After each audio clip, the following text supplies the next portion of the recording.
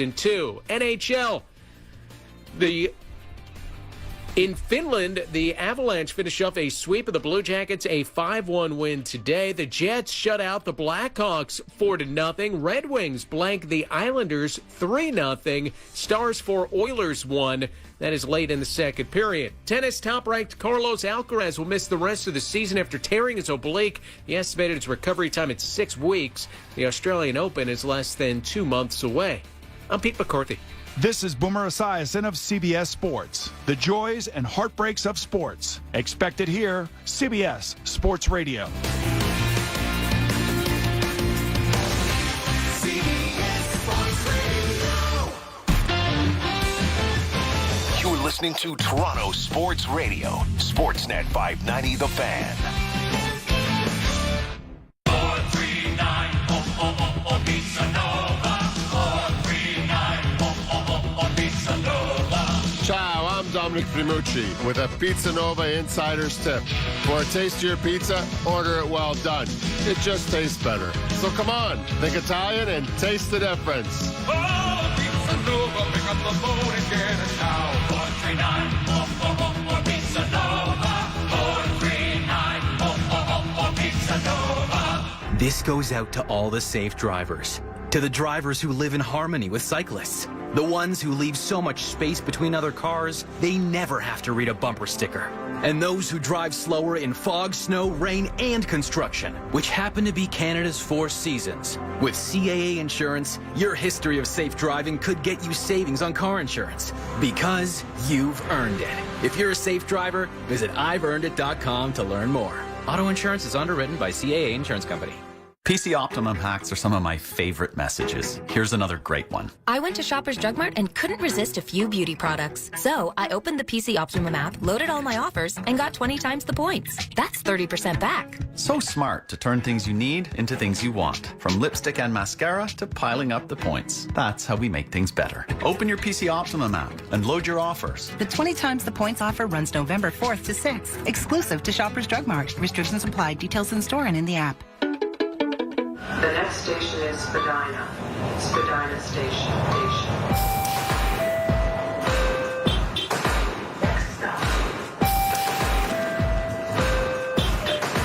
Next station is Arlington Station. Deckers Station. Bathurst Station. Christie. Next station is... Get back into the groove. Take the better, more affordable way. Take the TTC. Introducing the new Lotto 649 with 2 jackpots on every ticket.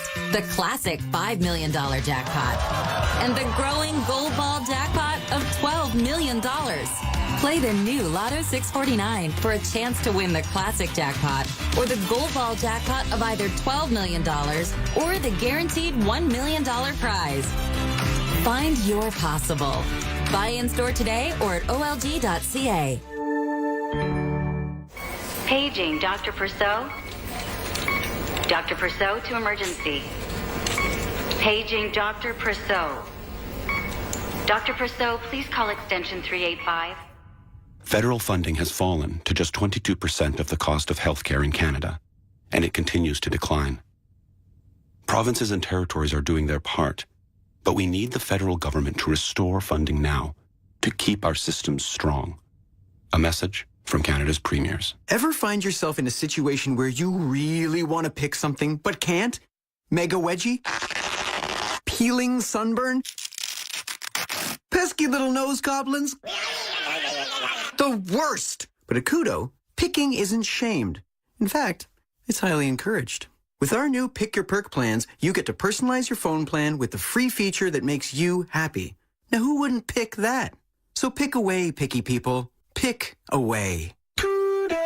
Did you hear? Wendy's Dave Single is now just $4. This juicy gossip is hot off the press, like our fresh, never frozen Canadian beef. The Dave Single is just $4 until November 6th at participating Wendy's. Taxes extra. Get him, boy. The Intact Insurance app is your perfect driving companion. It's got Crash Assist, which automatically detects a crash, a handy proof of insurance, and you can even add roadside assistance, because you never know. all at the touch of a finger. Oh, and it won't complain if you miss the high notes.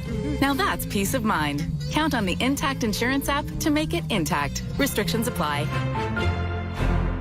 Dell Technologies provides growing businesses with tools to do incredible things. Because we believe there's an innovator in all of us. For advice on smart PCs powered by Intel V Pro that's built for business, call a Dell Technologies advisor at 310-DELL. Ontario has a plan to get students caught up. It starts with kids back in the classroom all year. With sports, clubs, and field trips. It includes new tutoring supports and teaching new experiences in science, technology, engineering, and math. So students have the skills they need for the jobs of tomorrow. See our plan at ontario.ca/catchup. Paid for by the Government of Ontario. This is where you get the story. On Sportsnet 590, The Fan.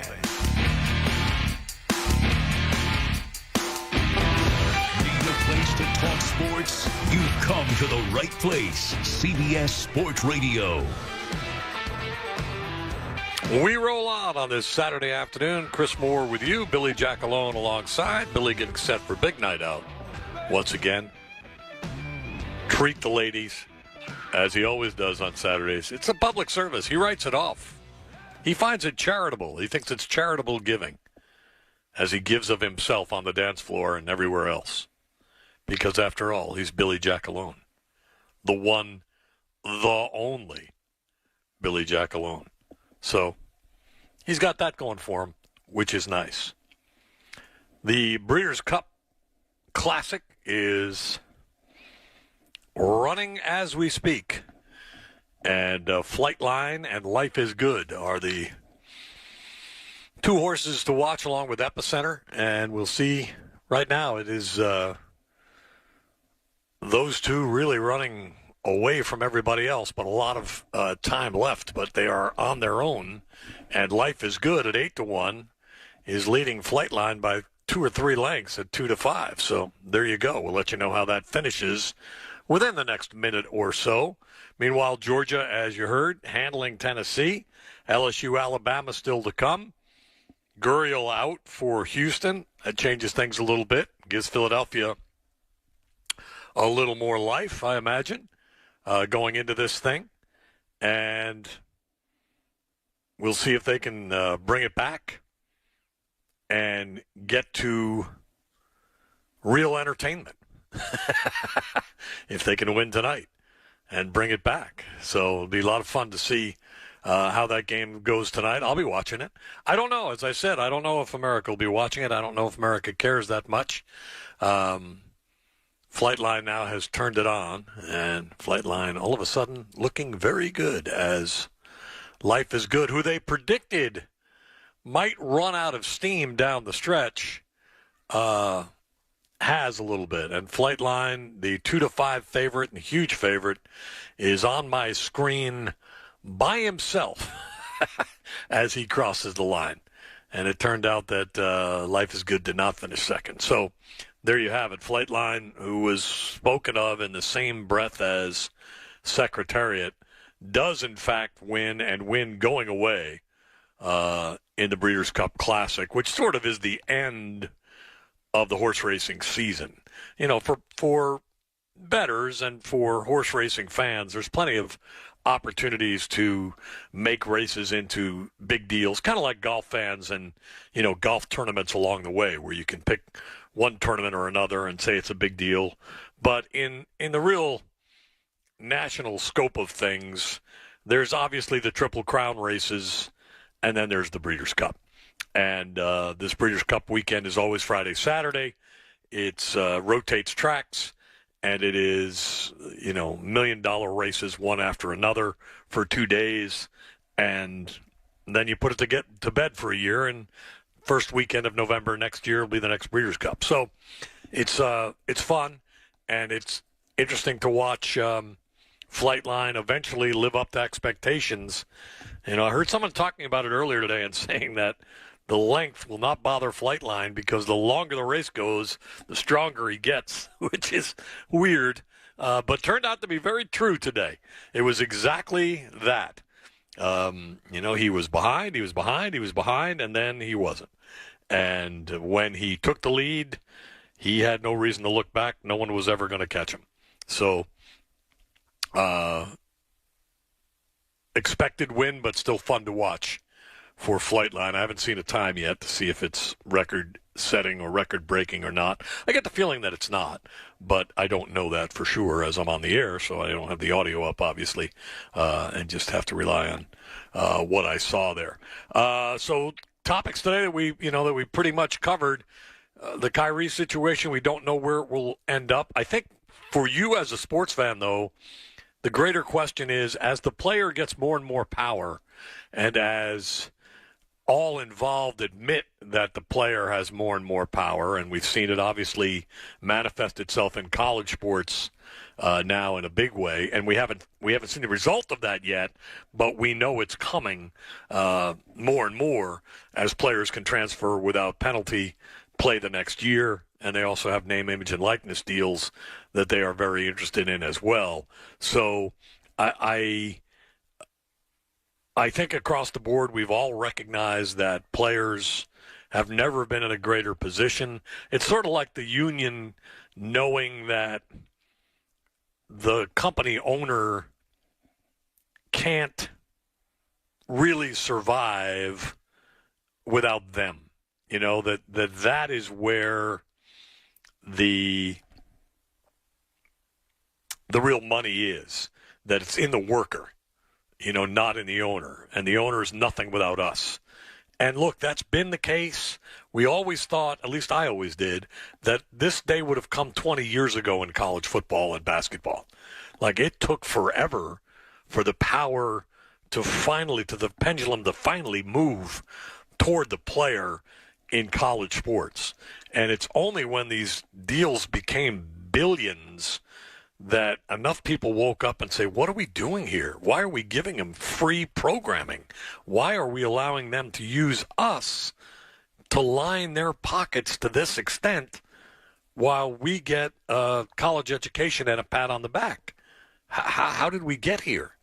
And it took, as I said, I swear to you, I think it took 20 years longer than I thought it would for college athletes to get the kind of power that they do have now. But the pro player is also realizing, for every Deshaun Watson and Kyrie Irving that comes down, and decision that comes down, that they're Teflon too. And if Kyrie does resurface in this league, it sends that message that if you're talented enough, we'll look past anything. And I don't know where, as a fan, you come down on that, but to me, it's a little embarrassing.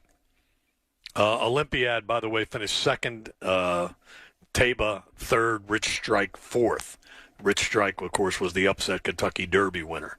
So Olympiad at 26-1 was the second place finisher.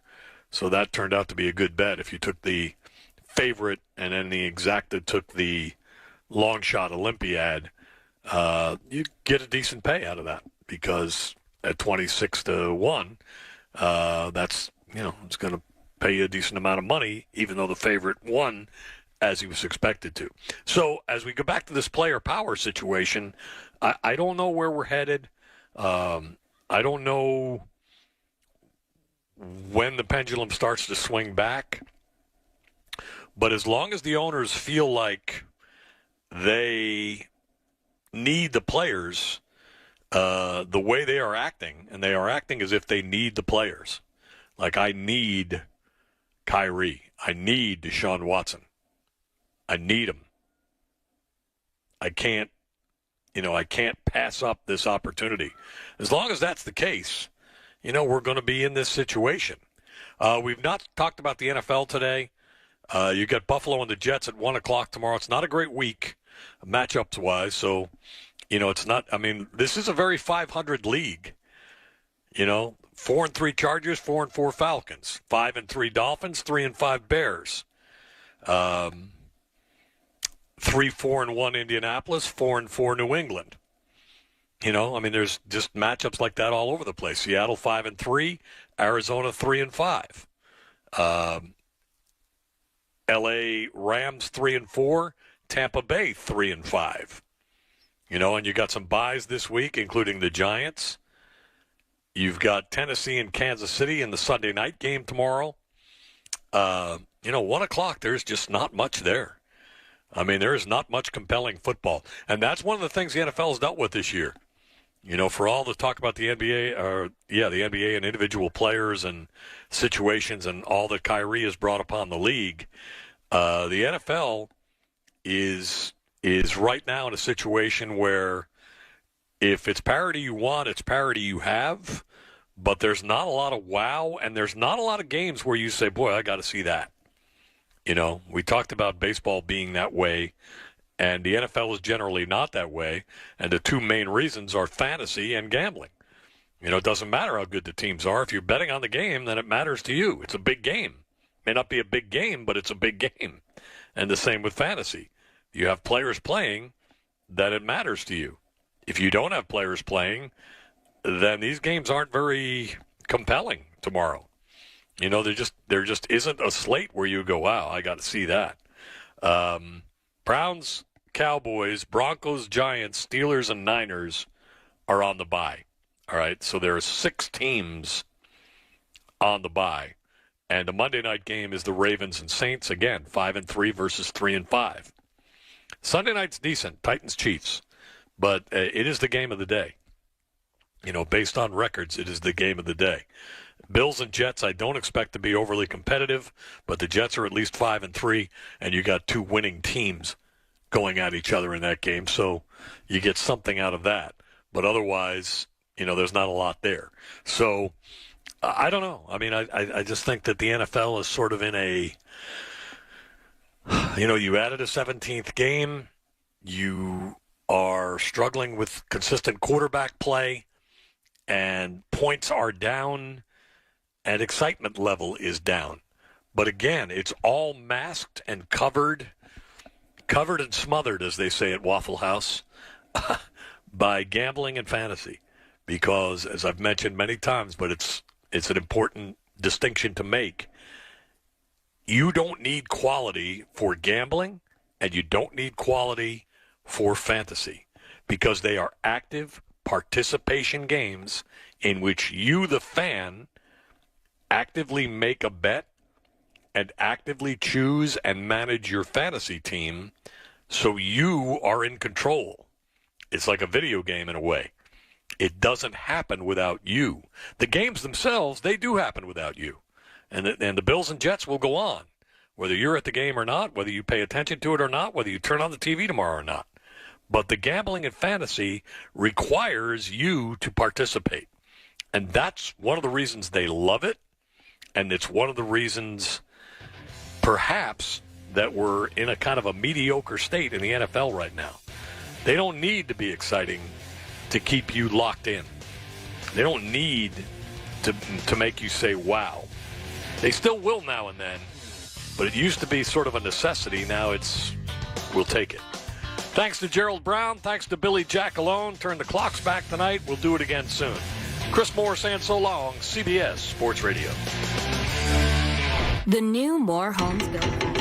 Be it a burst pipe or sewer backup in your home, Roto-Rooter can fix it, clean it, dry it, and if you decide to go through insurance, they can help reduce the hassle of your water damage insurance claim. Save yourself numerous calls and headaches. Roto-Rooter can do it all. There when you need them 24/7. With fast response service to keep your problem from becoming an insurance nightmare. Roto-Rooter has you covered. Call Roto-Rooter, that's the name. And away go troubles down the drain.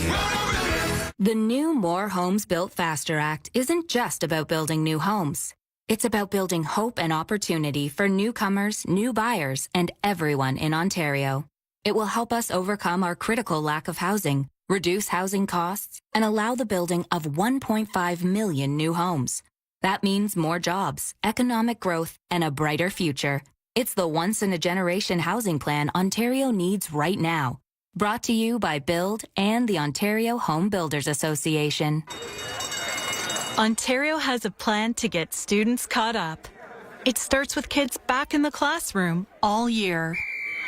With sports, clubs, and field trips. It includes new tutoring supports and teaching new experiences in science, technology, engineering, and math.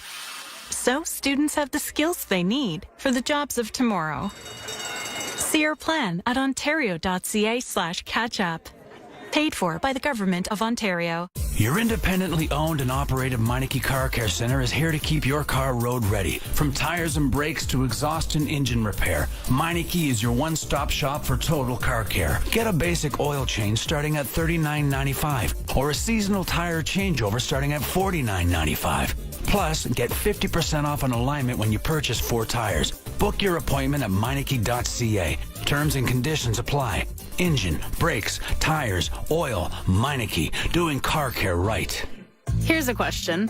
Why is it called fine print? Kind of seems like it's not really all that fine after all.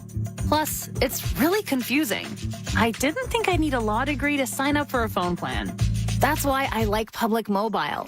They don't have fine print because they don't do long-term contracts.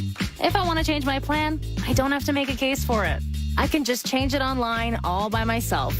When it comes to your phone expectations, don't get called to the bar, raise it. Public Mobile. Mobility on your terms. Hi, Ontario. Big news. The sharpest book on the planet is now live in Ontario. Pinnacle.ca, long known for its value odds and never kicking out winners, is now giving you the chance to play where the big bettors play. Fast bet approvals and your bet limits are right there on the screen. Shop around and see why Pinnacle.ca is where you'll find value every day on a huge selection of games. 19 plus Ontario only. Please gamble responsibly. Gambling problem? Call the Connex Ontario helpline at 1-866-531-2600. Operating under agreement with iGaming Ontario. Are you regretting buying that drum kit for your kid? Sonopan Noise Stop Technology panels are the ideal solution for preventing unwanted noise from traveling through walls, ceilings, and floors. Whether it's a reno, new build, or finishing a basement, look for Sonopan at the Home Depot, local building supply stores. Ones who leave so much space between other cars, they never have to read a bumper sticker. And those who drive slower in fog, snow, rain, and construction, which happen to be Canada's 4 seasons. With CAA Insurance, your history of safe driving could get you savings on car insurance because you've earned it. If you're a safe driver, visit I'veEarnedIt.com to learn more. Auto insurance is underwritten by CAA Insurance Company. Dell Technologies provides growing businesses with tools to do incredible things because we believe there's an innovator in all of us. For advice on smart PCs powered by Intel V Pro that's built for business, call a Dell Technologies advisor at 310-DELL. Are you over 18? You may be eligible to receive your COVID-19 bivalent booster at Shoppers Drug Mart. Book today at shoppersdrugmart.ca/COVID. Subject to vaccine availability, Ontario only, limitations apply. Somewhere out there, the sun is still shining. So seize it with Air Canada and Air Canada Vacations. Seize the beach with the family or make it an all-inclusive just for 2. Seize a snorkel. Ooh, fishies. Or a recliner by the beach with a coconut drink in hand. Everything's better with a coconut. With over 50 destinations across Mexico, the Caribbean, Hawaii, and more, you can still seize the sun. See the hottest flight and vacation package offers at aircanada.com/sun or contact your travel agent. CJCL Toronto. There's a lot of work that goes into the game before the game. This is Leafs Nation Pregame on Sportsnet 590 The Fan and the Leafs Radio Network.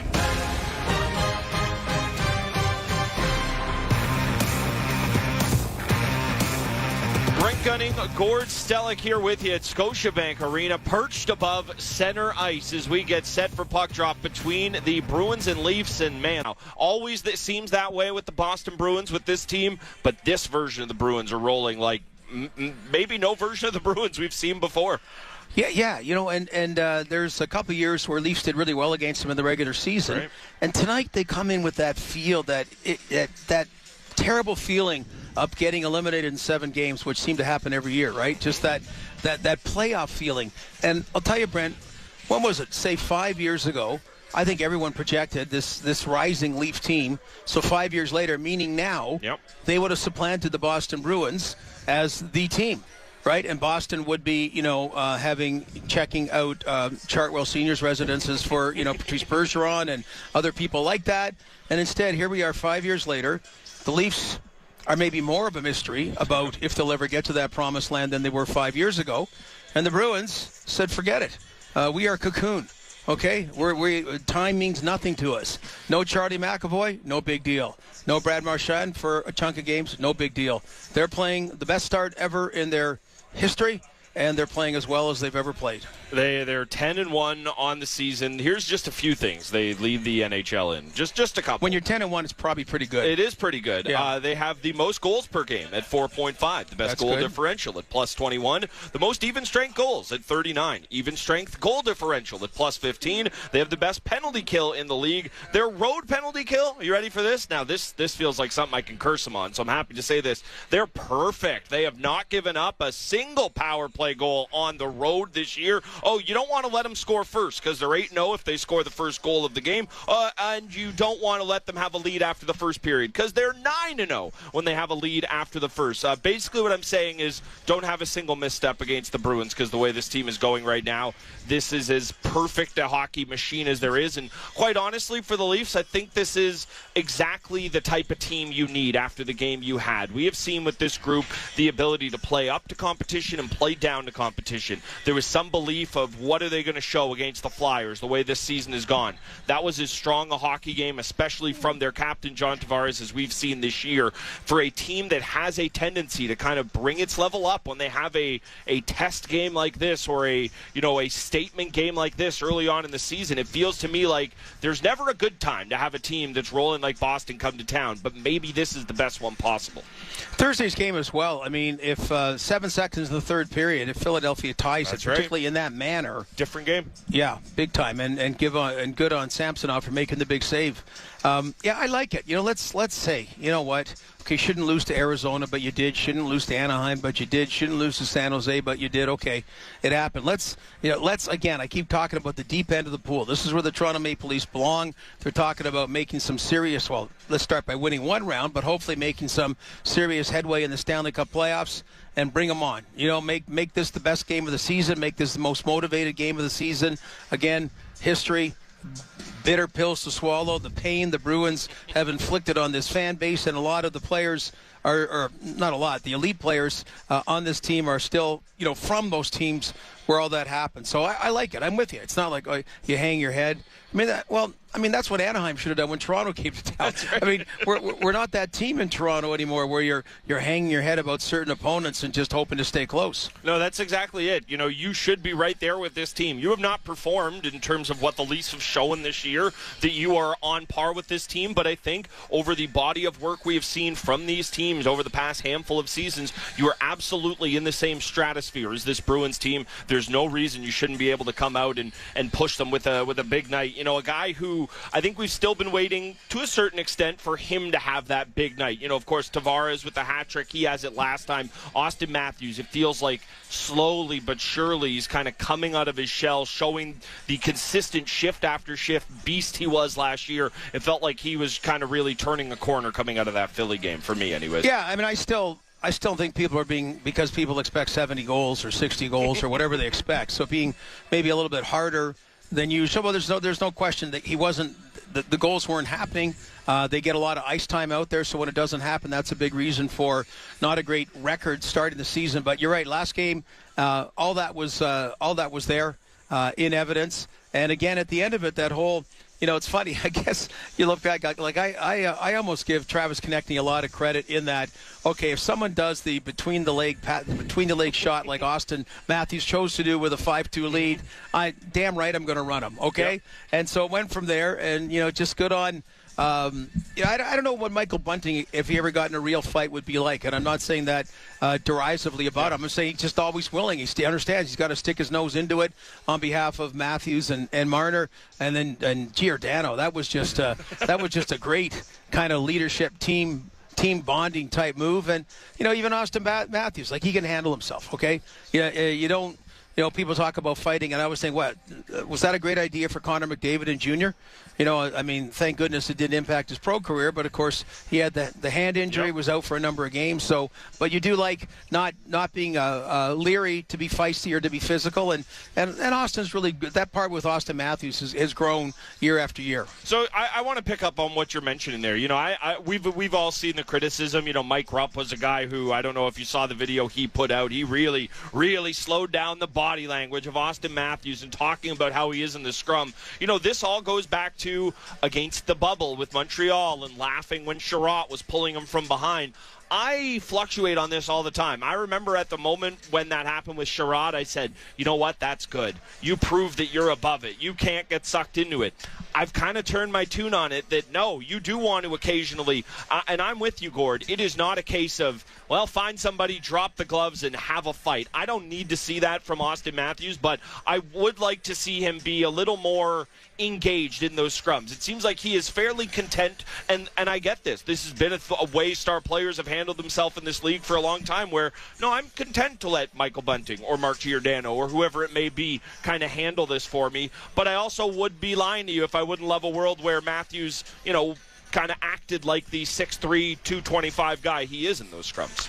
Well, Joe Thornton, not that Joe Thornton was here, but was a great example about, he was that kind of guy, similar personality to Austin Matthews, but he would have a couple of moments a year that all of a sudden, oh boy. Him and Jamie Benn had this one awesome fight. They just peeled back at center ice, and you can't even do this anymore. They took the helmets off. It was awesome. Sorry, you said it, and I just there was like a flashback, but a positive one. So yeah, that was a positive one. And then I think after the Montreal situation, I think it kind of hit Austin that way. I like he was just being genuine on the ice, kind of what the hell, a guy's going to get a penalty and give me a break type stuff.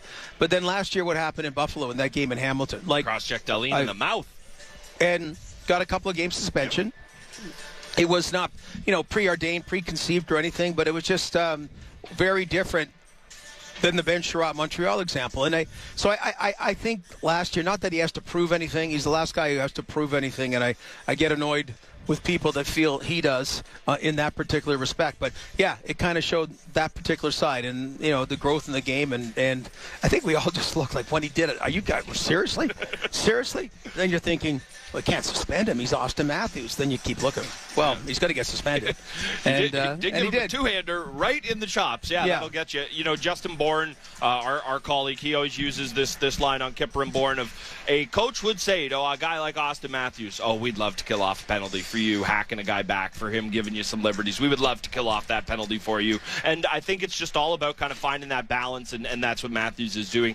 Sticking with the top six and the mix we've seen there. Obviously, the Tavares line was so great, although a lot of that damage did come on the power play last game. Nylander and Tavares, their connection's been really strong this year. Robertson's a guy who at times has fit well on that line, although, not quite the pop it looked in that first game he appeared at. Kerfoot has been a kind of stabilizing presence. So what have you made of what you've seen out of that line this year, Gord? Well, again, there's not been large samples of any line. So, it's been,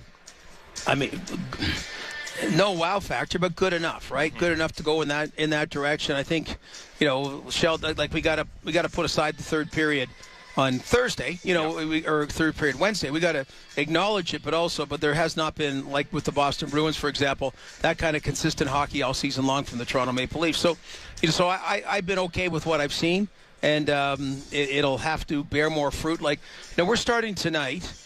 Then against Boston, tomorrow in Carolina, Tuesday here against Vegas. You don't have three better teams in the NHL right now than those three. So whether it's the particular lines you're talking about, or other things about Timothy Liljegren getting in, or whatever may happen, this is as tough a part of the schedule, which I would welcome if I'm Sheldon Keefe and I'm the Toronto Maple Leaf organization. Let's take on some of the big boys early to really find out that how we stack up. Are we okay? We can pull it out again, or what? We gotta remember again. We gotta remember again what it takes to be in that rarefied air. Yeah, it's the old iron sharpens iron, metal sharpens metal, right? You want to test yourself against the teams that you're going to have to go through. The way this Boston team is looking. Stop me if you've heard this before, and you all have. There is a collision course for these two teams. If one of them wants to advance out of the Atlantic Division or however we're going to set up the playoffs, there's a collision course coming. If you're going to be a team that's of any consequence in the East, you're going to have some tough battles against Carolina. That is just a rock-solid team. Gord, you and I have talked about it, that because they haven't had the big playoff run, they kind of got all the love of a darling early on in the Rod Brindamore and the Tom Dundon, the new ownership there. It was, this is fun. And once the novelty of all that has worn away, it feels like people have stopped kind of giving them their due. They have been as consistent a team outside of the Lightning, really, in the NHL for the last 5 seasons or so. So Boston tonight, Hurricanes tomorrow. It is a tough stretch. We always have this fun little game of, okay, back-to-back, what do you do? I like the idea, especially Saturday night at home. You give your number one guy the net in Samsonov, and then Shalgren tomorrow on the road. No, I agree with you. Absolutely. Again, out on that road trip, Shalgren played a disproportionate number of games because I guess Samsonov wasn't 100%. And, again, I think it was Justin Bourne said, but it doesn't have to be the only person. But just, Eric Shalgren has not shown he's not here by merit. No. And he has not shown he's a bona fide NHL goaltender at this particular point. So unlike where he got a few games in a row, I understand why. So I guess he'll get Carolina tomorrow. That's not. I mean, Carolina plays tonight, or they're going to play today or tonight, whatever. So, but yeah, that's well, what the heck? They got to play them all. You got to play them all. Hey, Carolina won with not an AHL goaltender. They won with the Zamboni driver in net. So you can't very well roll in there and say, oh, we got Shalgren between the pipes. We got no chance. Not at all the way the team would be looking at it there. Brent Gunning, Gord Stellick here, sitting with you above center ice at Scotiabank Arena, getting you set for puck drop tonight between the Bruins and Leafs. Boston red hot. Leafs finally back in the win column, really finding their stride again with that big 5-2 win over the Flyers on Wednesday. John Tavares hat trick there. You mentioned Timothy Liljegren drawing back in the lineup. I do not want to paint him to be the savior, and the reason is because he isn't. He is going to be a cog in this blue line. If he becomes more than that as the season goes along, great. But I think the important thing for Sheldon Keefe is just having another option to kind of throw in there. This was a guy who really felt like he found his footing playing alongside Mark Giordano last year, and hey, Mark Giordano can make things easier on a lot of people. I'm curious to see how he looks, especially given the extended layoff. We always talk about how it affected Sandin missing a little camp, how it affected Nylander missing all the way back to December many moons ago. I'm really curious to see what they get out of the player, because jumping into this game tonight, Leafs Bruins Saturday night, the way Boston's going, it's like jumping on not that either of us have too much experience with this, Gord, but it's like jumping on the treadmill when it's going 100 miles an hour, I'd imagine. Yeah, I have very little experience with that, even when it's going 1 mile an hour, so I'll take your word about it. But anyway, they had you're mentioning, like, the Leafs found their way for one game anyway, and here's the chance now to build from something, like build from Wednesday's game against Philadelphia for the first time all year. Build about a style of play in a winning hockey game. So, if there'd be more pressure tonight on Liljegren and everybody else had they lost that game on Wednesday. Crowd was good Wednesday. Again, this whole thing about, we got to just, it's each other, and we got our brain is shambles, and we get everybody all this criticism, and crowd was really good. Justin Hall is not getting the same slack the team's getting. And I hope it doesn't come to that. Thank goodness they did not score on that shift. I thought the fans were going to charge the ice and rip them. Well, they were coming. Instead, they threw their hats on the ice. I don't know how many. I keep looking at how expensive those hats are. Oh, too, they're not. They're not cheap. That was a healthy donation to MLSE and Shop NHL, I believe, as well. But I said you got to bring a burner hat. You got to bring a burner hat. That's a right? good point. Yeah. I like that. Like you wear your hat, and in your pocket you got a scrunched up burner hat that your grandmother gave you for Christmas that costs like the dollar store. We're getting to toque season now. You could just you could have it in the old sleeve pocket, chuck it up there. Or you take it off your buddy that's at the game and throw it on, so it's not yours. There's all kinds of different things. Anyway, it was nice to see John Tavares get the hat trick and the fans revel in it. Yeah, it was just really nice to kind of have him back, kind of having that moment. This is a guy who he seems to be, whenever anything isn't going perfectly with this team, not to say other people don't catch their slings and arrows, they absolutely do, but because of the salary cap, because of everything there, Tavares is the one guy who we always keep coming back to with the idea of, well, does he quite give you enough for what he costs against the cap? And I'm just always happy that he has a big moment like that where he is able to kind of hammer home, yeah, I am worth it, because he is going to have moments where he doesn't look like the flash and dash. You know, when you look at all the other $11 million players throughout the league, they look a little different than John Tavares, quite frankly. But for him to have that moment where he danced Sanheim the way he did, it was awesome to see. And I know we're going to move on and talk about tonight's game, but I cannot move past that quickly from an awesome moment for the captain. Well, he's kind of like Erik Karlsson. Yeah. You know, about just that kind of, the guy makes too much money, but all of a sudden Erik Karlsson's playing that way, you know, and starting to talk about, okay, if he plays like this all the time, then he might be worth the money. Still, I question the term.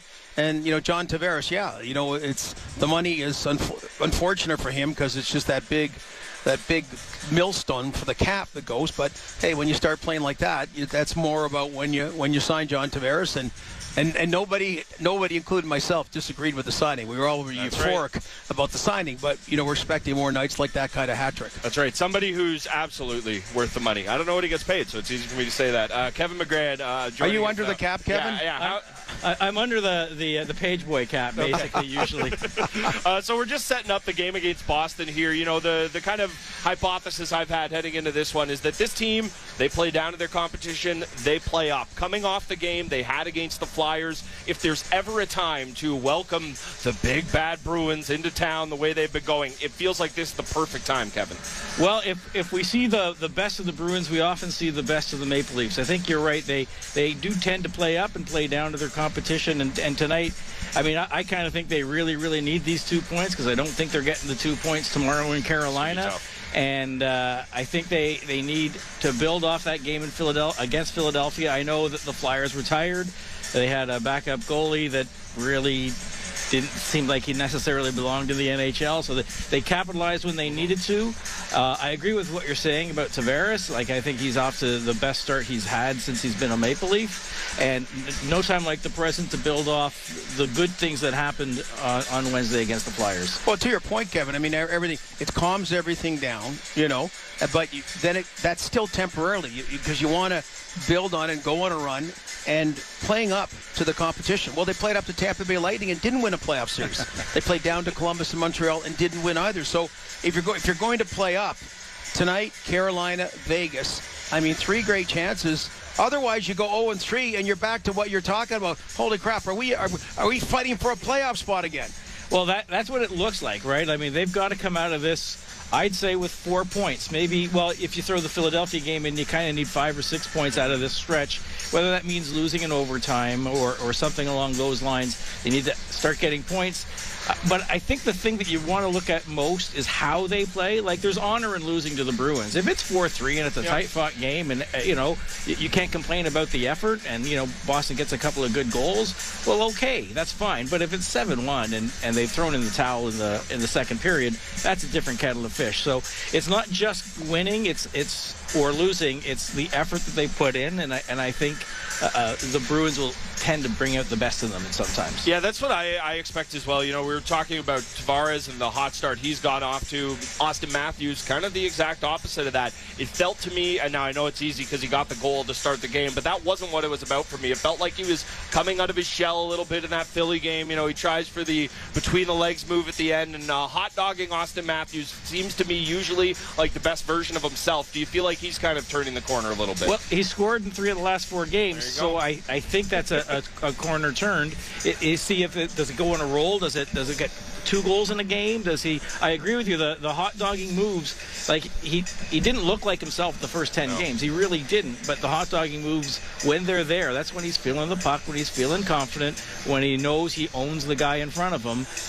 Those are the moments that you pay to see with Austin Matthews and Mitch Marner as well. He's got that in him as well. And when the 2 of those guys are going, this team is sometimes unbeatable. But we haven't seen both of them go at the same time. barely at all, really, in the first 11 games of the season. Yeah, that between-the-leg move, I think our friend and colleague Nick Kiprios did it with the Rangers and had a groin injury. He was out for 10 days, I think, if I remember correctly. But what Kipper did provide was that physicality and presence. I was going to say, he could handle the after effects a little better. And that's where it comes, but again, that was 25 years ago or 20 years ago compared to nowadays. What is that grit? What is that toughness? Non-Wayne Simmons, with Wayne Simmons. But regardless, there's still a place for something that was not contrived, just very genuine, that happened at the end. The whole Bunting getting involved, Giordano rushing, and just a little bit of that every now and then, I think is a huge positive. Yeah, and that shows the players to each other that they've got each other's backs, right? That seemed organic. That was, in a way, it was a thing of beauty because Giordano just came, like, as I'm watching, where did he come from, right? Yeah. And then it was kind of amazing in its own way, brought on its own life. That's not something we necessarily talk about with this team a lot, is the physical component of the game, or when we do talk about it, it's their lack thereof of the physical component. But I think they can be physical in ways that matter. And I think that mattered that night. And again, that's another thing, one of the good things that happened against Philadelphia that hadn't been happening the first 10 games of the season that they need to build up. It's always funny. We always talk about the many different things that can galvanize the team, bring them together. A trip on the road. I think it kind of had the opposite effect, the most recent road trip with this group. But a game like that can kind of pull a group together. Quickly before we let you go, and we appreciate you being our kind of energy fourth liner in here. Not that this player's meant to do that, but Timothy Liljegren back in the fold tonight. I like the partnership with him and Giordano, but I also am weary of a guy who's missed a lot of time getting up to speed. This feels like jumping on a F1 track and trying to keep up, jumping in this game tonight. It feels like this is a big ask for him, quite frankly. Yeah, I think it's a big ask to say that he'll make the difference, etc. He will make some difference. I mean, he's going to play, I guess, around 18 minutes. It's hard for a player to jump in, like you say, to a moving train. Like, that's hard, but he's got to do it. There's no other choice around it. And it does help, right? Because he is he's a quality NHL defenseman with a bright future in front of him. And I've been equating this team to a body that's broken down. And when you have one part that's breaking down, it usually affects other parts of your body, right? Why are you staring at me? I was going to say, we know very well about this, yeah. If you've got a sore elbow, it's usually a pain in your neck that it's coming from, right? And this team's had problems getting the puck and Timothy to their forwards, and Timothy Liljegren can do that part, right? That's one of his strengths. So getting him back and getting him up to speed, it might take a while to get him up to speed, but it's best for the long run for this team to have another quality NHL defenseman. You're not bringing in rookies and maybes and what-ifs on the blue line to play the right side 8 minutes a game. You've got a guy that you can rely up into the teams. That's well said. That is Kevin McGran, Toronto Star. Thank you so much. Appreciate you jumping on with us here. No problem. Anytime. There he goes. We will just get us to break here, Gord. Always love hearing from Kevin. Always love mixing in. You and I have okay opinions on the Maple Leafs. We go to such luminaries like Kevin to really let us know. It's going to be a fun night here. It's our first Saturday night of the season down here at Scotiabank Arena. Leafs looking to string together a couple of wins and tame those red-hot Bruins. Oh, man, tell me if you've seen this movie before on a Saturday night. But like you pointed out, Gord, played pretty well against this team in the past, at least during these games in the regular season. We will see what the future holds tonight. Leafs home against Boston. Ilya Samsonov gets the start. Brent Gunning and Gord Stellick. We will continue to get you set for puck drop here. Keep on listening to Leafs Nation pregame on Sportsnet 590 The Fan and the Maple Leafs Radio Network.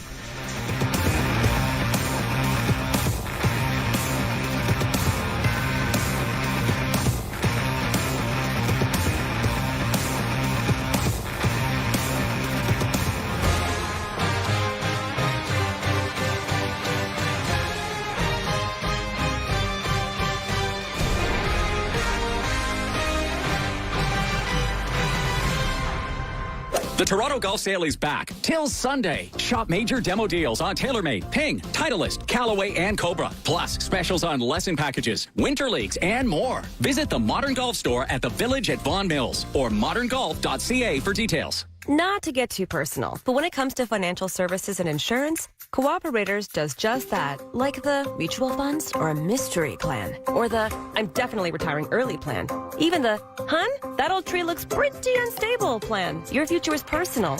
Your plans should be too. Give us a call today. Cooperators, investing into your future together. Mutual funds and related investment products are offered through Cooperators Financial Investment Services, Inc. Terms and conditions apply. Introducing the new Lotto 649 with 2 jackpots on every ticket. The classic $5 million jackpot and the growing gold ball jackpot of $12 million. Play the new Lotto 649 for a chance to win the classic jackpot or the gold ball jackpot of either $12 million or the guaranteed $1 million prize. Find your possible. Buy in store today or at olg.ca. With TELUS, you're a part of something bigger. We are helping make the world a better place by using our technology for good. TELUS Health is innovating to help make good health and well-being easier for all. From field to fork, TELUS Agriculture is improving our global food system. And we're investing in sustainable technologies to protect our planet. You can learn more at TELUS.com/purpose. Join us and let's make the future friendly. Finding a job in today's market can be a challenge. Whether you're looking for work or wanting to change your career direction, JVS Toronto will help you get the right job. Together with JVS Toronto employment experts, you'll explore new job options, create a strong resume, build an appealing online profile, prepare for job interviews, and connect with employers, all for free. Your job is waiting for you. JVS Toronto will help you find it. Get started today. For more information, visit jvstoronto.org. The new More Homes Built Faster Act isn't just about building new homes. It's about building hope and opportunity for newcomers, new buyers, and everyone in Ontario. It will help us overcome our critical lack of housing, reduce housing costs, and allow the building of 1.5 million new homes. That means more jobs, economic growth, and a brighter future. It's the once-in-a-generation housing plan Ontario needs right now. Brought to you by Build and the Ontario Home Builders Association. Dell Technologies provides growing businesses with tools to do incredible things. Because we believe there's an innovator in all of us. For advice on smart PCs powered by Intel V Pro that's built for business, call a Dell Technologies advisor at 310-DELL. It's easy to get more at Metro Shell and other Air Miles partners. Just load the 10 times the miles offer on the Air Miles app and earn 10 times the Air Miles reward miles when you shop participating partners. Ends November 30th, Ontario only. Full details at airmiles.ca/10 times. We're live with NBA Rookie of the Year Scotty Barnes, fresh off the court. Welcome to the Subway Eat Fresh, Refresh. Tell us your thoughts on Subway's new rice bowls. This is news. What if we call it Bowlway? Okay, how about we take a look at these ingredients? Seasoned steak, rice, avocado, chipotle sauce. Delicious. Bowlway by Scotty. Subway. Eat fresh, refresh. For limited time, save $3 with code BOWL3 only on the Subway app. Freshly prepared for your order at participating shops. Terms apply. I've got a lock on Ben. Where is he? 1998. City TV will remake history. Get out there now. Mondays with all new episodes of sci-fi thriller Quantum Leap. He used the Quantum Leap accelerator to travel back in time with no memory of who he is. It's very cool. Now I can leap. You don't control the leap, Ben. Quantum Leap. All new. Mondays 10/9 Central on City TV or stream on City TV Plus, the app, or citytv.com. This goes out to all the safe drivers. To the drivers who live in harmony with cyclists. The ones who leave so much space between other cars, they never have to read a bumper sticker. And those who drive slower in fog, snow, rain, and construction, which happen to be Canada's 4 seasons. With CAA Insurance, your history of safe driving could get you savings on car insurance. Because you've earned it. If you're a safe driver, visit I'veEarnedIt.com to learn more. Auto insurance is underwritten by CAA Insurance Company. The Toronto Golf Sale is back till Sunday. Shop major demo deals on TaylorMade, Ping, Titleist, Callaway, and Cobra. Plus, specials on lesson packages, winter leagues, and more. Visit the Modern Golf Store at the Village at Vaughan Mills or moderngolf.ca for details. Sportsnet 590 The Fan. Bam, bam, bam, bam. You might not be ready for how ready we are for this game. This is Leafs Nation Pregame on Sportsnet 590 The Fan and the Leafs Radio Network.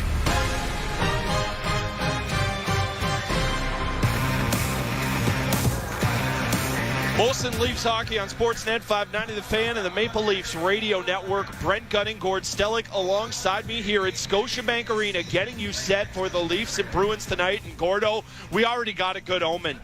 Killer himself, Doug Gilmour, walking the concourse. He's helping some guy, I hope, win a game. He's playing on the Jumbotron in front of us here. Never a bad sign if Doug Gilmour's in the building, gotta say. Yeah, the Leaf-Bruin rivalry wasn't as huge back then. It was still the end when the Leafs were in the wrong conference, right, for a little bit in the West. So, so the Red Wings were, anyway, it doesn't matter. Killer, a great omen, the great runs in 1993 and 1994, the great runs later on with Matt Sundin under Pat Quinn. And, it's original six. Saturday night still is hockey night in Canada. I know there was a run. Again, you go way back, but the Leafs always played home on Saturday. Yep. And teams played home on Sunday. And the NFL kind of made teams realize, okay, we're not getting enough fans anymore. So Saturday became the prime night. So now you get about almost 50-50, but it's still special. Oh, you know me. If I feel like it is like a tenet of the world that the Leafs should be home. They should always be playing on a Saturday night. And if I had my druthers, they'd always be home. So I am going to absolutely take it in and enjoy it here. It's going to be a fun one. This is the stiffest test the Leafs have faced this season. They have had other, tough teams that they've gone up against. They had that tough trip, or at least it was supposed to be, when they go into Vegas and everything that they dealt with out there.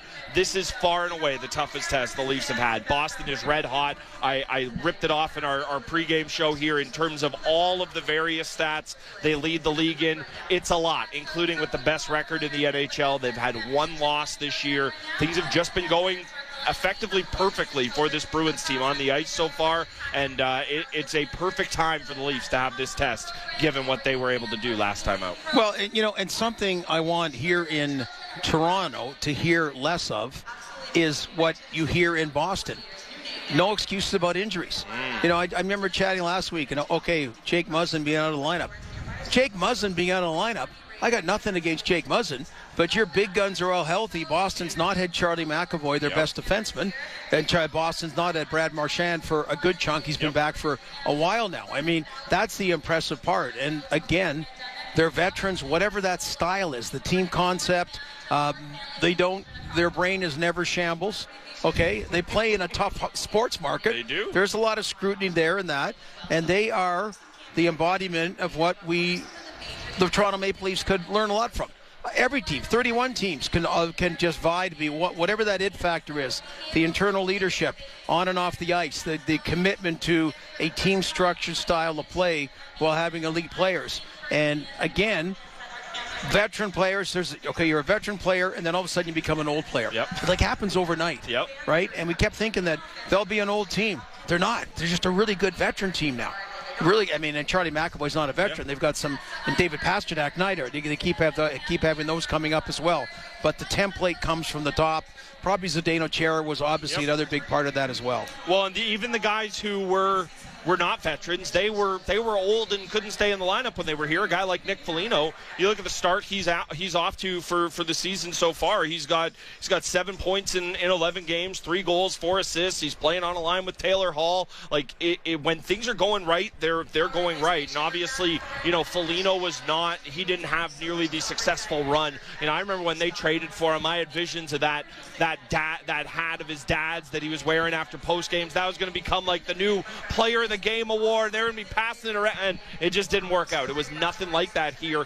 It has worked out swimmingly there, and we think of the big guns, and that's who it is. Yeah, David Pastrnak has 19 points in 11 games, but you look at Hampus Lindholm. This was the guy. He was the big kind of swing they made. He's had 13 points in 11 games. Bergeron 10 and 11. DeBrusk 9 and 10. Taylor Hall, 9 points in 11 games. David Krejci, 8 and 8, just up and down the lineup. They are getting contributions. And yes, we think of the bones, the bones of this Bruins team. Bergeron and Marchand and Pastrnak and McAvoy, who's not playing, but they're getting a ton of great contributions from other players as well. Yeah, and Hampus Lindholm's kind of their Jake Muzzin type acquisition, and they signed into a contract, kind of comparable like that. And the other, it was Tuukka Rask against Freddie Anderson for whatever number of years. And, again, the Maple Leafs, it was Jack Campbell. He's gone, and now it looks like Ilya Samsonov. We don't know what Matt Murray will be. We don't know what Eric Källgren is. And the Bruin goaltending. They develop a Jeremy Swayman from within. Yep. They developed Dan Vladar from within, so they get a draft pick asset back in a trade.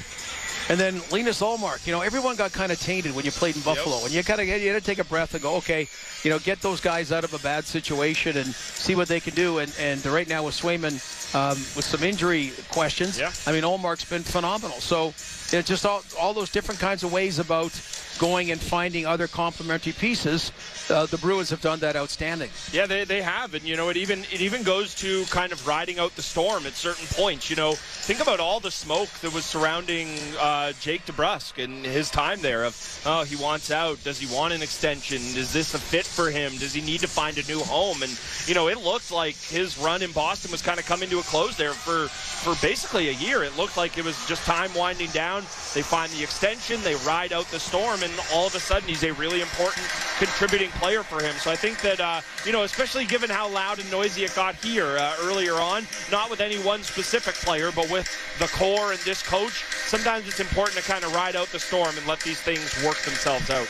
Well, I was, surprised at the extent that Bruce Cassidy's act had run thin in Boston. I couldn't believe him. And same with Barry Trotz on the island. I know people are holding him in reverence, and I'm just saying, much like when Nick Foligno came to Toronto, he no longer could be that elite player. Yep. He suits the role he has in Boston now. I think Barry Trotz is a great coach. You really have to look at whoever ends up hiring him about, does he have one more kick at it as well? And that, that's not a slight.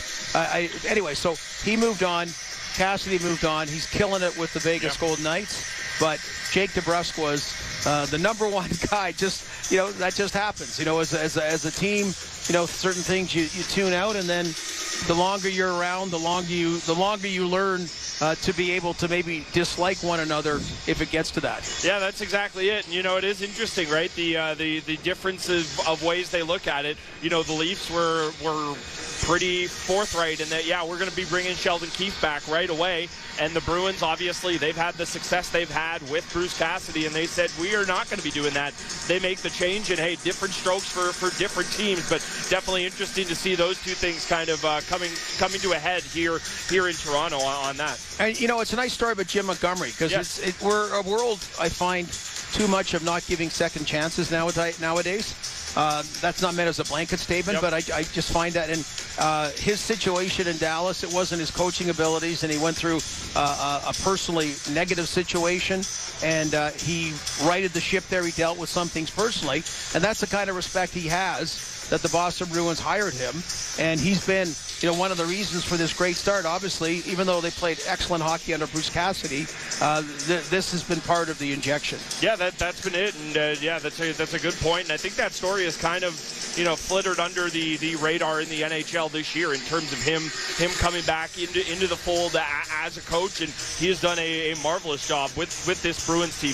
Just looking back at the Leafs for a second here, is there a player that you're looking for a big game for tonight? We know he got your 3 keys to victory, but obviously Tavares was the straw that stirred the drink last time out. 4 points, hat trick, his 11th hat trick in his career. That passed Steven Stamkos for 7th most all time in NHL history. Is there a guy you're looking for to have a big night for the Leafs tonight, Gord? Well, I've looked for it for a long time, but I just like Alex Kerfoot. I want Alex Kerfoot to be the Zach Hyman type or whatever. Just that the player that all of a sudden his scoring, which wasn't the biggest part of his repertoire, came into his own, and that continues for Hyman and Edmonton. And then Kerfoot, whether he's the guy on the second line or whether he's your third line center, to give you more depth. So and he just seems to have so much speed and be around positive situations, but doesn't finish. Like the salesperson that can't finish, can't close, gets close, no but can't coffee. close the deal. No coffee for that guy. That's kind of my read on Alex Kerfoot. So that's the individual. That's interesting. I will pick this because they just flashed an interesting stat ahead of me on the Jumbotron. Rasmus Sandin, 100th career game in the NHL tonight. Let's make it a big one. This is a player who I'm really high on. He has moments where he shows flashes that he absolutely, in my opinion, can become that top 4 guy. He also has moments moments where you say, yeah, you're not there yet. This is a tough game. I'm really curious to see what the Leafs get out of him tonight. That is Gord Stellick. I'm Brent Gunning. We will continue to get you set for puck drop here at Scotiabank Arena. It's Hockey Night in Canada. It is Molson Leafs Hockey on Sportsnet 590 The Fan and the Maple Leafs Radio Network. Pavlov's dog proved that irresistible incentives bring predictable results. Now, Nick Pavlov, broker RE/MAX West, is proving it again. With perfect staging, pinpoint accurate pricing, intimate Toronto neighborhood knowledge, the Nick Pavlov real estate team will achieve a predictable result for you. Your home, sold for the asking price or more, as soon as 7 days or less. You must be salivating at that. Nick Pavlov makes it happen. Ontario has a plan to get students caught up. It starts with kids back in the classroom all year. With sports, clubs, and field trips. It includes new tutoring supports and teaching new experiences in science, technology, engineering, and math. So students have the skills they need for the jobs of tomorrow. See our plan at ontario.ca/catchup. Paid for by the Government of Ontario. Hi, I'm Hugh Heron from Heathwood Homes. I want to talk to you about our great country, Canada. It's a land of opportunity and a place I call home. For 50 years, Heathwood has been committed to building each home with the very best new technologies, ensuring that your home will be more energy efficient and sustainable than ever. Visit our communities at heathwood.com. At Heathwood, you will be home at last. First with what you need to know for the game. Any earlier and we'd be whistled offside. This is Leafs Nation pregame on Sportsnet 590 The Fan and the Leafs Radio Network.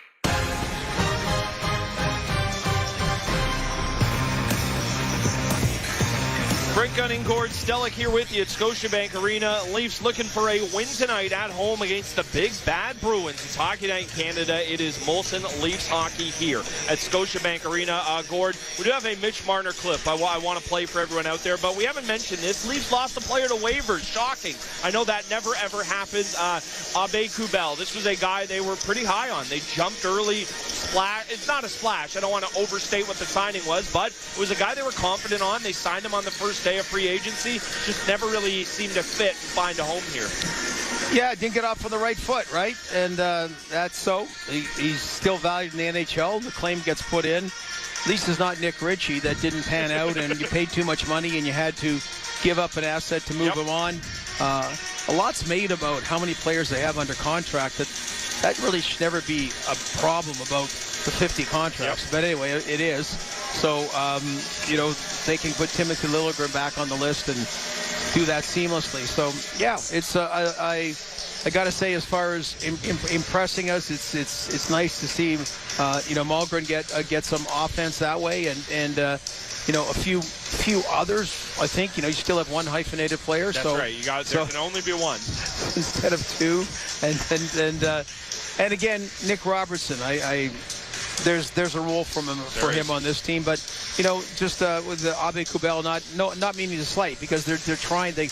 You've got to get depth on the third and fourth line, and can't keep having the revolving door like it's been the last couple of years. And so you're hoping at the end of the day, the big commitment to Calle Jarnkrok, but all in all, that it's improved. That it's improved in the big picture. Of course, you mentioned the 50 contract thing. That kind of reared its ugly head earlier this season when it was the day Matt Murray was hurt, so Samsonov had to play. There was some uncertainty as to whether they were going to be able to call or recall Erik Källgren because of his injuries, so they would not have been able to sign a goaltender to the one day.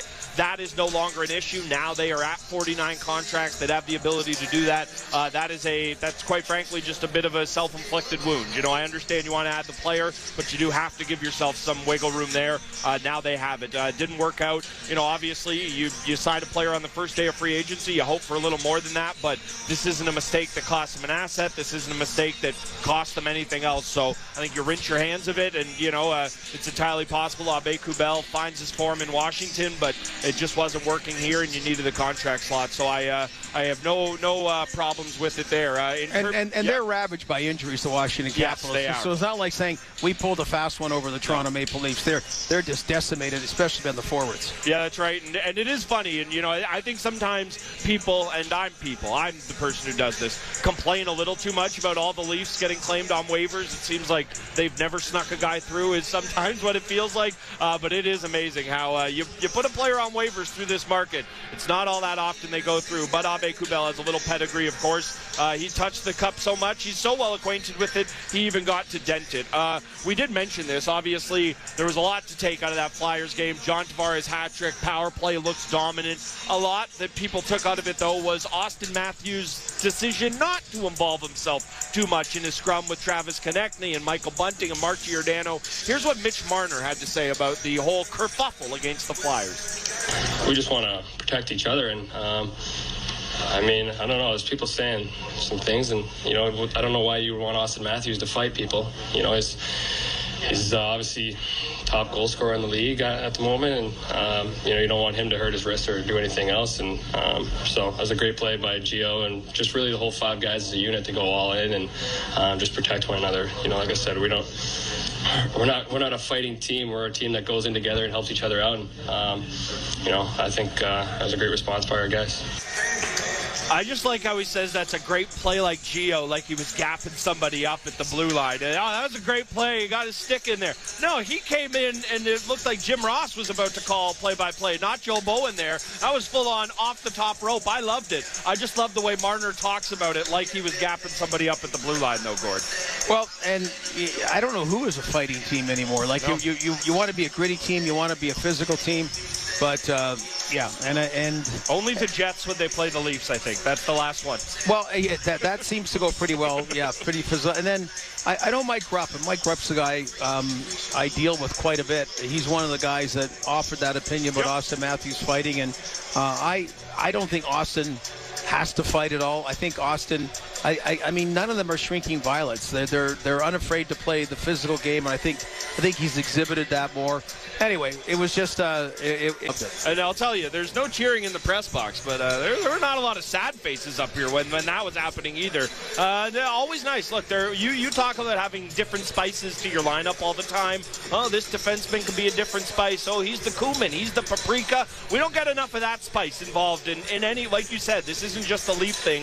This is across the NHL. So a little natural pugnacity, dislike, hatred, whatever term you want to use, I'm here for it, especially when it's not contrived and it just comes about naturally. Tonight, I don't think we're going to see quite that, but I imagine there's going to be some hatred, some vitriol. I expect this to be an intense game. The Bruins know what they have been to this team here. The Leafs know what this Boston team has been to the NHL this year, and I think it's going to be a bit of a kind of staring contest early on to see who will flinch first. Yeah, I was staring. Michael Bunting, he gave a puck to see the person had to sign for Bunting, not Austin Matthews or Mitch. There's too many about getting a puck.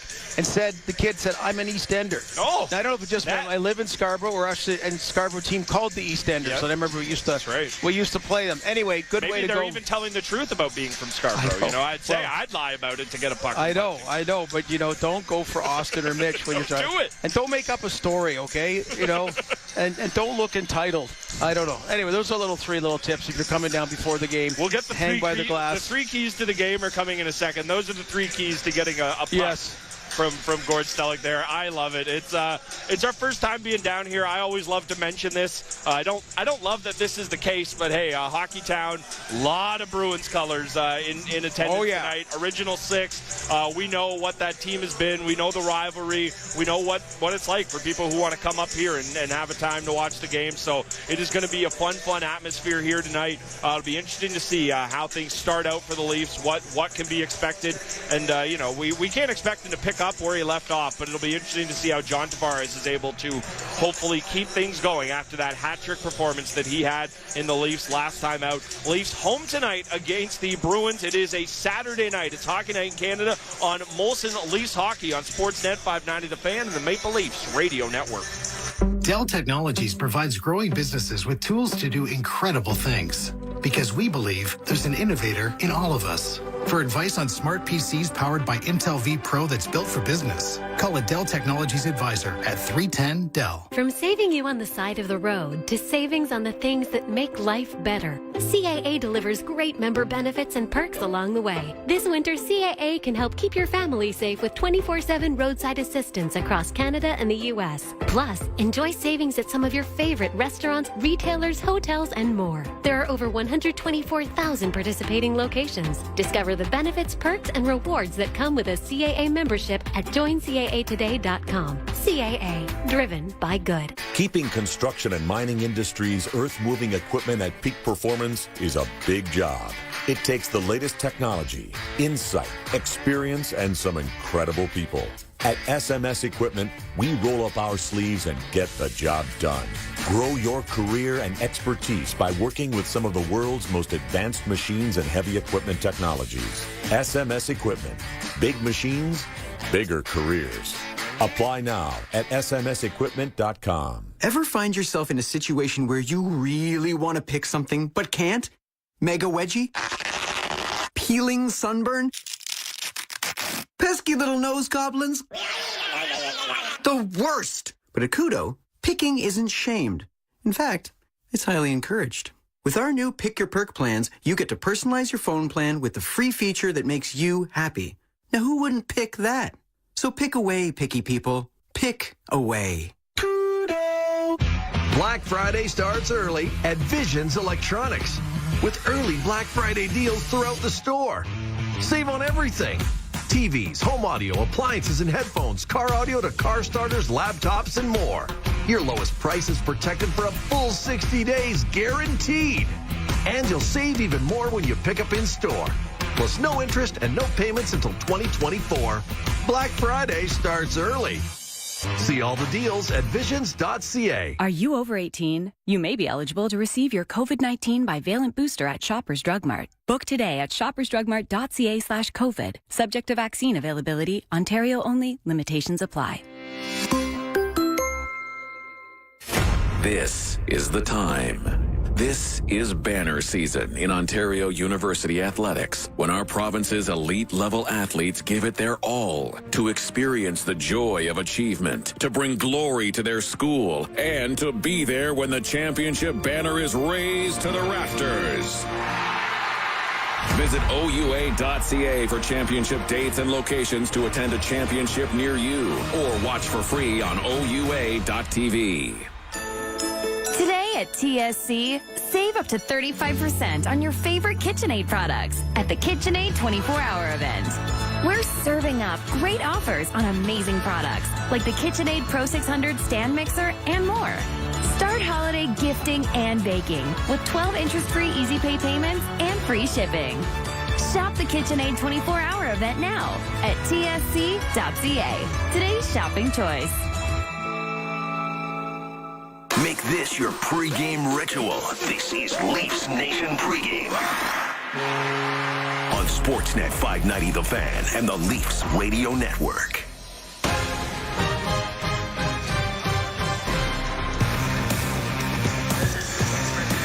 Brent Gunning, Gord Stellick here with you at Scotiabank Arena, getting you set for puck drop between the Leafs and the Bruins. Boston red hot. The Leafs trying to start up a streak of their own. Of course, coming off a big win at home against the Flyers. John Tavares with a hat trick in the 5-2 victory.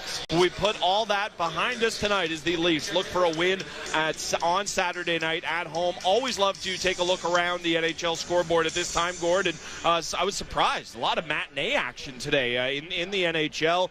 I'm going to start with the Stars and Oilers. Rough night for our former pal Jack Campbell there.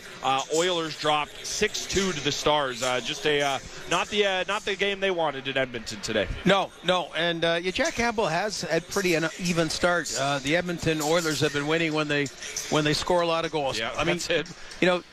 Even though the Leafs won against Dallas is a real good team, and just like Winnipeg on the side of goaltending. I mean, Connor Hellebuck's played well all year. They get a 4-0 shutout, 30 saves today, over the Chicago Blackhawks, and the Chicago Express has kind of quieted a little bit. I mean, that you get excited at the start, but you got to get a handle on things. Okay, it's an 82-game season, so they've gone very much on the cooler side. Yeah, they have it. It's interesting there with the way things happen. A team like Chicago, they get off to an interesting start. And you think, oh, is this not the Connor Bedard? No, it probably still is very much a team in the Connor Bedard sweepstakes. And something tells me Patrick Kane won't be playing there after the trade deadline. Just a little nugget from our man Armin here.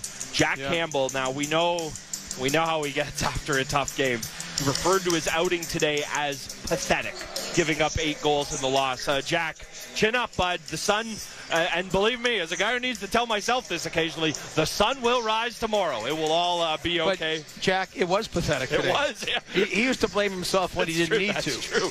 Today actually was pathetic. He'd have the 35 saves on 37 shots and go, it's all me, boys. That was not the case today. Now, you're the other one. They talk about the long flight home. Yeah. How about the Columbus Blue Jackets coming home from Finland, losing 2 games handily not more handily today, the Colorado Avalanche 5-1 this afternoon. Boy, Columbus with Johnny Gaudreau, it shows. You get the shiniest object. Yeah. It doesn't necessarily turn things around. No, it doesn't. And homecoming for a lot of players there, including Yarmo. Not the results he wanted from his team over there. Awesome moment. This was last night, yesterday afternoon. It was in Finland yesterday. Okay, Rantanen had the hat trick there for the Avalanche. Obviously, that is an awesome moment there. Also, this is off the ice, but I thought I'd pass it along.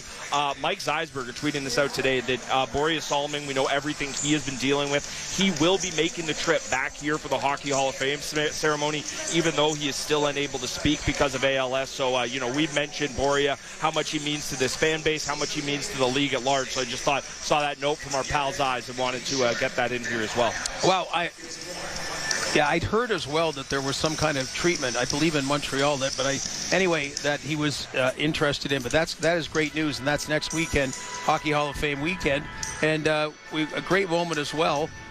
The other night, how about when Alexander Ovechkin went over, they were celebrating 25 years of the Red Wings Stanley Cup. So he met with Mark Howe, who was a scout on the team back then with the Red Wings, goes out, ties his dad Gordy in goals, and he's on the verge of catching him.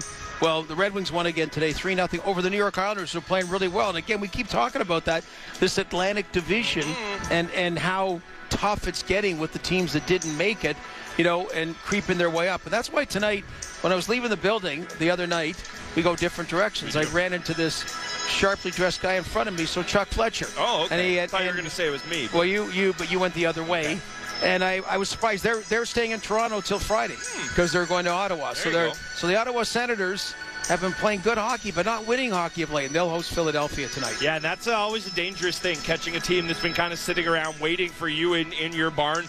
Be careful there. A couple other interesting ones from tonight. One that I'm definitely keeping an eye on is the Devils and the Flames. That's a 10 o'clock start.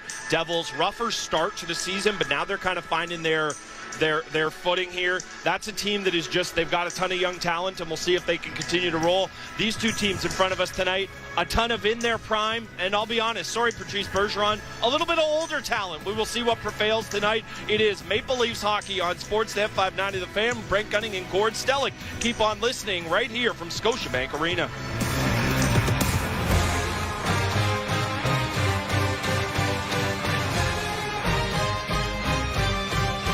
I'm Jamie. As an elementary school teacher in Ontario, I've seen the impacts of the pandemic on student achievement and well-being. Students need real government action and investment to recover and succeed. Every child deserves access to high-quality, inclusive early childhood education and care because we know it creates a strong foundation for lifelong learning. As a teacher, I know what my students need to succeed. Learn what's happening in Ontario classrooms. Visit knowmore.ca. That's KNOWMORE.ca. A message from the Ontario English Catholic Teachers Association. Hi, I'm Hugh Herron, Chairman of Heathwood Homes. Tradition means a lot to us. Our reputation for quality, service, and customer care are all part of Heathwood's tradition, and that has made us the most successful new home builder. Thousands of people are now proud to be living in a Heathwood home in one of our many outstanding communities, and you can too. Visit heathwood.com to learn all about our fabulous communities. With Heathwood, you'll be home at last. A strong work ethic, takes pride in a job well done. This is you. But to get an honest day's work, you need a callback. You need a job. Express Employment Professionals can help. We'll connect you to the right company. We're committed to your success and never charge a fee to find you a job. Express knows jobs. Get to know Express. Find your location at expresspros.com or on the Express Jobs app. This is Molson Canadian Leafs Hockey on Sportsnet 590 The Fan and the Leafs Radio Network. Molson Canadian, proud partner of the Toronto Maple Leafs. Let's do it!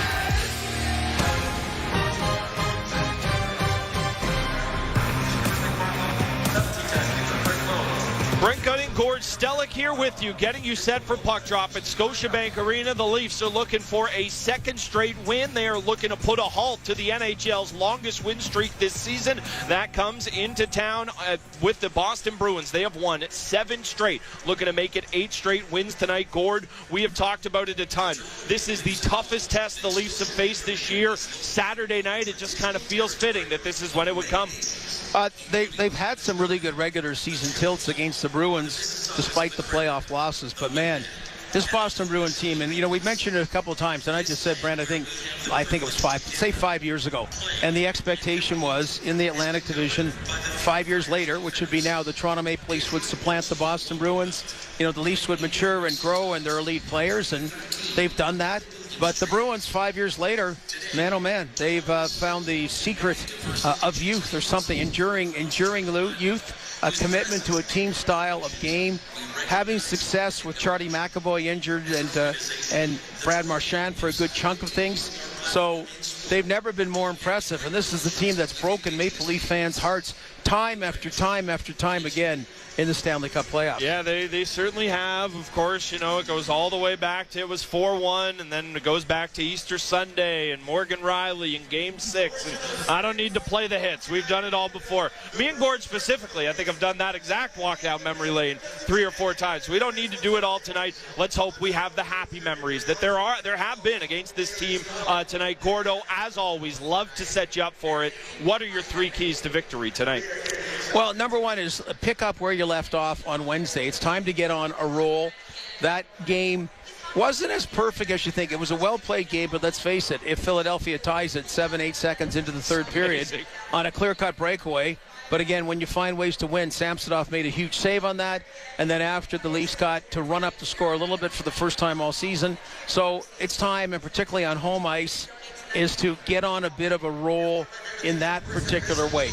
Otherwise, if you lose these 3 games against Boston, Carolina, Vegas, you're starting to, all really good teams, you're starting to talk again about, oh my goodness, is the team going to be in a playoff battle? Are they going to make the playoffs easily?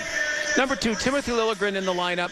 We saw last game Justin Hall actually do some really good things, but really the crowd didn't absorb. Nope. They've just absorbed the really bad things he did on this one particular shift, and we're starting to, it got that heebie-jeebie feeling when they were starting to turn on him. So I'm just looking like, okay, with Liljegren there, you've got kind of the core of what your defense is. I still think you've got to add somebody and probably be like Labushkin, who they added last year. I don't see it being a checker in that, like a big trade. So when I talk about the steadiness of the defense, like the win hopefully helps Justin Hall in that regard, get steady, get a little more steady that way, find their way in that regard. And number 1 is rise to the occasion. Come on, Saturday night, Hockey Night in Canada, we're here. I don't think they were, anyway. Hey. We are perfect at the rink so far this year. So far, 2-0. We are. When even going to preseason, when it's been a fan game. But the point is, it's the Boston Bruins. Okay, it's a team that's broken your heart so many years. They're the number 1 team right now in the National Hockey League. You've played down to the lesser guys. Come on, we got big teams coming. Let's play up. Let's play in the deep end of the pool. Whatever you're playing, like Marco Polo or whatever it may be, and let's do it right. I was a beast at Marco Polo. I don't know what that has to do with anything, but I thought I'd just sneak that in here. In terms of Austin Matthews, we talked a lot about the way that Flyers game ended. We know what this Boston team identity is. Now, I sometimes think it is a little overstated. These aren't the big, bad, rough and tumble Bruins that were, licking the Canucks and all those many moons ago with Nathan Horton. This is a very different Bruins team. Do you think they try to target Matthews? Do you think they try to suck him into anything tonight, Gordon? Well, there's been a train of thought, and, guys like Nick DiPrios are on it a little bit more than others, but they're going to get used to that. Teams it's not hard to figure out, but the Leafs have a few elite players. They don't seem to have the team balance. They don't have, Nassim Kadri's been gone for a long time, but the guy with that kind of bite, whatever it may be. So yes, I'm not saying target them. Again, it's hard to hit what you can't catch, but the physicality factor on those guys is becoming a little bit more evident. The price you weigh, all of a sudden you really how can you not get noticed when you win the Rocket Richard Trophy, the Hart Trophy, and the Ted Lindsay Trophy, like Austin Matthews did last year? Yeah, he checked a lot of boxes. Certainly a successful season. And, we were talking to Kevin McGran a little earlier on in the pregame, and he made the point that, hey, 3 goals in his last 4 games. It is starting to come for Matthews. We know goal scorers can be streaky, and sometimes that takes the form of a cold streak where they're not going. It also goes the exact opposite way, Gord, where you have a big-time goal scorer that gets going. And I'm not going to, call a Matthews hat trick or anything along those lines tonight, but I wouldn't be shocked if he potted a couple. This is a guy who gets going in bunches. He loved big games. It's Saturday night. It's the Boston Bruins. He looked like he was turning the corner in that Philly game. I can easily see a big, big night for Matthews tonight. Well, I hope that's the case. And you had 2 playoffs in a row where the issue was his lack of ice time, against Boston. And so you've got, the creme de la creme of the Atlantic Division. The league, right? Yeah, and Tampa. Yeah, right now. It's funny. The Tampa Bay Lightning are playing a little bit more ordinary hockey. You got to still make them the creme de la creme of the Atlantic Division. Just historically, it just shows how tough it is. The charging Florida Panthers, the Tampa Bay Lightning, 3-time Stanley Cup finalists last 3 years, 2-time Stanley Cup winners, and the Boston Bruins looking like they are that 2011 team that you alluded to that won the Stanley Cup. Yeah, boy are they. And, I would imagine Linus Ullmark and Tim Thomas are about as far apart personality-wise as one can get. I don't know that. I'm just assuming. But there's certainly a little bit of parallel there as well of a goalie who's kind of bounced around a little bit and is finding it. Now, obviously, Thomas was much more long in the tooth when he kind of found his stride there, but should be an interesting goaltending battle tonight as well. Ilya Samsonov, I think it's fair to say he has been spectacular at times. He has also looked normal at times for this team. What do you make of the goaltending battle we'll see tonight, Gord? Well, Tuukka Rask, Freddie Anderson, those are gone. And I remember one playoff, Tuukka, it's he who laughs last, laughs loudest and best. Yep. He started really ordinary, and people were getting on him. And by the end of it, sounds kind of like Vasilevsky last year, doesn't it? Yeah, at the end, new kids on the block, Jeremy Swayman, Linus Ullmark, and we don't know when the new kid, Matt Murray, will be healthy. But Ilya Samsonov, so far so good, like you alluded to. So goaltending were somewhat perceived issues. They may still end up being issues on one or either case, but right now, so far so good on both sides. Yeah, one other thing I'll highlight before we step aside here, and Joe Bowen and Jim Ralph, of course, will have the call here, is that the Leafs power play kind of came out of its shell a little bit in that last game. Boston's penalty kill has been lights out, 94%, best in the NHL this year. They have been perfect on the road. They've yet to give up a goal. I'm just going to keep saying that stat because hopefully it jinxes them a bit. I think the power play is going to be really crucial. Who knows if they're able to get one. We'll see what the whistle's like tonight, but the Leafs need the power play to, at the very least, be a momentum generator. With the Bruins, the unit, how dominant it's looked, I think you got to be careful of letting it kind of be a momentum suck the other way. Well, and the Bruins never lack confidence, I don't think. But imagine how much confidence you have. What a buzz, what a high it is when it's not autopilot because they work damn hard, but it's just you're in that mode. Things are just going great. We saw it with this team last year where the penalty kill, there were times the Leafs penalty kill went out there and you expected to see the Leafs score a goal more than you would the other team. That's how dominant it looks. It's amazing when you can have a unit that kind of gives you life like we've seen with that in the past. And, clearly Boston's unit is able to do that. Now, the downside to that is from the Bruins' perspective, if the Leafs are able to get one, it's going to be a bigger boost than normal. So, I never like to cut your grass pass on the keys to victory. But I think I'd like to throw in a fourth. The power play has to look good. It doesn't need to be 2 for 4 or anything like that, but they need to be generating great looks on it tonight. What, 4 for 4? What do you want? No, I just want. I'll take 0 for 4, but it needs to be good looks. I need them to be looking dangerous. Well, lots of things. A team like the Bruins, a little bit of everything will help you, and you're going to need it. Yeah, you certainly will. That is Gord Stellick. I'm Brent Gunning. We will now step aside here as we get ready for the national anthems and puck drop at Scotiabank Arena. Joe Bowen and Jim Ralph will have the call from Scotiabank next. You're listening to Molson Leafs Hockey on Sportsnet 590 The Fan and the Maple Leafs Radio Network. This goes out to all the safe drivers, to the drivers who live in harmony with cyclists, the ones who leave so much space between other cars they never have to read a bumper sticker, and those who drive slower in fog, snow, rain, and construction, which happen to be Canada's 4 seasons. With CAA Insurance, your history of safe driving could get you savings on car insurance, because you've earned it. If you're a safe driver, visit I'veEarnedIt.com to learn more. Auto insurance is underwritten by CAA Insurance Company. 911, what's your emergency? A boy was just hit by a car. Please send an ambulance quickly. A devastating accident can turn your family's life upside down. Thompson Rogers can help give you the clarity you need to see the way forward with practical legal advice and support at every step. Zahir, the leg brace may be permanent. From the hospital room to the courtroom, you need the lawyers at Thompson Rogers to help take away uncertainty. That's real-life counsel. Go to trlaw.com to find out more. Over here! Got a victim! Every Wednesday, City TV takes you to the streets of Chicago. My work is here. My life is here. 3 all-new episodes. Don't you think you're going to an awful lot? He's my patient. 1 incredible night. Hey, the child is dead. I'm done playing. Chicago Med, Fire, and PD. Hey! Go to work. All new episodes every Wednesday on City TV or stream on City TV Plus, the app, or citytv.com. Finding a job in today's market can be a challenge. Whether you're looking for work or wanting to change your career direction, JVS Toronto will help you get the right job. Together with JVS Toronto employment experts, you'll explore new job options, create a strong resume, build an appealing online profile, prepare for job interviews, and connect with employers, all for free. Your job is waiting for you. JVS Toronto will help you find it. Get started today. For more information, visit jvstoronto.org. Oh no, there's water everywhere. Dad, a pipe broke. My poor carpet. We need a plumber. And fast. Roto-Rooter does plumbing. We need somebody to clean up this water. And Roto-Rooter does water cleanup. As soon as I can find the phone in all this water, I'm calling a bunch of people. I told you, Roto-Rooter does both. 1-800-GET-ROTO. Wait, Roto-Rooter does plumbing? And water cleanup? Yeah, they do both. 1-800-GET-ROTO. What's their number? Call Roto-Rooter, that's the name. And away go troubles down the drain. Roto-Rooter.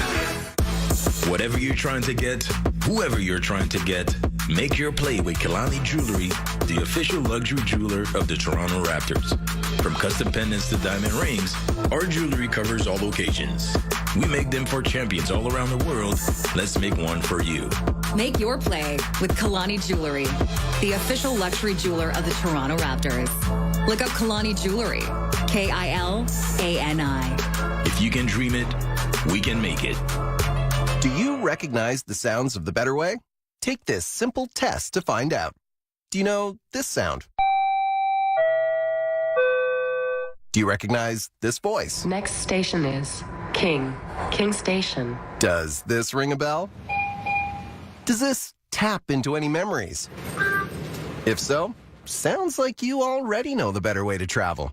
So take a break from the pumps and take the better, more affordable way. Take the TTC. Just call him The Undertaker, because Morgan Riley buries loose pucks. Toronto Maple Leafs hockey on Sportsnet 590 The Fan and the Leafs Radio Network.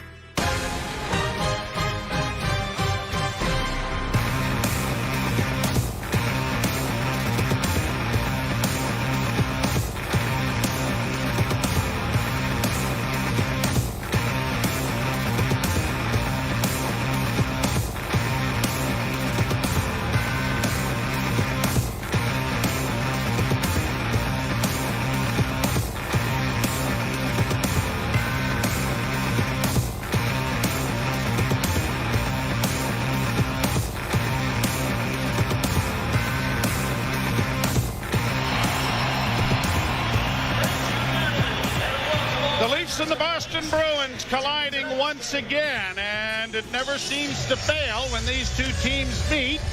There is always a little bit of a sidebar story attached to it at some point, whether it be what went on in the playoffs and past, how each team is currently playing, or maybe even a feud going on between some people. But at this particular point, the Bruins are in here as the hottest team in the National Hockey League. The Maple Leafs struggling to get their traction going, may have caught a little bit of it the other night, but have a big test here this evening. Well, and you're right. There's always some sort of storyline, and it does come from the rivalry of the playoffs past, where the Boston Bruins have simply owned the Leafs. The Leafs, of course, have that advantage over Ottawa, and that's talked about a lot in their rivalry, but we shall see if, in fact, the win against Philadelphia on Wednesday night was a stepping stone to brighter days.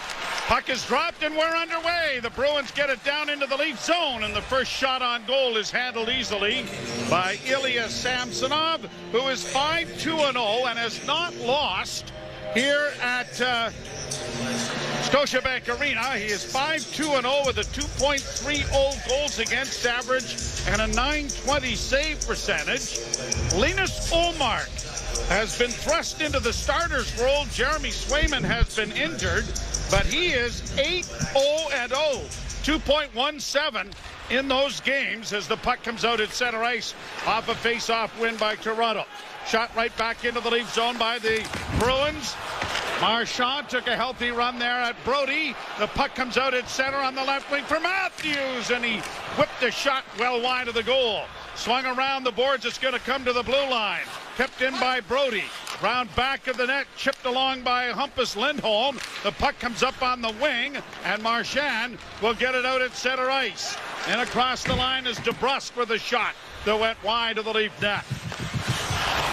Played by Matthews behind the Toronto goal. Swung out on the wing to the blue line, but trapped there by the Bruins. The Leafs get it freed up, and it's brought to center ice, and now cleared to the left wing side for Brody, who's just going to chip it into the Boston end. Nicely underway, 1:03 into the first period. Pass into the slot, picked off there by David Pastrnak. He's going to roll it down into the Leaf end. This could be icing. No. Waved off by the linesman. Fed around the boards on the near side. Timothy Liljegren into his first shift after coming back from a hernia operation. Played out at center ice. Liljegren goes back.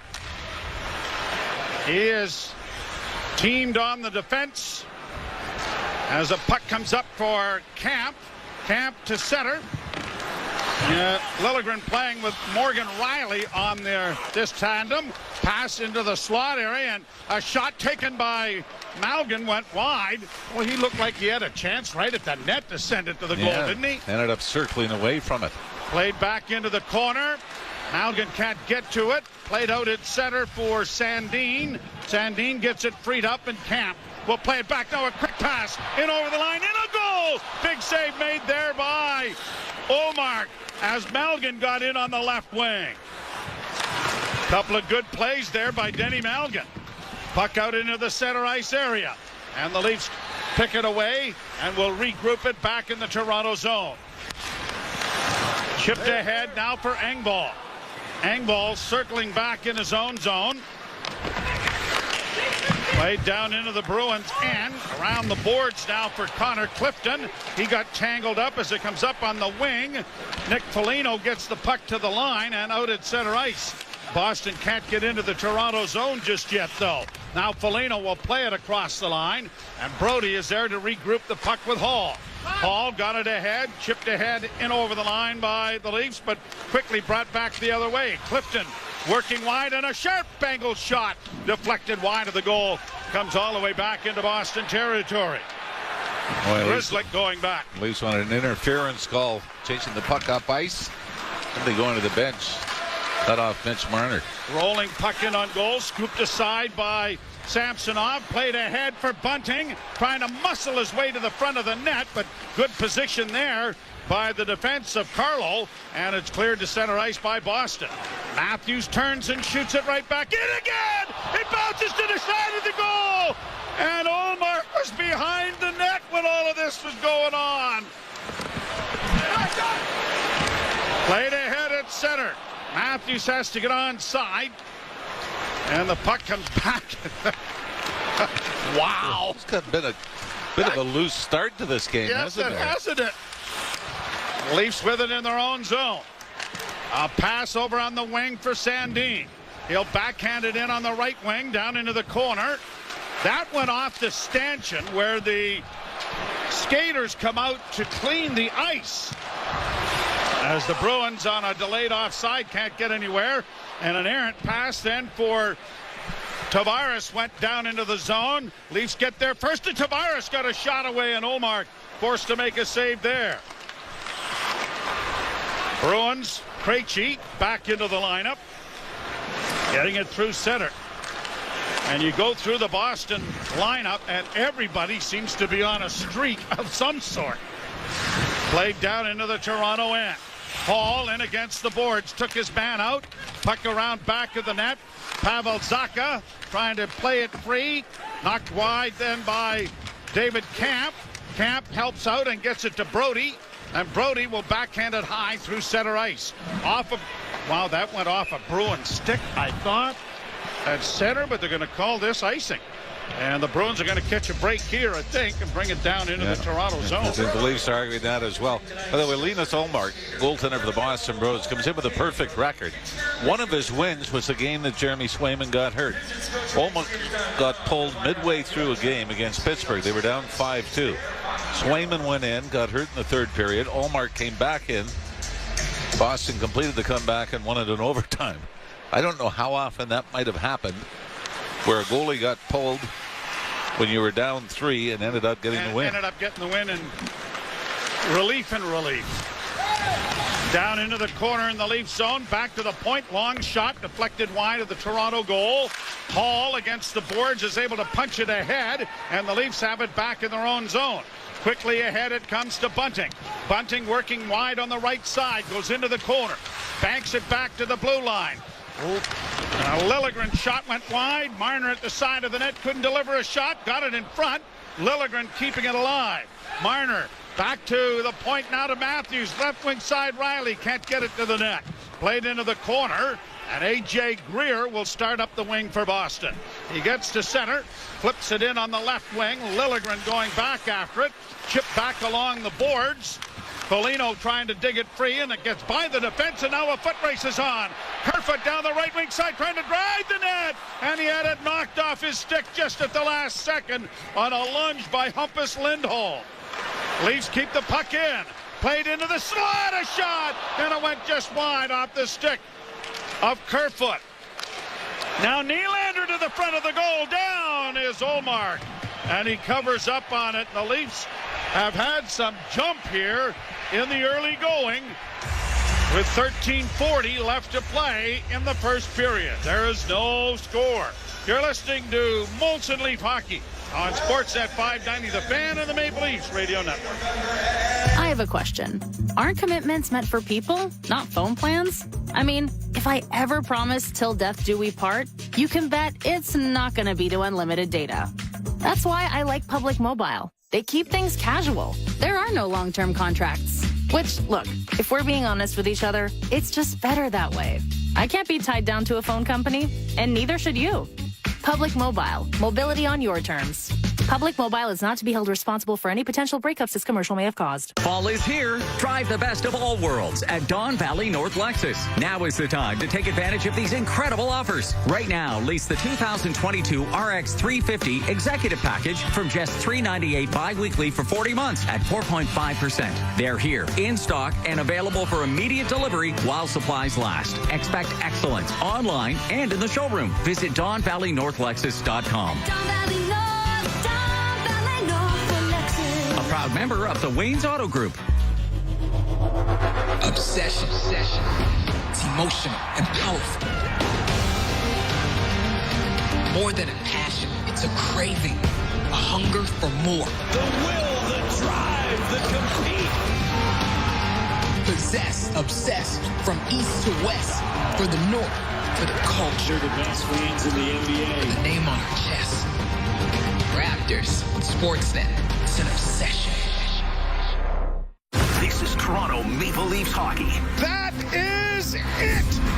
We have them all the way. On Sportsnet 590 The Fan and the Leafs Radio Network.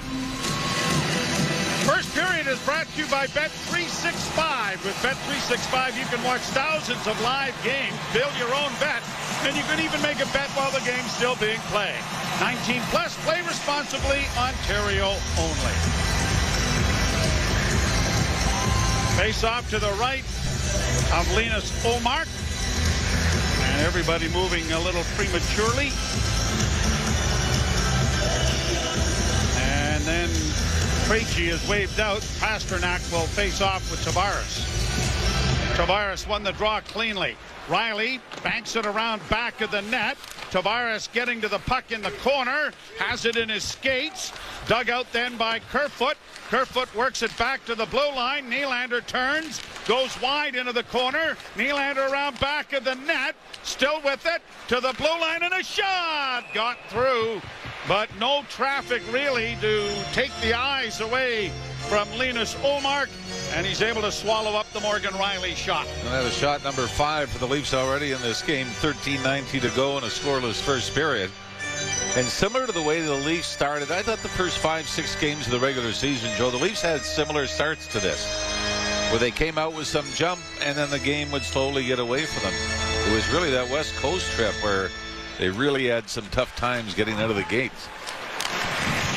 Face-off controlled by the Bruins. Played up on the wing. Foligno getting it out at center, and a push down into the corner by A.J. Greer gets it into the Leaf zone. Matthews took it away to get it freed up for Liljegren. Up ahead for Marner. Quickly on to Riley. Left wing side. Riley rolls into the corner. Matthews in there against the man. Gets it freed up for Bunting. Fed around the wall to the right wing point. Kept in there by Brody. Chopped back of the net then by Marner. Back of the goal, Bunting, and now Matthews getting it free. Scores! Matthews!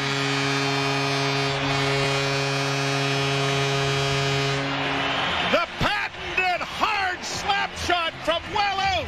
Well, maybe not. He was behind the net when he found a little bit of room and is able to just squeeze it home. This is filthy. Michael Bunting with the collision in behind the Boston net. The puck comes loose. Matthews picks it up.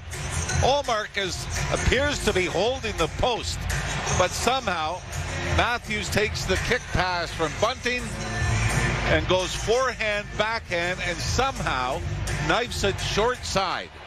Off Ullmark and in to give the Leafs the 1-0 lead in this game. And for Matthews, it's his 5th goal of the season. And he's heating up. 4th goal now in the last 5 games for Austin Matthews. 7:19 the time of the goal. But I mean, from where we're sitting here, you don't see any room. No, that's the only reason we knew it was in. The reaction of Matthews was really the reason. But great work by Bunting behind the net as well, Joe. Wins the one-on-one battle, lost his stick, but was still able to kick it to Matthews. Leafs cleared down into the Boston zone. Played around the wall by Aston Reese. Now back of the net. Aston Reese got it freed up to the blue line to Hall. Hall chipping it back into the corner for Aston Reese. He holds up. Zach Aston Reese getting it to pass in front of the net by Camp. And it just went off a stick wide. Kept in by Hall. Marner's going to get the additional assist, and the Leafs have a 1-0 lead as it's played out into the center ice area. Now back in the Toronto zone, the Leaf defense regrouping. Hall got it ahead. In over the line, a drop pass for Marner. Marner couldn't get a shot away. Marner with it again into the corner to Matthews once more. Oh, he tried to drop it for Marner instead of shooting, and it came out at center ice harmlessly. Bunting, nice play to get it right back into the zone, but runs out of room, and the Bruins, Pasternak gets it out at center.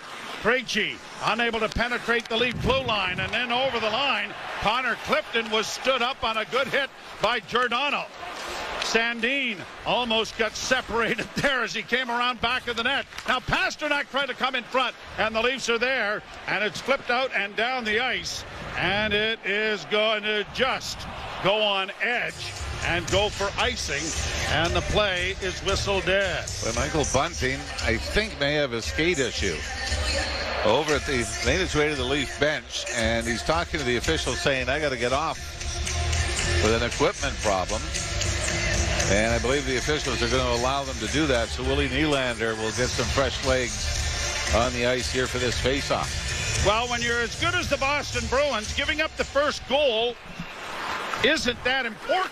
Although, the one time they did lose, they did give up the first goal. They're 2-1 under those circumstances. The Maple Leafs, when scoring first, 1-2-1. They have been behind in most games. Even the ones that they've won. And the one game that Boston lost, that was in Ottawa, 7-5 to the Senators. Carlo sends it in over the line. The Bruins get it freed up now for Pasternak. Pasternak, a centering pass, and it was deflected wide of the Leaf net. Chipped on the boards to center. Yarncroc trying to work in over the line with Tavares. Into the corner and around back of the net for the Leaf captain. Chipped along the boards for Kerfoot. Kerfoot against the boards, got it back to the blue line. Brody can't send it to the net, and as he tried to play it in, it was cut off by Bergeron, and now played to the Leaf blue line. But there's Hall getting back to take it away and hand it off now to Brody. He'll drop it back for Hall, back of the net. Justin Hall waiting for teammates to get back into their own zone. Simmons out there with Engvall and Malgin now on this line as it's cleared deep into Boston territory. Denny Malgin knocked his man down but couldn't play it in front, and then Simmons stepped into the defenseman as well. Bruins shoot it down into the Toronto zone. A hit on the boards there against Taylor Hall. Puck into the corner. Engvall crumples his man in against the boards, and Jake DeBrusk. Bruins get it back to the point, though, and a long shot blockered away. Puck is still free in the Toronto zone. Played around back of the net. Scooped into the corner then by Liljegren or by Sandin, and cleared by the Leafs as they'll get a change of players going. 9:08 to play in the first. The Leafs with a 1-0 lead. The goal from Matthews, from Bunting and Marner. Cleared down into the Toronto zone. Liljegren playing it along the wall. Trying to play it back. It goes back behind the net. Bruins with it again. Back to the point once more. Dished off on the wing, and a shot in traffic. Down is Samsonov with a big pileup around the goal crease with Greer in there. But he's managed to cover up on it and hold it for a faceoff. Just the fourth shot on goal for the Boston Bruins in this game. By the way, Boston comes in, as you can imagine. They're going to lead in most categories in the National Hockey League. But how about this? 4.45 goals for per game coming into this one. Not bad. 8:41 to go. First period, 1-0 Toronto. You're listening to Molson Leaf Hockey on Sportsnet 590 The Fan and the Maple Leafs Radio Network. We're two men and a truck. And we've got lots of men and lots of trucks. Whether you're planning a move to a new home or to a new office down the hall, big or small, we move them all. We even sell packing and moving supplies. But no matter what you need, we'll do it with a smile. With a 96% referral rating and the professionalism you can trust, the choice is simple. So when you're planning your next move, call Two Men and a Truck. Two men and a truck, the movers who care. Every year, fans debate over the draft. Who's going first? At Chuck's, they already know. The top draft choice is that icy cold 18-ounce Molson Canadian you're holding, and it's just $4 at Chuck's during Leafs games. No wonder that at draft time, Canadians are always in high demand. Chuck's Roadhouse Bar and Grill. Food the way it ought to be.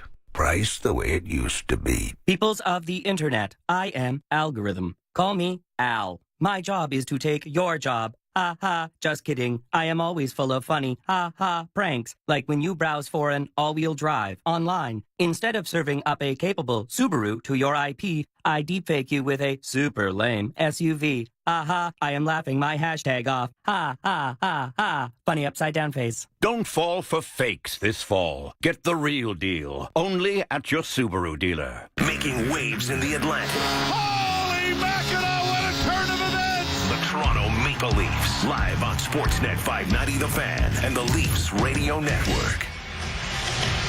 That was Austin Matthews' 198 even-strength goal. He's already 7th in the history of the team, tying him with Rick Vaive. That's scary. I mean, that's like looking at what David does in Edmonton as well. Yep. When you think of those high-scoring teams in the 80s. Yep. Draw to the right, Samsonov, won by the Bruins. A pass across, goes off a skate into the corner. Now back to the point and a shot. Kicked away nicely there by Samsonov. Bruins with the puck, playing it back in along the boards. Brody had lost his stick, regains it, chips it back in the net for Hall. Off the glass on the wing, but can't get it by the defenseman Clifton. Now the Bruins with some good cycling here. Lose it to Matthews. Matthews to Marner. Marner feeds it off to Hall, and Hall will get it back to Marner at center. Quick pass went off the skate, though, of Matthews. Bruins back in on the left wing.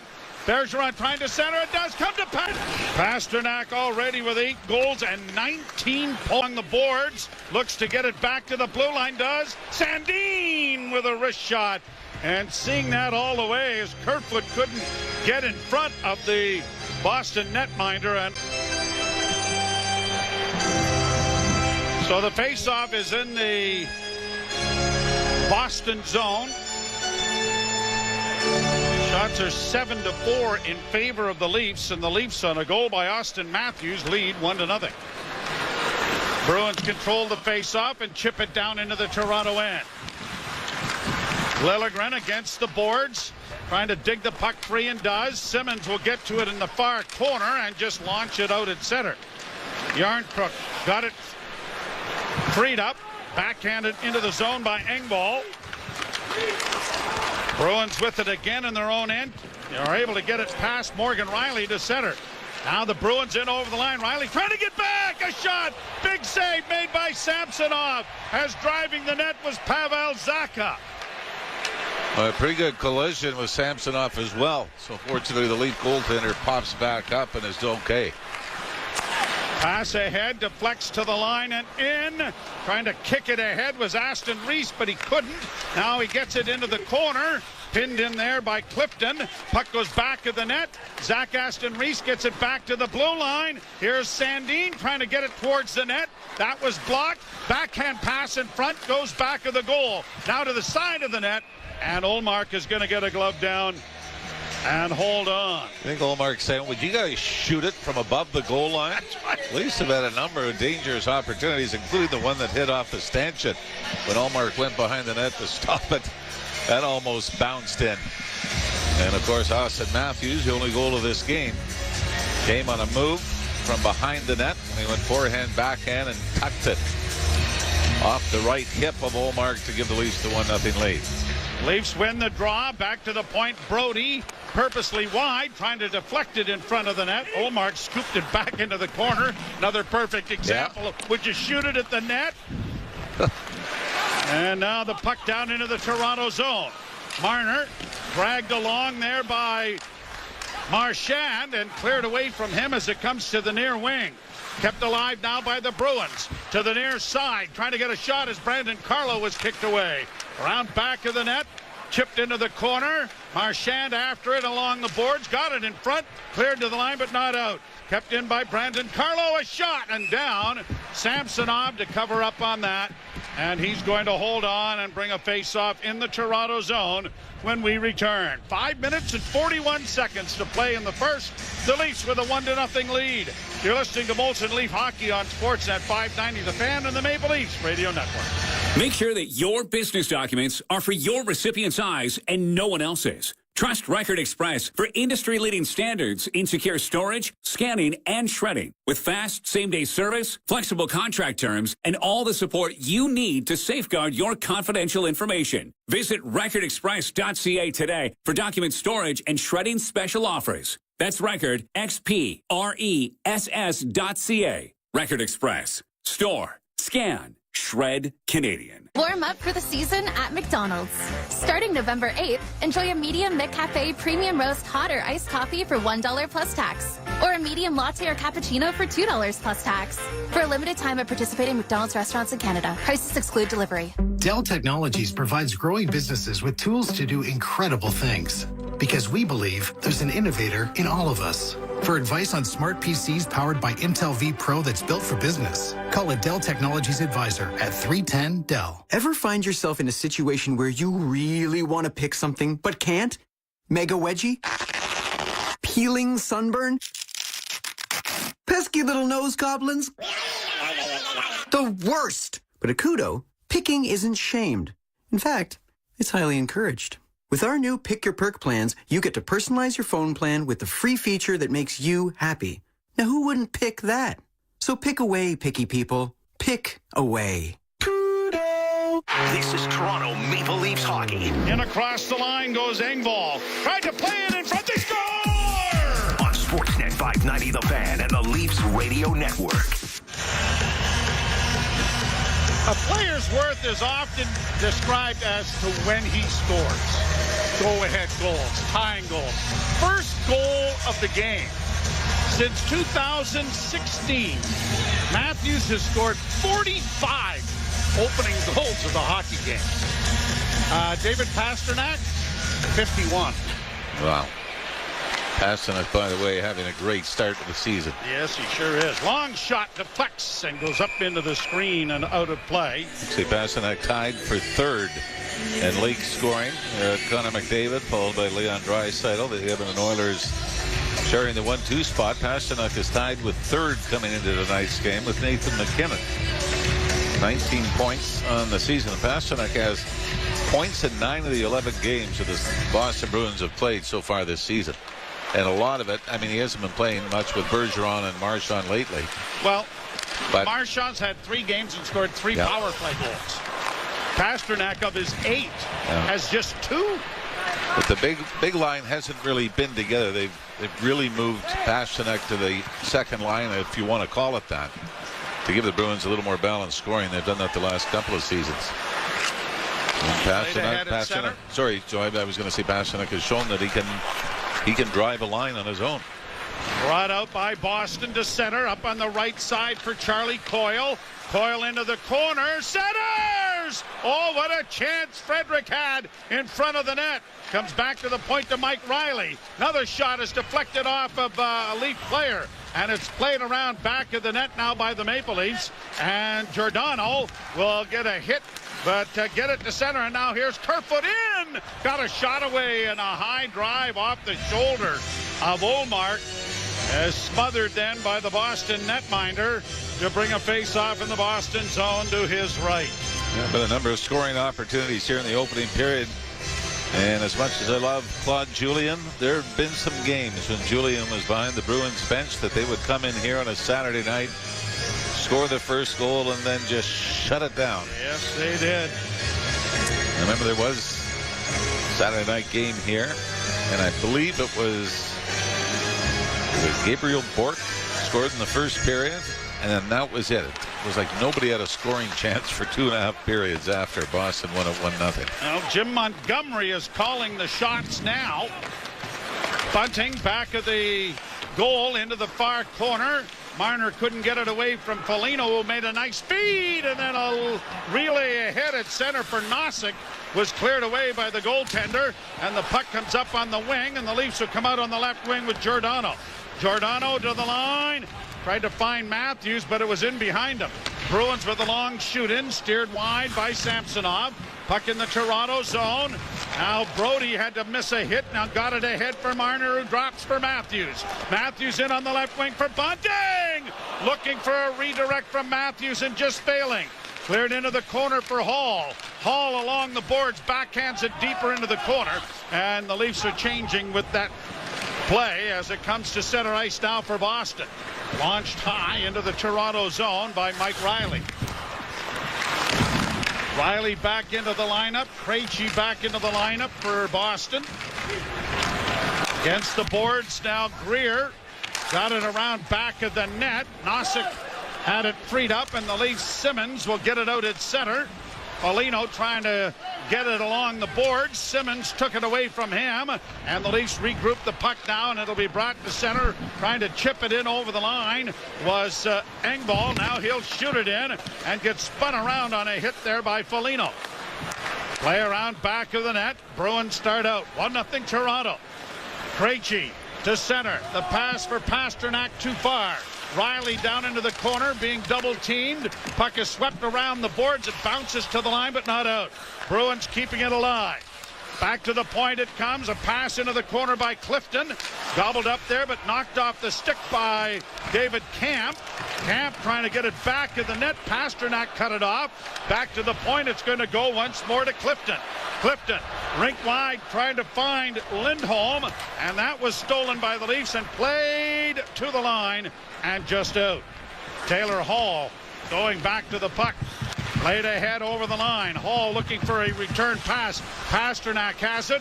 Weaves back towards the blue line. Fed around back of the net. Far corner for Coyle. He had it knocked away. Morgan Riley chipping it ahead and not getting it out initially, but now they do. Here's Tavares working in on that left wing. Got a shot away and it went off the skate of Grizzly. Pretty dangerous spot for the captain, but he had to go off the skate. Now the Leafs keep the puck alive for Hall. Hall trying to find Tavares at the side of the net, and it's knocked back of the goal. Bruins get it to the line, but not out. Kept alive by Tavares. Tavares sending it high and wide of the Bruins goal. Nylander trying to play it back into the corner there for Kerfoot. That didn't work. Bruins to the line. That looked like it was offside. Played back in and around the board zone. The Bruins keep it in.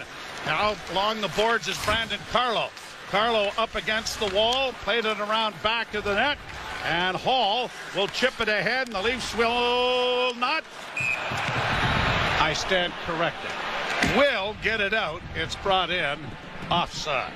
1:03 to play here in the period. 1-0 Toronto. Well, I mean, in fairness, you did say you thought the previous one was offside, so they finally listened on the second time. You really think they listen to us while we're doing the game? Well, probably more. I think they could hear you down there better.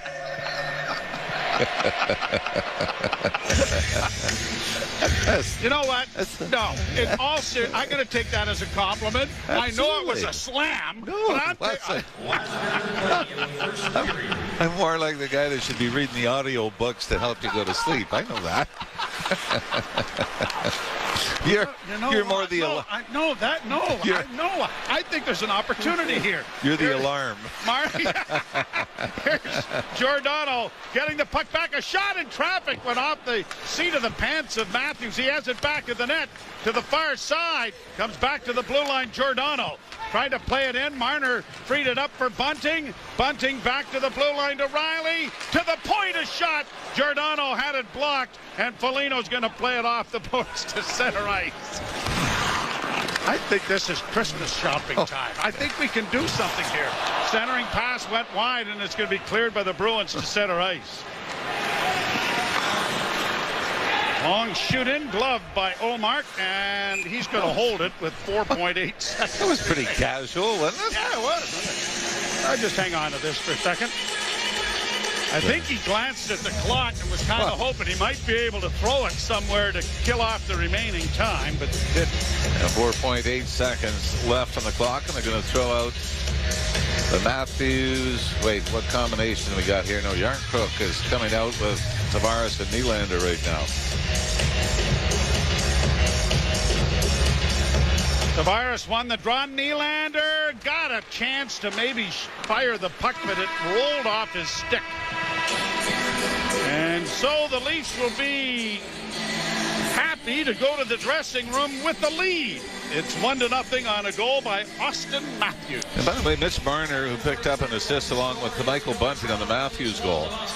Marner's career stats, regular season against the Bruins. This is his 17th game. That is his 27th point against Boston.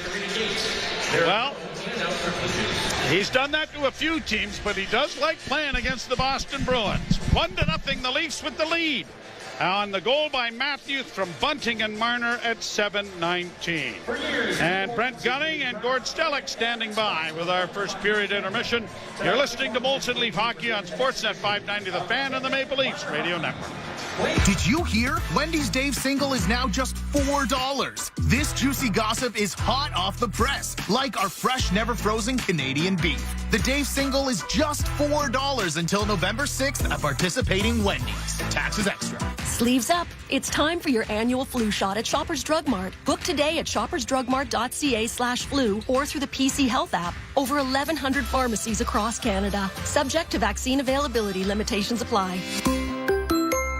This goes out to all the safe drivers, to the drivers who live in harmony with cyclists, the ones who leave so much space between other cars they never have to read a bumper sticker, and those who drive slower in fog, snow, rain, and construction, which happen to be Canada's 4 seasons. With CAA Insurance, your history of safe driving could get you savings on car insurance, because you've earned it. If you're a safe driver, visit I'veEarnedIt.com to learn more. Auto insurance is underwritten by CAA Insurance Company.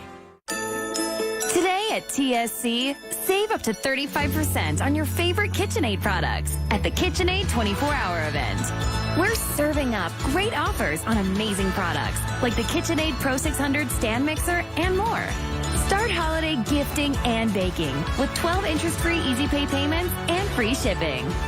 Shop the KitchenAid 24-hour event now at tsc.ca. Today's shopping choice. Some terrific things start with a T, like Thornhill Toyota. Totally on trend, yet entirely timeless. And they want your trade-in. Come use the value of your current vehicle toward the one you really want. That's pretty tremendous. Is your car feeling a little tired? Book a service appointment and save big with Thornhill Toyota's monthly service specials. Come and experience the Thornhill difference today. Visit thornhilltoyota.com. Come for the history, stay for the future. Thornhill Toyota, Dufferin north of Steeles. A division of Wayne's Auto Group. Paging Dr. Purcell. Dr. Purcell to emergency. Paging Dr. Purcell. Dr. Purcell, please call extension 385. Federal funding has fallen to just 22% of the cost of healthcare in Canada, and it continues to decline. Provinces and territories are doing their part, but we need the federal government to restore funding now to keep our systems strong. A message from Canada's premiers. Finding a job in today's market can be a challenge. Whether you're looking for work or wanting to change your career direction, JVS Toronto will help you get the right job. Together with JVS Toronto employment experts, you'll explore new job options, create a strong resume, build an appealing online profile, prepare for job interviews, and connect with employers, all for free. Your job is waiting for you. JVS Toronto will help you find it. Get started today. For more information, visit jvstoronto.org. Whatever you're trying to get, whoever you're trying to get, make your play with Kalani Jewelry, the official luxury jeweler of the Toronto Raptors. From custom pendants to diamond rings, our jewelry covers all occasions. We make them for champions all around the world. Let's make one for you. Make your play with Kalani Jewelry, the official luxury jeweler of the Toronto Raptors. Look up Kalani Jewelry, Kilani. If you can dream it, we can make it. Just a reminder that John Tavares is still a Leaf. Johnny Torado! This is Maple Leafs Hockey on Sportsnet 590 The Fan and the Leafs Radio Network. Back of the goal, Bunting, and now Matthews getting it free. Scores! Matthews!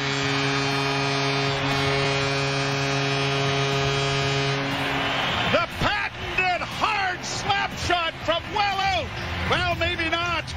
He was behind the net when he found a little bit of room and is able to just squeeze it home. This is filthy. I agree. Now, I'm talking about that awesome behind the net work by Michael Bunting. No stick, no problem on the first assist there. Awesome touch by Austin Matthews around the net. It was only a matter of time before those started going in for him.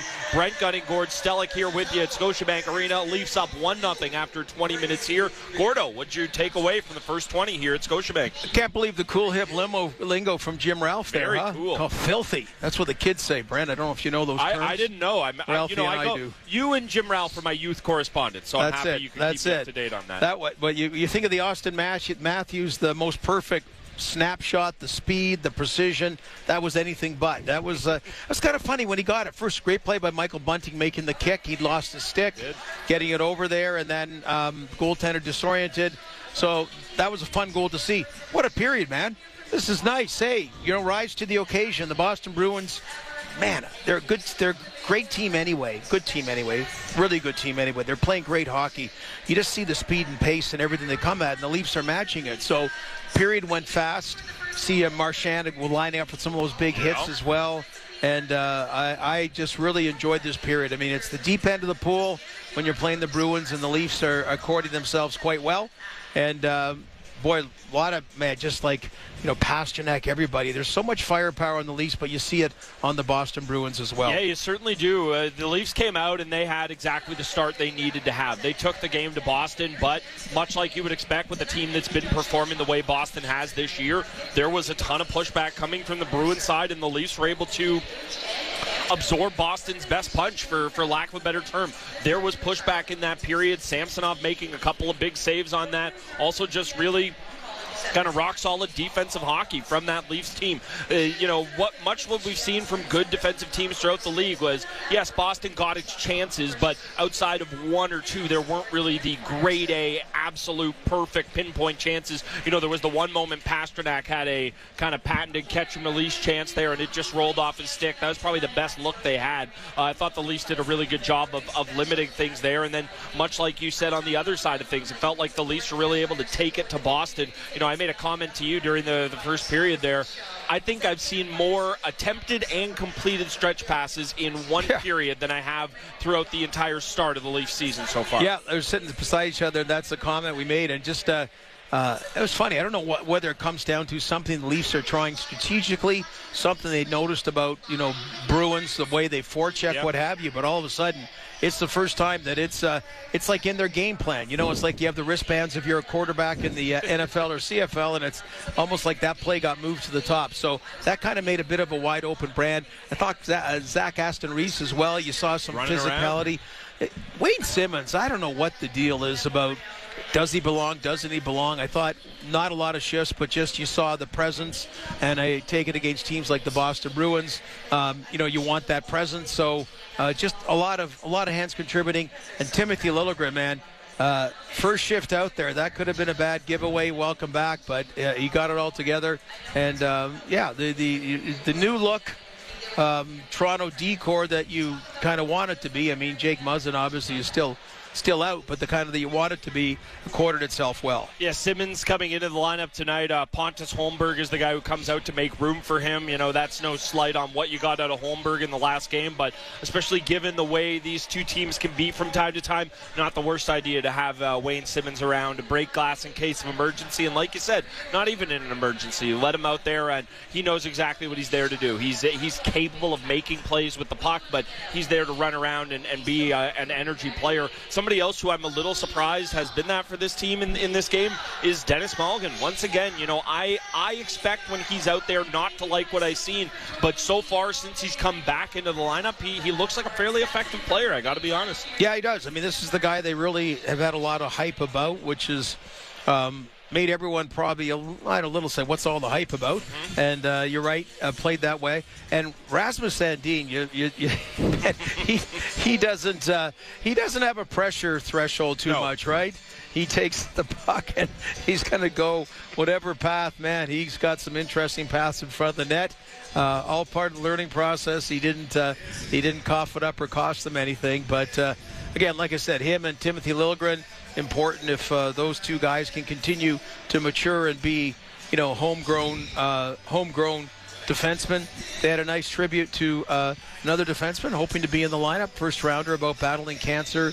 Rodion Amarov, and it showed where Mitch Marner and Morgan Riley at that time, because no one was expecting to take him. So it's funny, Mitch announced it. It was done virtually, and then just the way Morgan Riley, it was kind of like The Price is Right. It was. They really choreographed it quite well. Yeah. So Brendan's beauties, if you will. Okay, I noticed that the Bruin bench and as well as the Leaf bench, so they all gave the stick tap about that. He's not here, but apparently battling well, and hoping moving forward, hoping someday to be in an AHL or NHL dressing room. Yeah, and hey, you obviously everything going on with him health-wise, that's the most important thing. But you take a kid 15th overall, and you expect him to be a factor, and certainly health is first and foremost for him. But that's definitely something the Leafs would hope pans out down the line. That was a great little tribute to him. It is Hockey Fights Cancer Night down here at Scotiabank Arena. Leafs up 1-0, out shooting the Bruins 11-7 after 20 minutes here at Scotiabank. That is Gord Stellick. I'm Brent Gunning. Keep on listening to Molson Leafs Hockey on Sportsnet 590 The Fan and the Maple Leafs Radio Network.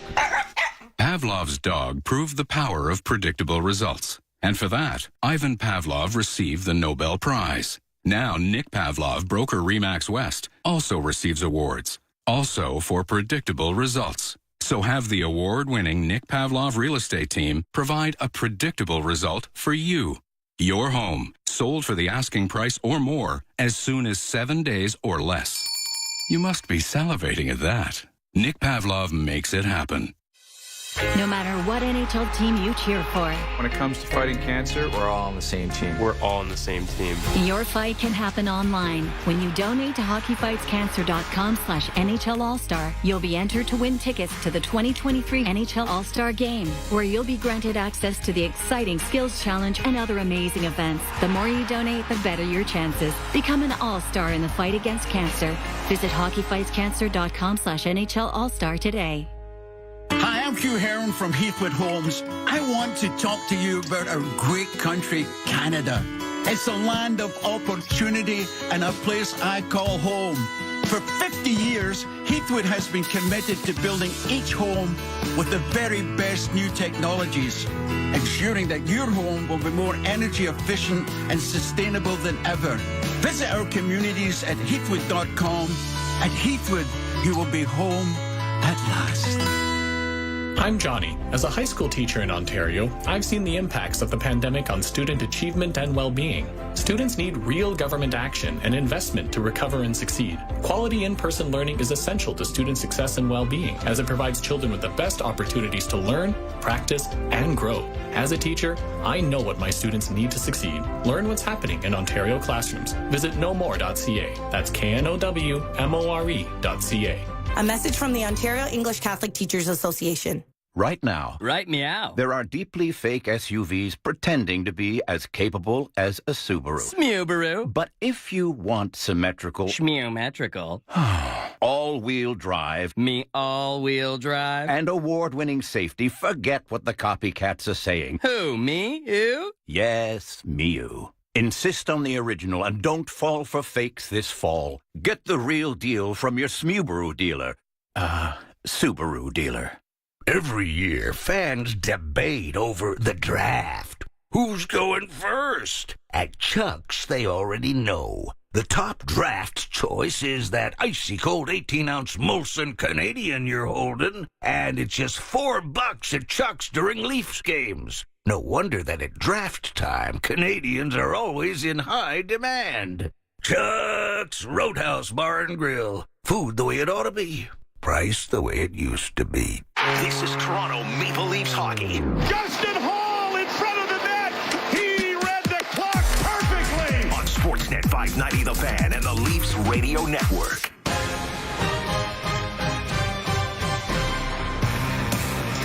Brent Gunning, Gord Stellick here with you for a little bit more time in the first intermission. Leafs up 1-0 on the Bruins after 20 minutes here at Scotiabank Arena. The NHL scoreboard is brought to you by Bet365. Bet365 is the world's favorite sports book with 80 million members worldwide. 19 plus. Play responsibly. Ontario only. Gordo, Saturday nights always busy in the NHL. How about this for a milestone? Claude Giroux scoring against his old team. The 300th career milestone goal. I like it when that happens to other people. Exactly. Against the Philadelphia Flyers as his Ottawa Senators are tied 1-1 after one. And, all of Ontario, Quebec, because Montreal tied 1-1 against Vegas after one period as well, Brent. There you go. Good little note as well, courtesy our man Armin. Austin Matthews, I believe, tying Rick Vaive on the all-time list for even strength Leaf goals with his goal in the first period. Feels like every time he gets a goal, it's passing or tying some milestone or another.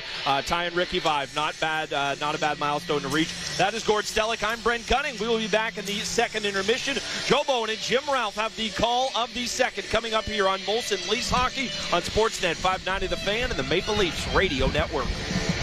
Alpine Credits, where homeowners get approved. Oh, hi. I'd like to apply for a loan so I can consolidate some of my debts. Sure. Do you own your home? Yes, but Carl, our resident ghost, keeps saying it's his house and we should get out. Okay, but you are the registered owner. Yes. Then you're approved. Hey, hear that, Carl? Huh? Alpine Credits, where homeowners get approved. Go to alpinecredits.ca to get started. Some conditions apply. FSRA license 12616. Here's a question. Why is it called fine print? Kind of seems like it's not really all that fine after all. Plus, it's really confusing. I didn't think I'd need a law degree to sign up for a phone plan. That's why I like Public Mobile. They don't have fine print because they don't do long-term contracts. If I want to change my plan, I don't have to make a case for it. I can just change it online all by myself. When it comes to your phone expectations, don't get called to the bar, raise it. Public Mobile. Mobility on your terms. Ontario has a plan to get students caught up. It starts with kids back in the classroom all year. With sports, clubs, and field trips. It includes new tutoring supports and teaching new experiences in science, technology, engineering, and math. So students have the skills they need for the jobs of tomorrow. See our plan at ontario.ca/catch-up. Paid for by the Government of Ontario. Not to get too personal, but when it comes to financial services and insurance, Cooperators does just that, like the mutual funds or a mystery plan, or the I'm definitely retiring early plan, even the hun, that old tree looks pretty unstable plan. Your future is personal. Your plans should be too. Give us a call today. Cooperators, investing in your future together. Mutual funds and related investment products are offered through Cooperators Financial Investment Services, Inc. Terms and conditions apply.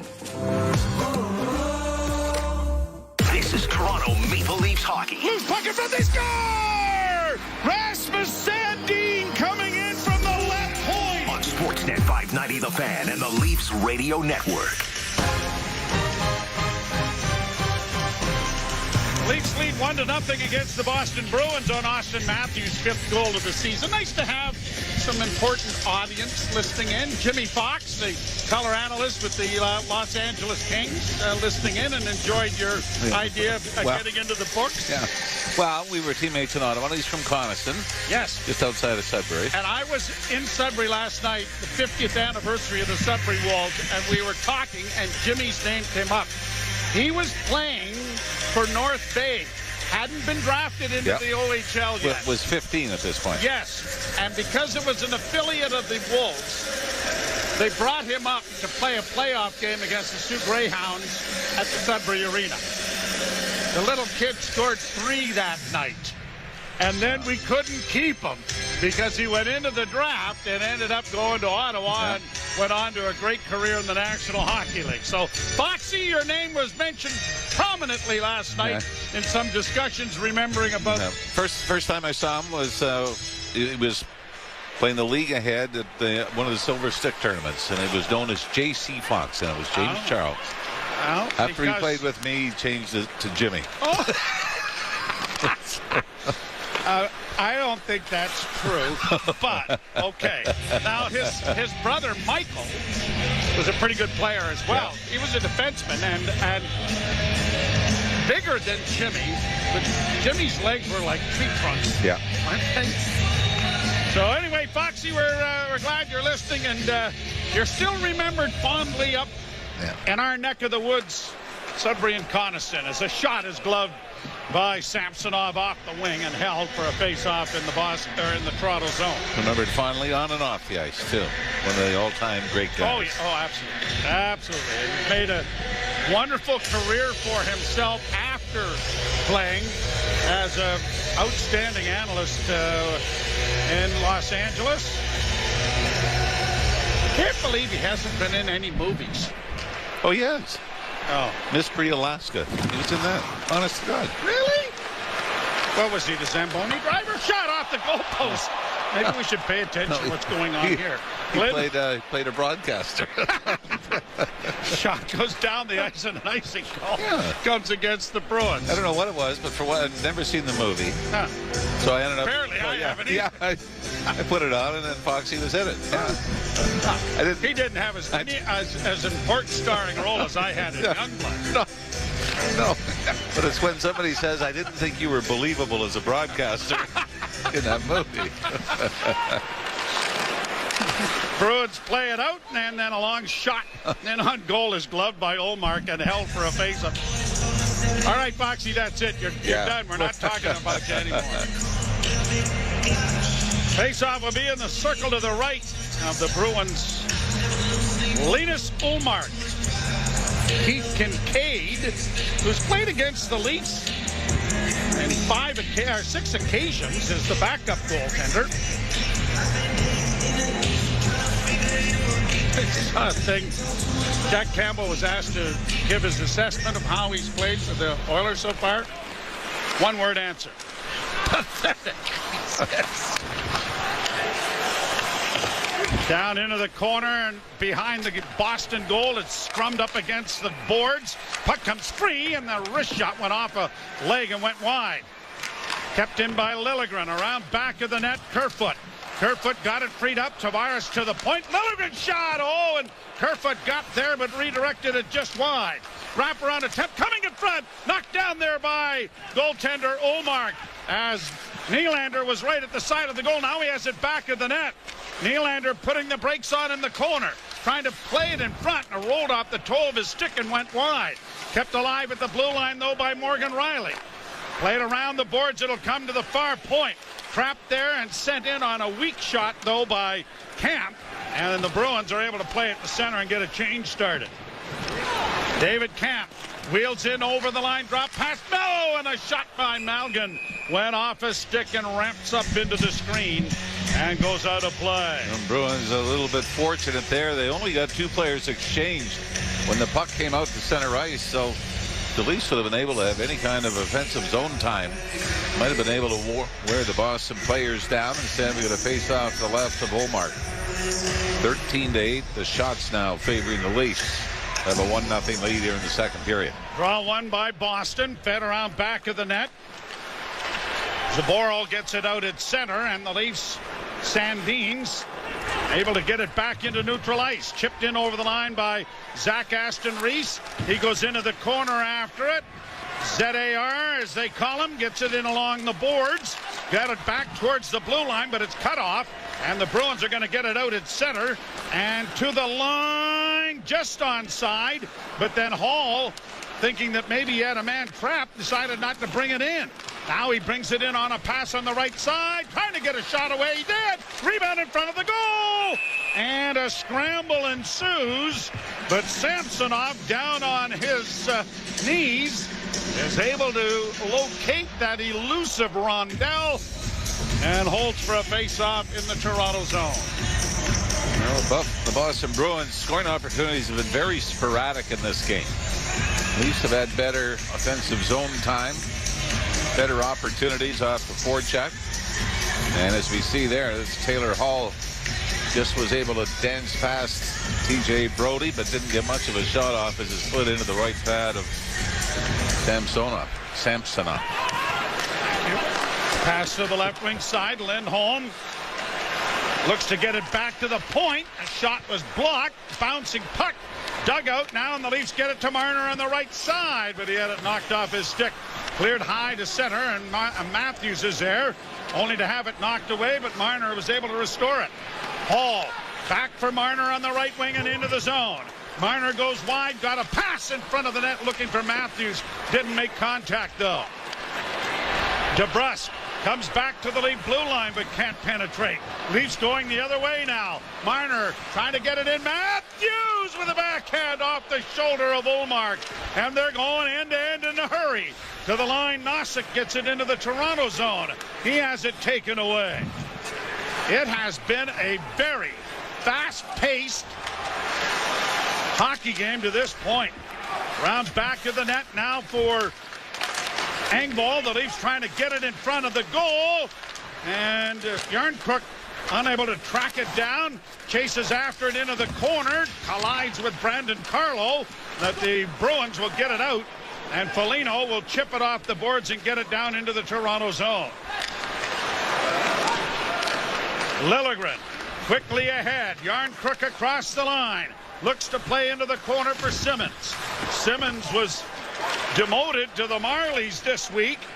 And then Nicholas Aube-Kubel was put on waivers at 2 o'clock this afternoon. And Simmons was brought back up to the big club. So a lot of paperwork going on as an icing call comes here against the Maple Leafs. And it'll be brought back in the circle to the left of Ilya Samsonov. I don't know about you, but sometimes you go back through the years, some name will pop up that he played for the Leafs, and whether it was 2006 or 97, and you're going, really? Yeah.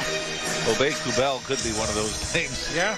Yep. Just a handful after winning the Cup with the Colorado Avalanche last season. Face off to the left of Samsonov in the Toronto zone. 15:47 to go in the second period. Puck stolen, played into the corner by the Bruins, but right onto the stick of Järnkrok, who gets it in over the line. Simmons working along the boards, just scooping it back of the Boston goal and peeling to the bench. Bruins in their own zone.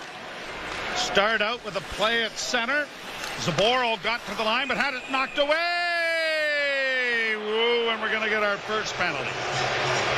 So that'll give us an opportunity to introduce the officials. Kyle Raymond and Brian Puckmara, the referees. Brandon Grzelcyk and Brad Kovacic are the linesmen. I'm going to see it again, and wasn't stick came up a little bit into the hands. But wow, first penalty of the game, and the reason you call it is because the Leafs forced the turnover, and it would have been a 2-on-1 with Nylander and Tavares back the other way. Looking again, yeah, that's, I mean, you, as much as you don't like it from a Leafs standpoint, it's a slash into the hands. Forced the turnover, and Tavares in the box. Yep. So the Leafs now a man short as it's cleared off the boards by Marner to get it out into neutral ice. The Bruins are 9 of 40 on the power play, which is 13th in the league. Here's a chance now for Marchand going to the net, and that was stopped. Penalty shot. Here we go. Penalty shot. Marchand was driving to the net, got the left leg out to try to protect himself. And protect himself from the Leaf defender coming in, but he was taken down as he was trying to cut. Actually probably stepped on the stick of P.J. Brodie. Here he goes. Collects at center. Straight down the ice, going with a backhand and scores.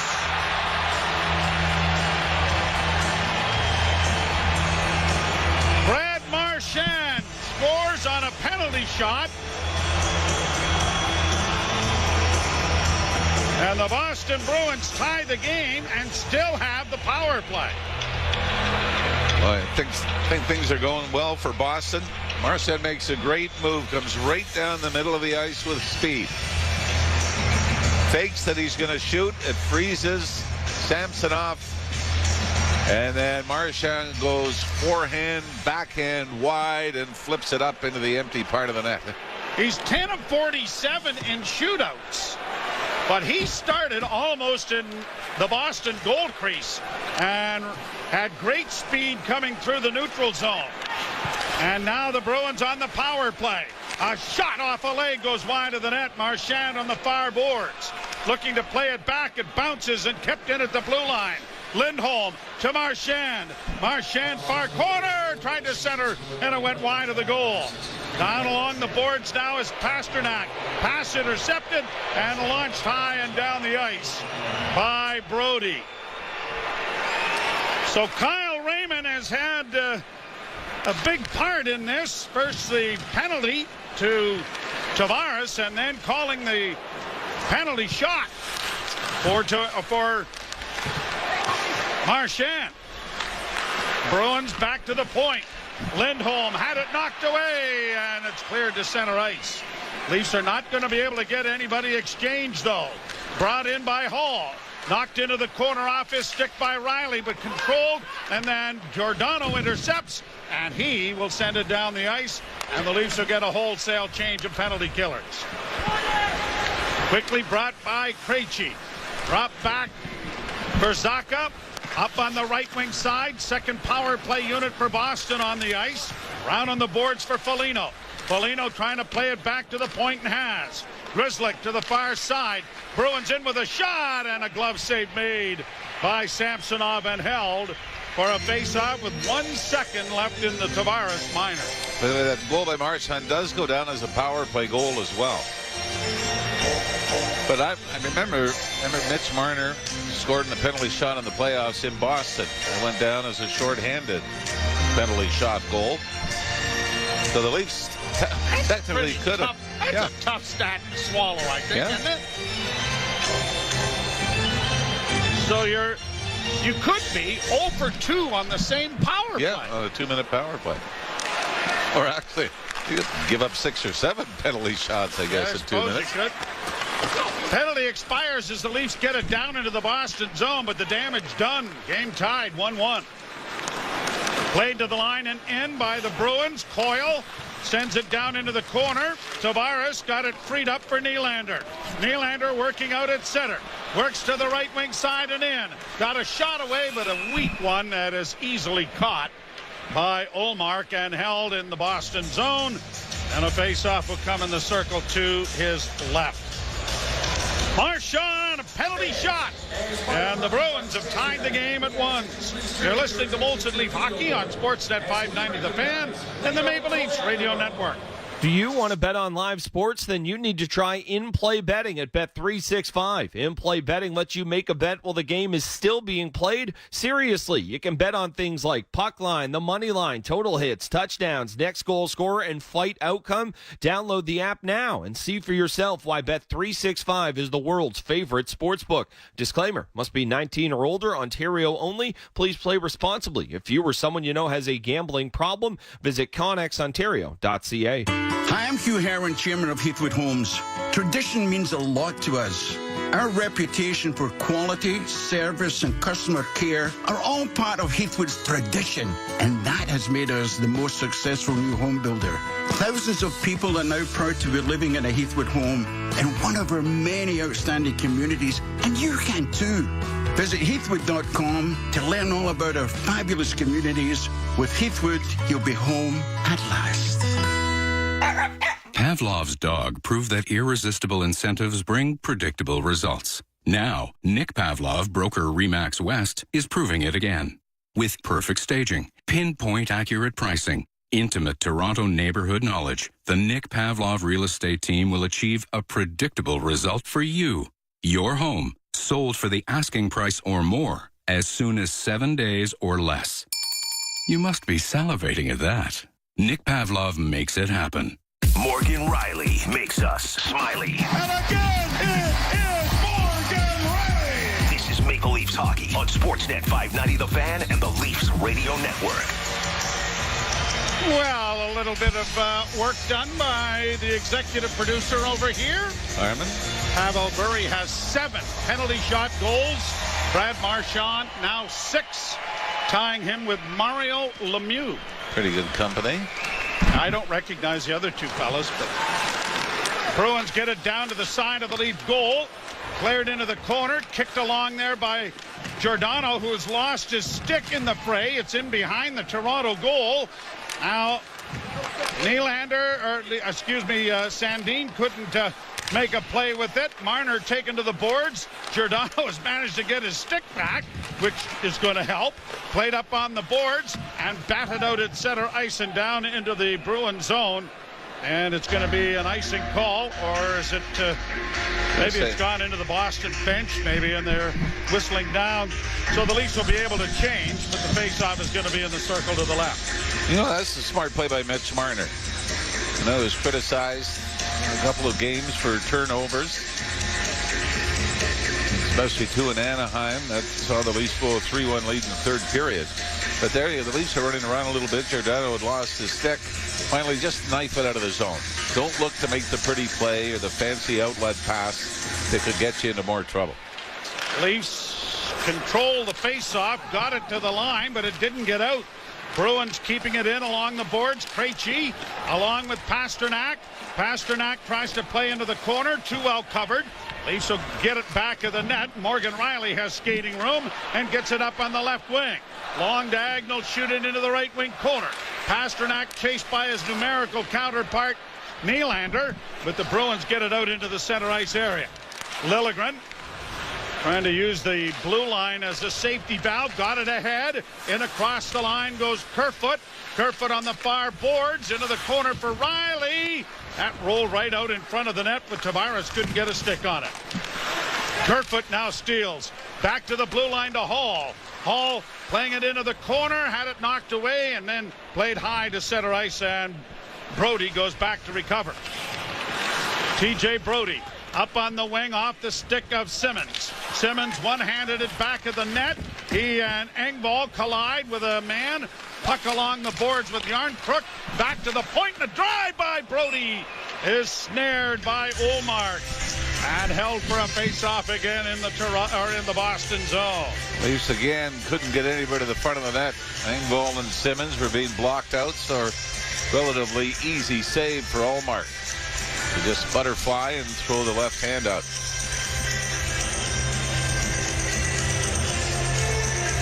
The draw to the right is scrummed and then punched out at center ice by Boston. Hall goes back, but an errant pass looking to try and find Engvall has gone the length of the ice. So a face-off coming back in the Toronto. Have been faded out of the lineup as quickly as he has. Really, I was going to say, I mean, what happens now? I mean, are they going to... I mean, you can see as the Bruins get a shot on goal stopped by Samsonov that the Leafs would want more physicality here, and so Simmons is into the lineup. No, I mean, Robertson had the ice time cut, bounced off the second line, and now into the lineup.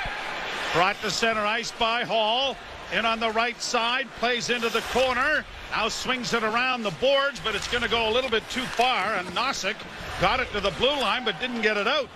Bruins will have to go back, but the Leafs are changing. Lindholm on the wing, and a bouncing shot goes well wide of the Leaf goal.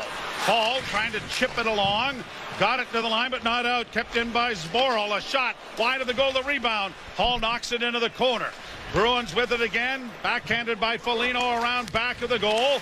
Cut off there by David Camp. And Camp makes a nice move to elude one and frees up a defenseman that plays it off to Hall on the right wing. Hall with a lead pass at center. Backhanded into the zone then by Aston Reese. Down into the corner, it comes free. Leafs are able to punch it around back of the net with Camp. Looking for Malgin in front of the net. Malgin left it there for Aston Reese coming out in front, but the glove hand of Ullmark protected the post, and he couldn't get a shot. Now the Leafs get it again, and another goal post struck this time by Malgin. Back of the net. Matthews, middle of a change. Matthews trying to play it back to the blue line. Just did keep it in. Round back of the net. Morgan Rielly is down there. The puck comes free to Marner. Marner back to the point. Gets it returned. Took a shot. It was blocked, and now the foot race is on. The Bruins breaking with Hall. But back comes Giordano to make a good defensive play. Centering pass in front, big save, the rebound. Stolen by Marner on a great defensive play at the side of the goal.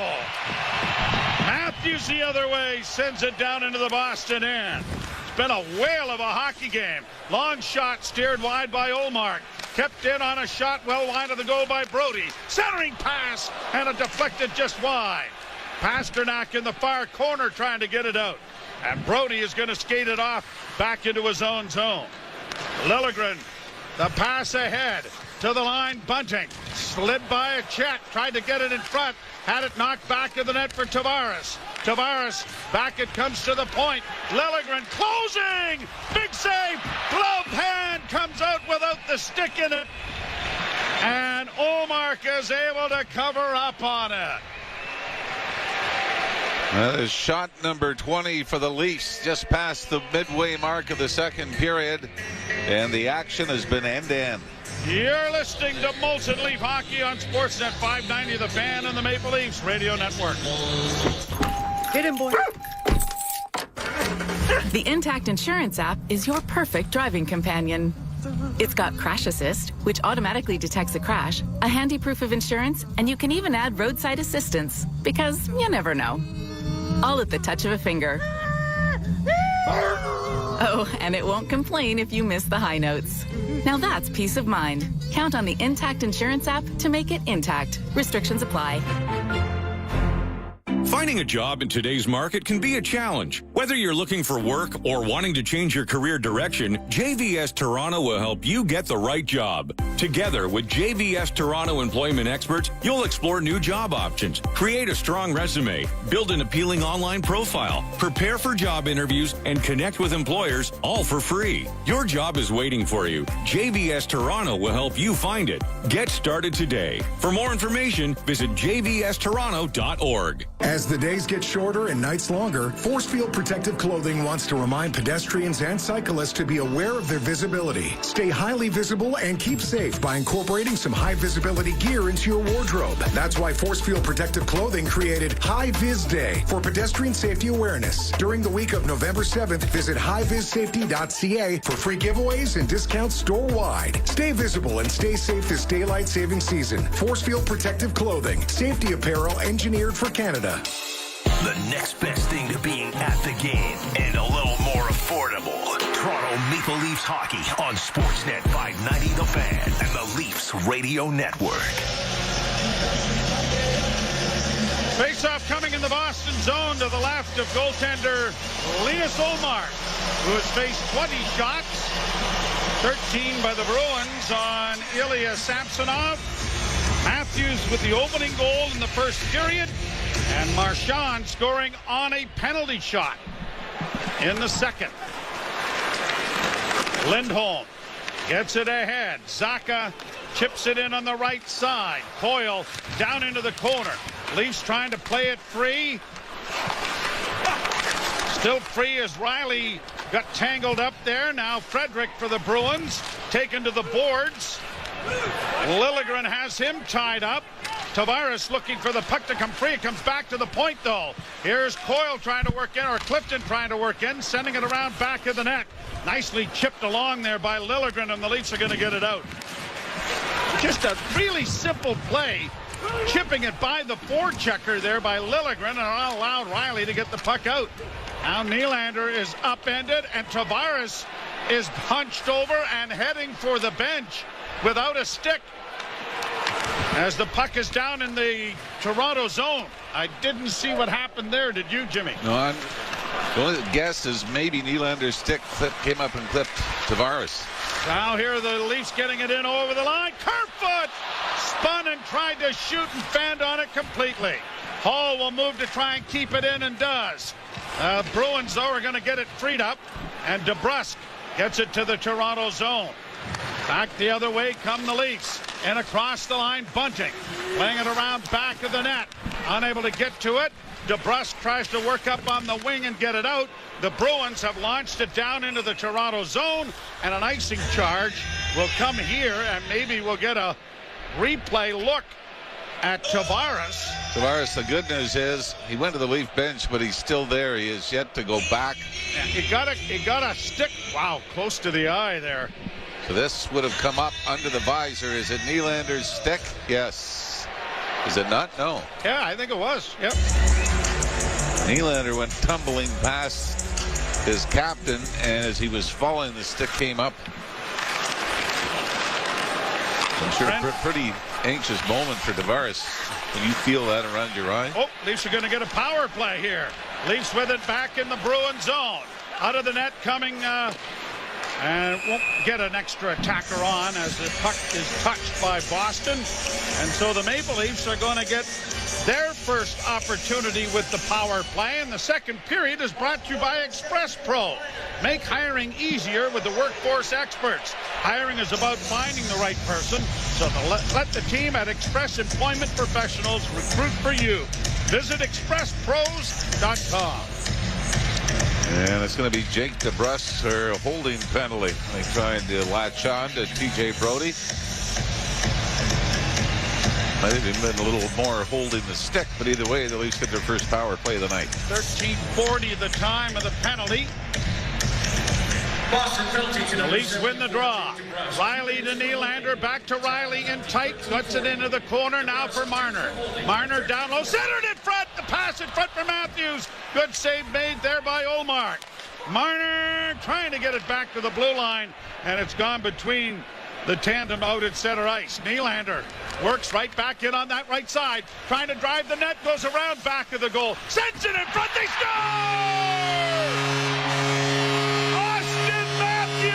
Set up by Wee Willie, and it's 2-1 Toronto.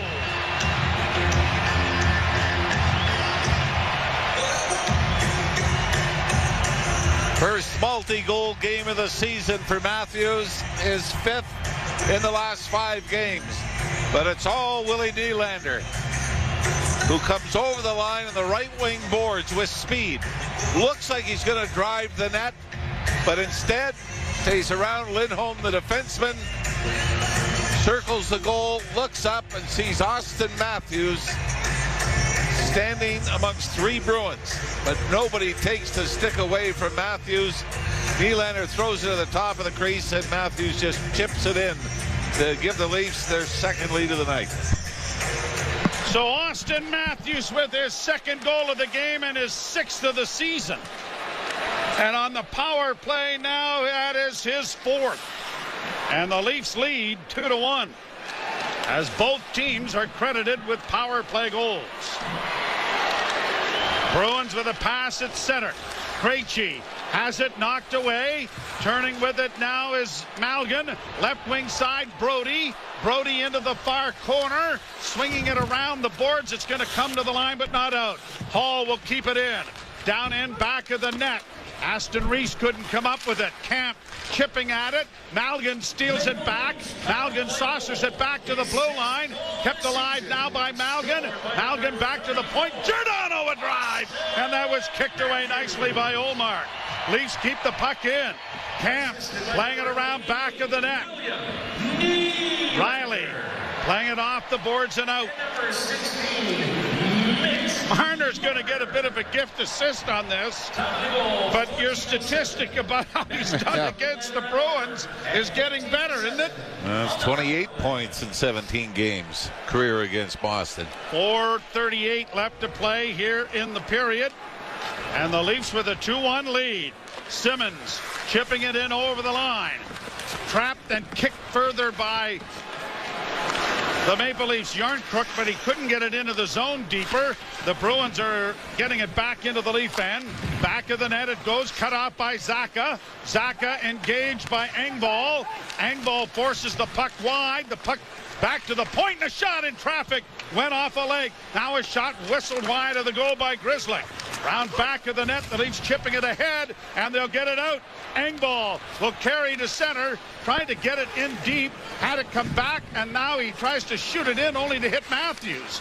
Matthews unable to make a play, and the Bruins have it back in their own zone. Grizzly goes back. 3:43 to play in the period. Marchand in across the line. Leafs break it up and clear it back at center. That almost could have been too many men on the ice. I counted. I only got as high as 4, though. Yeah, but that's as far as you and I can go. I know. Don't worry about it. Here's Matthews coming out of his own end. Launches it high. Volleyball, but Marner steals. Couldn't get a shot.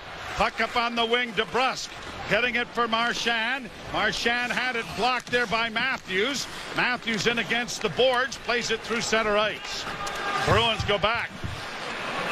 Lindholm on the right wing side. A pass deflected by Marchand down into the Toronto zone. Liljegren, who's had a strong game so far, got the puck ahead, and Tavares is down the right wing boards. Tavares in over the line. Tavares trying to drive, goes around back of the net. Had it knocked off his stick, trying to regain it, and the Bruins will get it up on the wing. Pasternak to center. Pasternak to the line. That was close to being offside. Leafs are able to get it ahead to the line and in. Nylander looking for a man. Drops for the captain, and a shot deflected just wide of the goal. Rebound out at center. They're going end to end. Near the Bruins, Pasternak dropping it there for Frederick, who couldn't get a shot. And Nylander kicks it up to his stick and gets to center, and is going to chip it down into Boston territory. Pace has just been, outstanding. Both teams to the line and in. Leafs are able to get it back out. Malgin turns, rink wide, finds Giordano, who will roll it around back of the goal, and it's going to come all the way out at center. Brody ahead for Denny Malgin.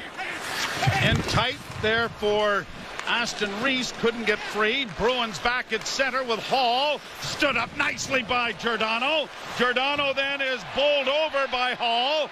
Could have been a penalty there in the eyes of a lot of the unofficial officials in the stands. Now here are the Leafs at center. To the line and in. Hall and Giordano having words. The puck to the far boards. Aston Reese in against the wall. Trying to free it up, and he has. Near side for Liljegren. Doesn't shoot it. Drops it back to Riley. Riley on the wing, and a shot is kicked away by Ullmark off the stick of Simmons. Played high to center ice. Liljegren knocking that down. Here's Engvall in. Engvall on the wing with a shot. That was blockered into the corner by Ullmark. 25 shots on goal for Toronto. Yarncrook backhands it around back of the net. A long lead pass goes off the glove of Liljegren onto the stick of Riley. His pass through center didn't work. Shot in on goal. Riley takes it from his goaltender, and from behind the goal now sends a long lead pass. Nicely knocked down by Bunting. Bunting trying to get a shot away, deflected, but it was centered, and there was no one there to do any damage with it. Hall keeping it in. Back of the net, a wrap around in front of the net by Matthews. Didn't work. Here's Brody to Hall to Matthews. A shot. Loose puck in front of the goal. Cleared to the line, not out. Penalty coming here. Michael Bunting took a stick to the face right in front of the Boston goal, but the Leafs with great pressure here. At the end of the period, only 5 seconds left on the clock. But Bunting has drawn a penalty, and it looks as though if the Leafs don't score quickly here off the face-off, they'll start the next period as Connor Clifton is going to go to the box. By the way, Giordano, you're right, and Taylor Hall having words. You want to have some fun, go on YouTube and search Mark Giordano and Dustin Brown. There was one game where Giordano drilled Dustin Brown about 5 times, including twice in the same shift. If you ever wondered how physical Giordano can get. So just 6.5 seconds remaining here. The draw won by Boston. They'll send it out and down the ice. Time of penalty 1953. Oh, wait a minute. No, it went off stick and out of play. So the Leafs with 2.6 seconds are going to get another face-off in the Boston zone. Now they did. Sheldon Keefe, I think, is trying to get a hold of one of the officials. I don't think you've got the case. Trying to get more time? Well, we're trying to say that maybe you thought it went out directly and there should have been a delay of game penalty. Either way, it's not going to be called. So after the Bruins tied the game on a penalty shot goal by Brad Marchand, the Maple Leafs score on the power play, and Austin Matthews has a pair on the night. as the Leafs will take a 2-1 lead into the third period. And Ilya Samsonov again comes up with not a lot of saves shown in the second period, but with some key ones. Even though he gives up the penalty shot goal to Brad Marchand, made 2 or 3 timely and outstanding stops to allow the Leafs to get back into the game and back ahead on the scoreboard. 15-7, the Leafs outshoot the Bruins in the second period and lead it 2-1. We'll step aside for our second period intermission. You're listening to Molson Canadian Leafs Hockey on Sportsnet 590 The Fan and the Maple Leafs Radio Network. Join Bet365 now and discover the power of the world's favorite sportsbook. Watch thousands of live games. Build your own bet. You can even bet on games while they're still being played. Seriously. And if you can't watch the games live, we'll alert you to any changes. Nice. We're the world's favorite sportsbook, and this is no ordinary betting app. Must be 19 or older. Ontario only. Please play responsibly. If you or someone you know has a gambling problem, visit connexontario.ca. I'm Jamie. As an elementary school teacher in Ontario, I've seen the impacts of the pandemic on student achievement and well-being. Students need real government action and investment to recover and thrive. They need more student supports, like special education resources, mental health services, and extra literacy assistance to realize their full potential. As a teacher, I know what my students need to succeed. Learn what's happening in Ontario classrooms. Visit knowmore.ca. That's KNOWMORE.ca. A message from the Ontario English Catholic Teachers Association. A strong work ethic takes pride in a job well done. This is you. But to get an honest day's work, you need a callback. You need a job. Express Employment Professionals can help. We'll connect you to the right company. We're committed to your success and never charge a fee to find you a job. Express knows jobs. Get to know Express. Find your location at expresspros.com or on the Express Jobs app. Austin Matthews scored 60 last year. This year, he's given 110% more. So that's like 126 goals. Leafs hockey on Sportsnet 590 The Fan and the Leafs Radio Network.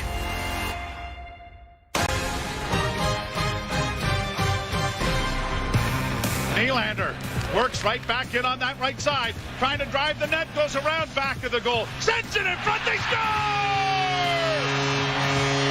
Austin Matthews set up by Wee Willie. And it's 2-1 Toronto. I jokingly gave Michael Bunting a lot of credit for Matthews' first goal. That second one was all Willie Nylander. You know, I turned to you right when that one was scored and said, why don't they do that all the time instead of the drop back, regroup? Brent Gunning, Gord Stellick here with you. Maple Leafs hockey here on Sportsnet 590 The Fan and the Maple Leafs Radio Network. 2-1 up on the Bruins after 40 minutes. Gord, a little hairy there with the power play and the penalty shot, but I thought the Leafs regrouped after a tough little stretch there in the period. Yeah, but first to echo what everyone's saying, what an outstanding 40 minutes of hockey by both teams. The pace is great. Speed kills. Brad Marchand did that, getting the penalty shot and then scoring on the penalty shot goal. That looked like a 1-1 momentum change, but the Leafs had to kill off another penalty. And I'll tell you later on, Willie Nylander's speed there. And I know, I'm trying to remember what had happened last year, that somebody started skating with the puck and they were looking for that drop pass back. Yeah, I remember. I want to say it was Morgan Riley. And then, then he just kept skating. Yeah. And he scored. And this is kind of like, now, Willie doesn't do it by accident. No. Willie just kind of goes, forget this, okay? And you know what? They're playing for the drop pass, so he catches them by surprise, and it was a little helter-skelter, Bruin D, and that's why Austin Matthews was open for a second. Nylander fed him. Austin Matthews has two very... Those are John Tavares goals that Austin Matthews has got tonight. He normally gets the highlight reel shot kind of thing, but he's got two of them from in tight in the greasy area, and the Leafs are up 2-1 after 2 periods. The greasy area, I don't even know if you meant to do that, but that's very good. I like that. John Tavares almost had a Austin Matthews goal himself. Brent Gunning and Gord Stellick here. We will continue to break down the Leafs leading the Bruins. It's 2-1 at Scotiabank Arena. You're listening to Molson Leafs hockey on Sportsnet 590 The Fan and the Maple Leafs Radio Network. Make sure that your business documents are for your recipient's eyes and no one else's. Trust Record Express for industry-leading standards in secure storage, scanning, and shredding. With fast, same-day service, flexible contract terms, and all the support you need to safeguard your confidential information. Visit recordexpress.ca today for document storage and shredding special offers. That's Record, XPRESS.ca. Record Express. Store, scan, Shred Canadian. Alpine Credits, where homeowners get approved. Hi, I need to realign my chakras, and I think consolidating my debts into one easy payment would really help. I'd like a loan. Do you own your home? Yes. Then you're approved. Namaste. Alpine Credits, where homeowners get approved. Go to alpinecredits.ca to get started. Some conditions apply. FSRA license 12616. Are you over 18? You may be eligible to receive your COVID-19 bivalent booster at Shoppers Drug Mart. Book today at shoppersdrugmart.ca/COVID. Subject to vaccine availability. Ontario only. Limitations apply. Did you hear? Wendy's Dave Single is now just $4. This juicy gossip is hot off the press, like our fresh, never frozen Canadian beef. The Dave Single is just $4 until November 6th at participating Wendy's. Taxes extra. Paging Dr. Purcell. Dr. Purcell to emergency. Paging Dr. Purcell. Dr. Purcell, please call extension 385. Federal funding has fallen to just 22% of the cost of healthcare in Canada, and it continues to decline. Provinces and territories are doing their part, but we need the federal government to restore funding now to keep our systems strong. A message from Canada's premiers. From saving you on the side of the road to savings on the things that make life better, CAA delivers great member benefits and perks along the way. This winter, CAA can help keep your family safe with 24/7 roadside assistance across Canada and the U.S. Plus, enjoy savings at some of your favorite restaurants, retailers, hotels, and more. There are over 124,000 participating locations. Discover the benefits, perks, and rewards that come with a CAA membership at joincaatoday.com. CAA. Driven by good. Okay, stay with me, Josh. You're doing good. Just breathe. Good. A devastating accident can leave you wondering how you'll ever move forward. Thompson Rogers can help bring clarity when life is a blur. It's a long road to recovery, Josh, but we'll get you there. From the hospital room to the courtroom, the lawyers at Thompson Rogers are by your side. That's real-life counsel. Go to trlaw.com to find out more.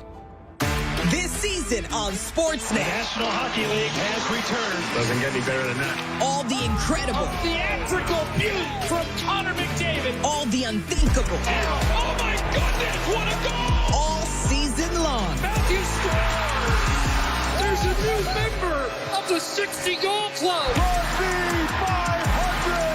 That's why you gotta watch. That was amazing. Every game on Sportsnet. This is Toronto Maple Leafs hockey. Johnny Torino, the Leafs lead 1-0. On Sportsnet 590 The Fan and the Leafs Radio Network.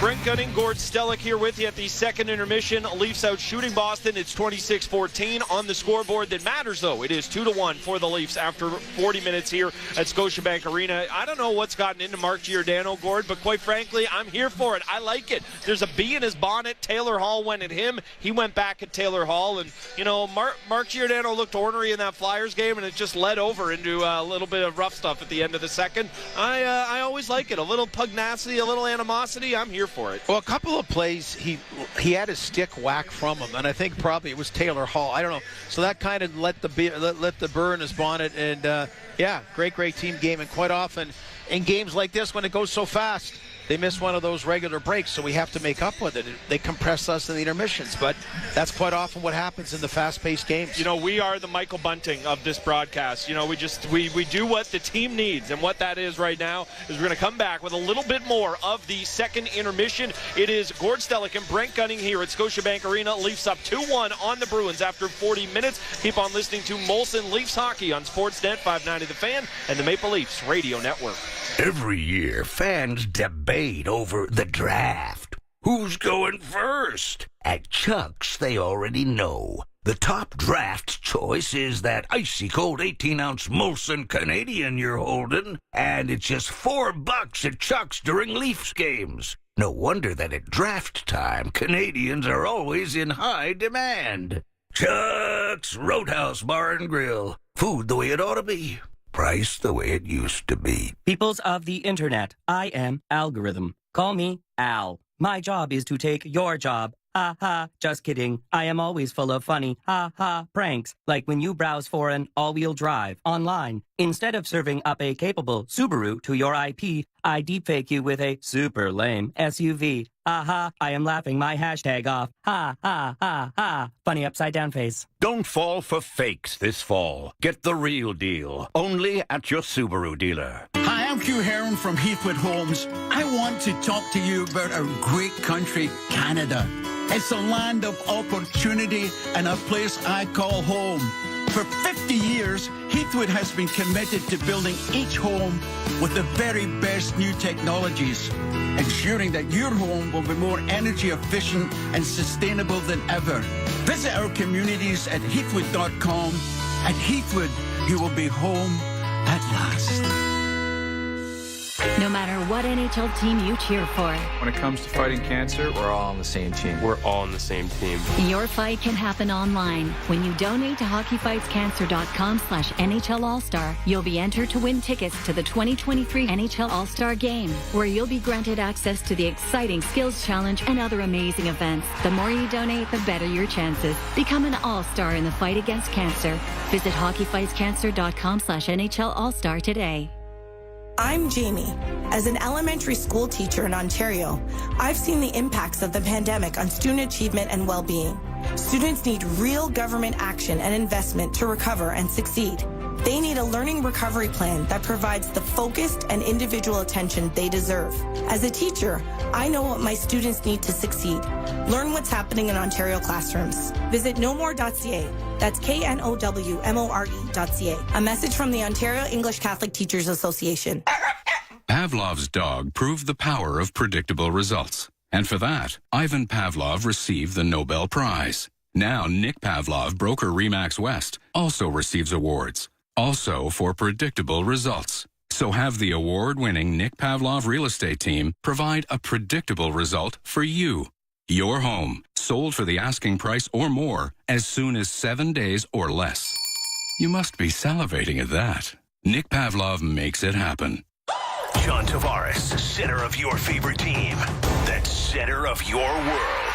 Toronto Maple Leafs hockey on Sportsnet 590 The Fan and the Leafs Radio Network.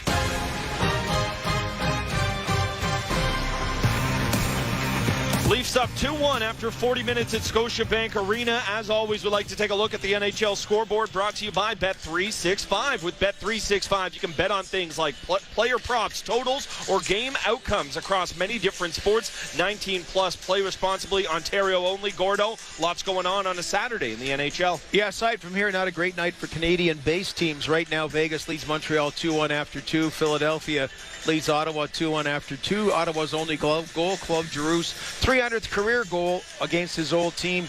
Tampa Bay Buffalo tied 2-2. Seattle Pittsburgh tied 1-1. Washington leads Arizona 1-0.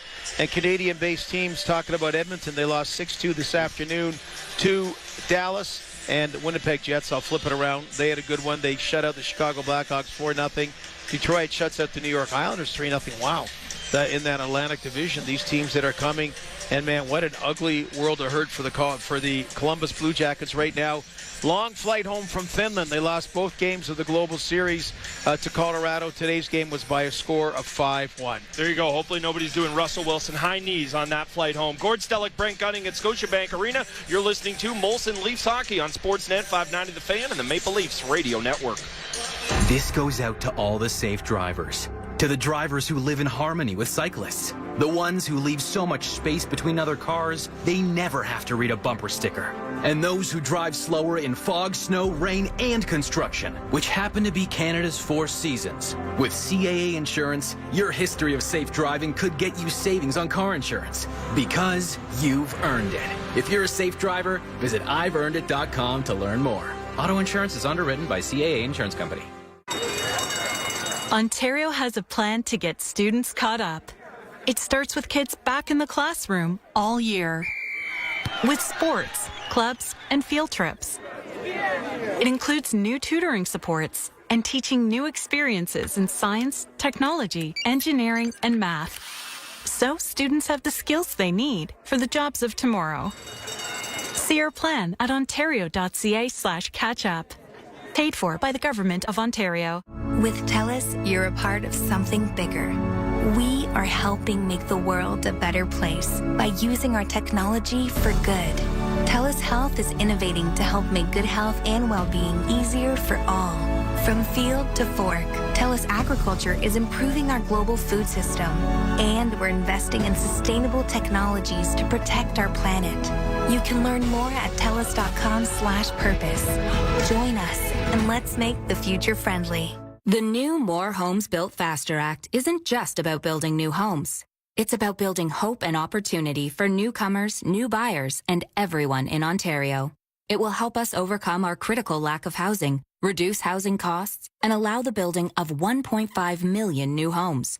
That means more jobs, economic growth, and a brighter future. It's the once-in-a-generation housing plan Ontario needs right now. Brought to you by Build and the Ontario Home Builders Association. This is Toronto Maple Leafs hockey. On Sportsnet 590 The Fan and the Leafs Radio Network.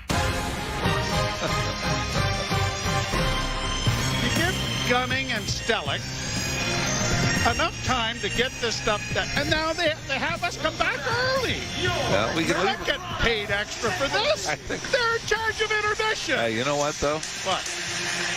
When Mike Ross makes the announcement last minute to play in the third period, we are out of here.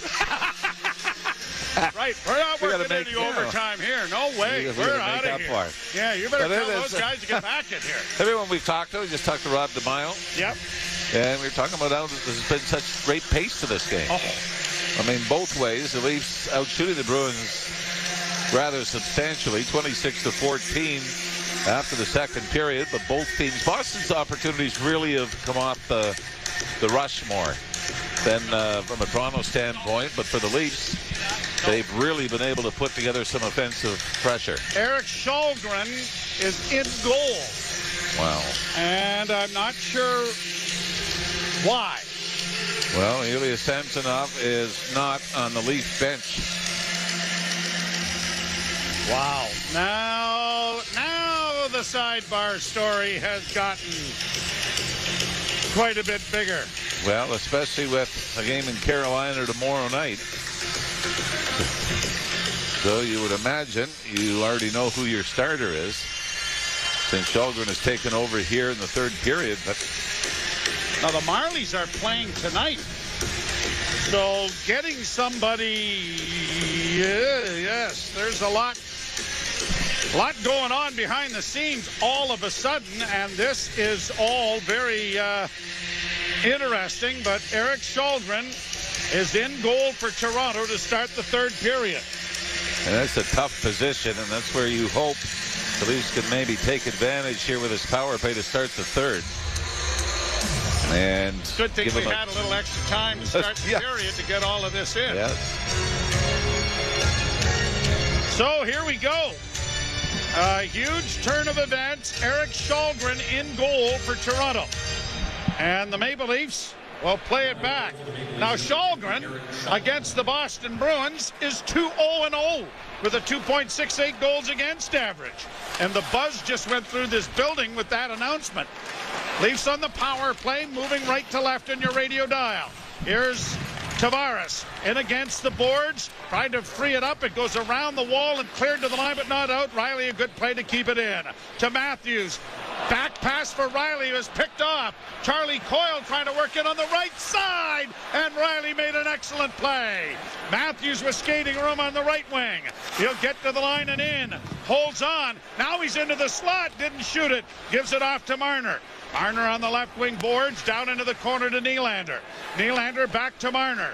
Back to the blue line, back to Marner. Marner down low, Riley in front for Tavares, and he fired it wide. Set up very nicely, though. Tavares, a pass for Matthews doesn't work. Bruins trying to get it out, and they will, as Thomas Nosek sends it down the ice. I love the Leafs using that play a little more, though, that little bumper pass out to the slot to Tavares. Word from the Leafs PR staff is a knee injury to Samsonov, and that's not good news. I was kind of hoping for an upset stomach. Plucked around the boards, is pushed out into the center ice area. Now here's Sandin. In on the right side, a pass in front of the goal, and unable to get his stick on it there was Kerfoot. Kept alive by a pass in front of the net by Bunting that was intercepted, in the Bruins break it back at left wing with a long shoot in, and Chalgren handles the puck from well out. And I suppose if you're a Leaf or the goalie, you're saying, thank you, nice long shot like that is fine. Penalty is expired. And there's going to be another penalty as Sandin was pulled down trying to come out from behind his own goal. Leafs with the puck in their own zone. There's Brody dropping for Marner. Marner rink wide for Nylander. Nylander works through center and then curls back. Nylander still with it, sending it back into his own zone to Matthews. Matthews stops, plays it back to Nylander. Wish they wouldn't play it around in front of an empty net like that all the time, but now they get it out. What's the worst that could happen? Pass to Marner across the line. Now to Tavares, back it goes to Nylander. To the blue line to Marner. Marner on the far side. Leafs going to need a timeout here to get this unit back on the ice. Back to the blue line to Nylander. Arm of the referee getting rather tired. Back to the point, Marner. Now it goes to Kerfoot. Kerfoot to Marner. Marner to the right wing side. A shot. Whistled wide. And the rebound has carried all the way back into the Leaf end. Wide of an empty net. Now it's played into the Boston I do not want to hear that call from you. As the Leafs will finally, I think the Leafs it might be Pavel Zach, I think. It's been so long ago. Yeah. He might be in the dressing room. It's a trip. Yeah. I think this might be, stick blade into the skates as Sandin was trying to cut around the Leaf net and head up ice. Bruins never did get a hold of the puck after that, so did not create a scoring chance, but a trip nonetheless. And 3:15 the time of the penalty, Jimmy. Well, the Leafs start with the first unit out there. Matthews along the boards. Riley back into the corner. Nylander back trying to get it to Riley. It was picked off by Bergeron. The Bruins get it down into the Leaf end. Coyle sends it in front of the net, out of the reach of Brandon Carlo. Dangerous opportunity there. Now's Tavares to the line and in for Matthews. Matthews chips for Tavares. Couldn't get a shot away, and when he did, it was stopped by Ullmark. And now the Bruins have sent it out and down the ice.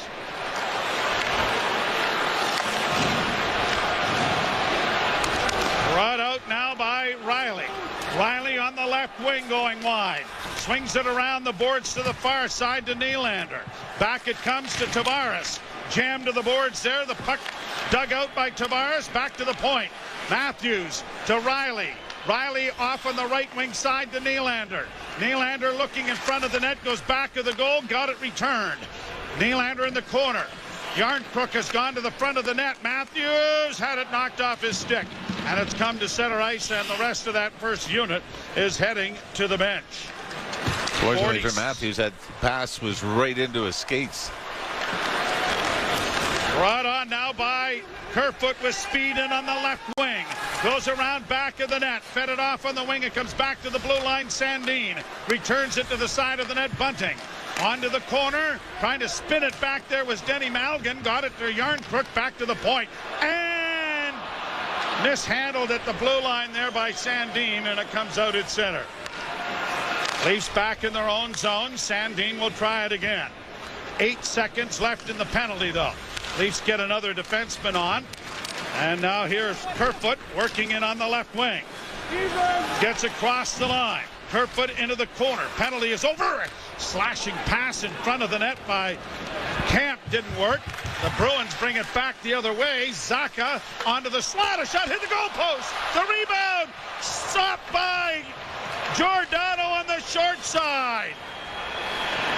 Camp backhands in on goal. Gloved by Ullmark and sent back of the net. Ullmark got spun around there in a bit of a collision with Camp. Bruins back the other way. Send it down into the Toronto zone. Pasternak trying to center. Kicked into the corner nicely by Liljegren. Puck comes out in front of the net to the far side. Liljegren onto it quickly. Trying to play it ahead. Can't get it out. Now gets another opportunity. And he finds Brody, who will just get it out at center and down into the Boston end. That was David Pasternak that hit the post. Zaku came out of the penalty box. Threw it to the left wing side, and Pasternak unleashed it. Bruins back in with a shot. Juggled, but knocked away by Shalgren. The puck is around back of the Toronto goal. And it'll be Hall getting it up on the wing, but not out. And now Marner goes around back of the goal. I don't know if I can say that Shalgren looks very comfortable right now. Brought out at center ice by the Leafs slowly. The pass is chipped in over the line. Bruins go back after it. Played up on the wing for Zacha. He doesn't get it out. The pass in front of the net. Bunting was there, but he couldn't get the puck. Out come the Bruins. Nice move by Coyle. Coyle trying to drive the net. Nice play made by Sandin to stay with him.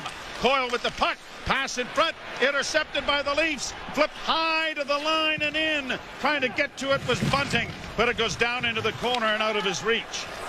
Bruins will play it up on the wing. Zacha plays it back into his own zone. Both teams taking the opportunity to change. Quickly brought back the other way across the line for A.J. Greer.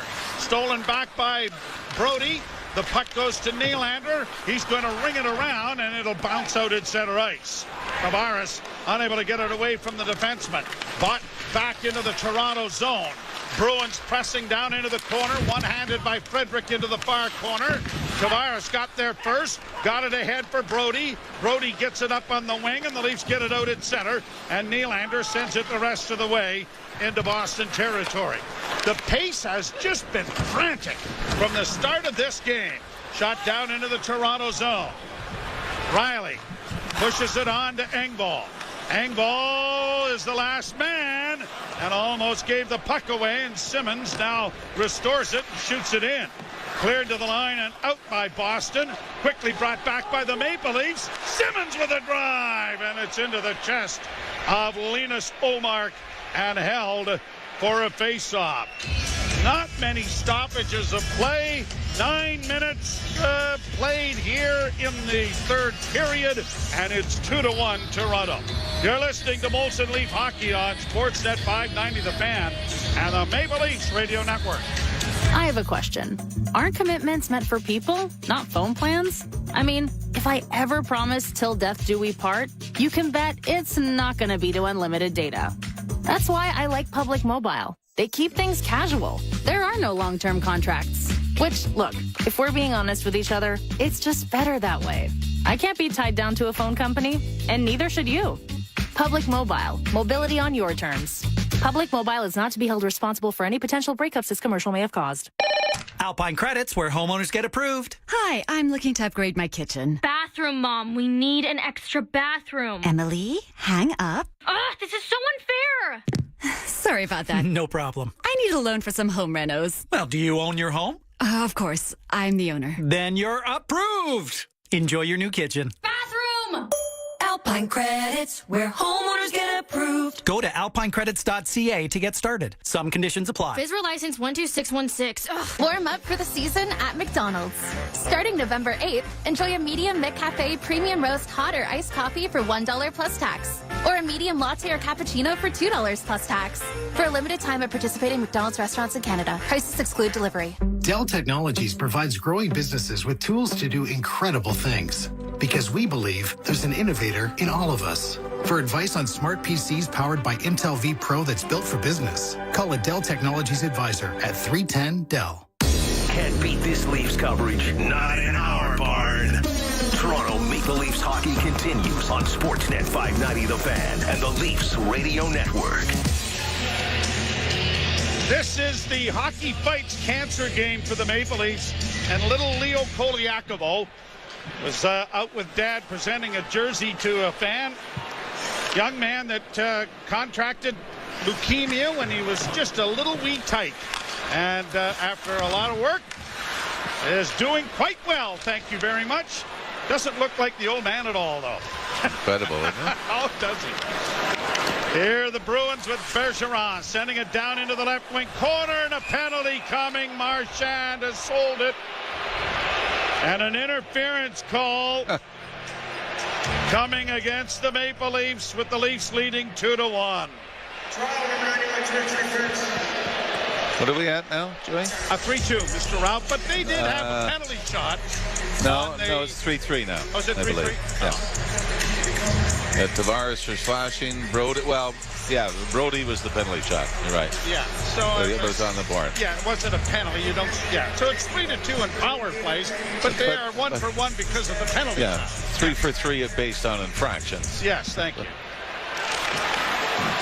So a big part here. The puck comes in front of the goal. Knocked away from Marchand nicely there by the Leafs. It comes back to the blue line, though. Pasternak down low, looking in front of the net. A pass to Flex, bounces to the line. Marner couldn't get it out. Brody does, and he shoots it down the ice. He is just the steadiest back there, game in and game out. TJ Brody. Brought on by Pasternak. Across the line, fed into the corner by DeBrusk. Centering pass deflected into the corner by the Maple Leafs. Stolen and played out and down the ice on a good play by Yarncrook, who will head to the bench. Changes again for the Leafs up front. Out come the Bruins. Minute 8 on the power play. Pasternak can't get through. The Leafs intercept and shoot it back down the ice again. A minute to go in this power play. 10:15 left, third period. 2-1, the Leafs with the lead. Brought on by Lindholm. Drop now for Taylor Hall. Hall in on the left wing. Trying to work in there. Brody is there once again, but not clearing was Marner. Hall tries to get it past one. Marner does to get it ahead. Backhanded to the line. Marner's going to get it the rest of the way down into the Boston end.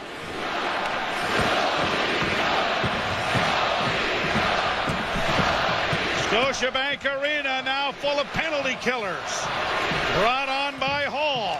Fed in over the line and into the corner. Fired hard around the boards by Justin Hall, and down the ice it goes. 10 seconds left in the penalty. Brought out at center ice now by the Bruins. Grzelcyk got it back to the net. Chipped to the line, not out. Trapped there now nicely by Clifton, trying to get a shot. It comes into the far corner. Knifed off the boards. Tavares starts away for Toronto. Tavares to the line and in on the wing now for Engvall. And he tried to return the favor to the captain, but it was in behind him. Tavares steals, tried to center in front to find Nylander. The Bruins intercept and clear to center ice. At center. Shot in now by Giordano. Played along the boards by Nylander, but he didn't get it in deep. Bruins back the other way. DeBrusk in with a shot blocked. Rebound goes around back of the net. Bruins trying to get it freed up. Another penalty coming.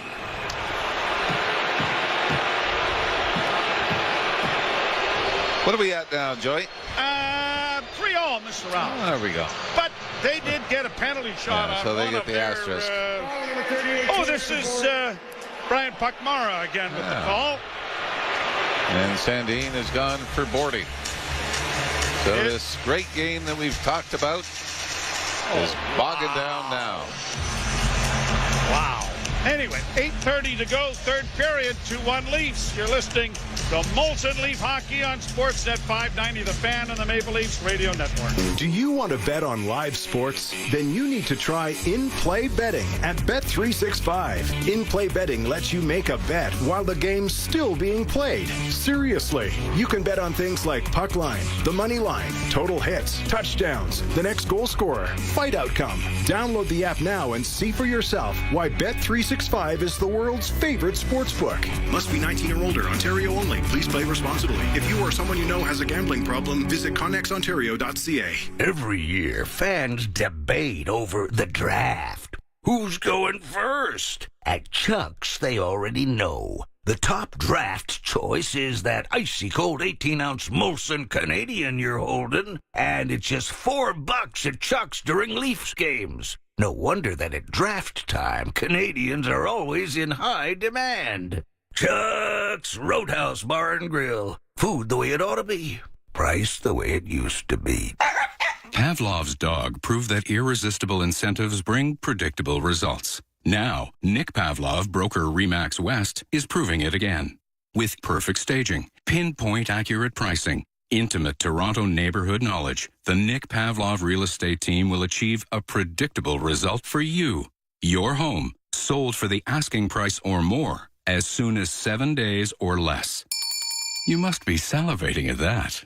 Nick Pavlov makes it happen. This is Toronto Maple Leafs hockey. Nylander's in alone! On Sportsnet 590 The Fan and the Leafs Radio Network. I wonder if David Ayres is in the building. With the injury to Samsonov, Eric Källgren in goal, but there's no backup goalie on the Leaf bench. At the point, Bruins on the power play. Marchand down low. The puck comes back up on the wing. To the line, just tipped in. Marchand with it again. Back into the corner it goes. Hall with a good hit there to pry it along the wall. Brody is in as it's kicked back of the net. Pasternak back to the blue line. On the wing it comes to the near side to Marchand. Back it goes on the right wing side. A shot by Pasternak was blocked. Rebound in front, knocked away. Cleared to the line and out. Just out. Boy, what a big shot block by Justin Hall. Bruins back in. Pasternak got around one and then couldn't get around another. He's looking for a penalty and none coming. Bruins keep the puck in, though. Pasternak centers, and it was out of the reach of Marchand. Bergeron playing around back of the net. Pasternak after it as it comes back to the blue line. Near side now for Lindholm. Far side for Pasternak. Pasternak back to Lindholm. He holds at the near point to Marchand, and a quick shot. Knifed away nicely there by goaltender Källgren, and the Leafs are going to get it out and down the ice.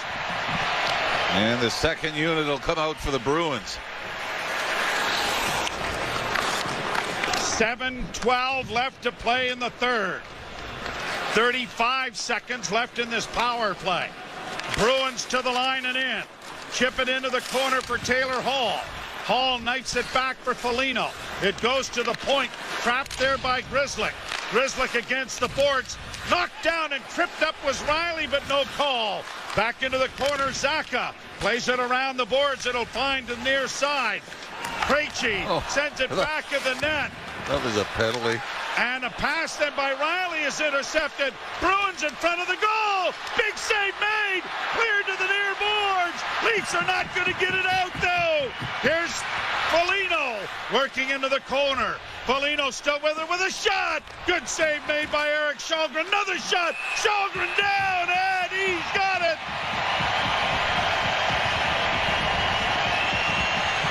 Standing ovation here by the Leaf faithful at Scotiabank Arena.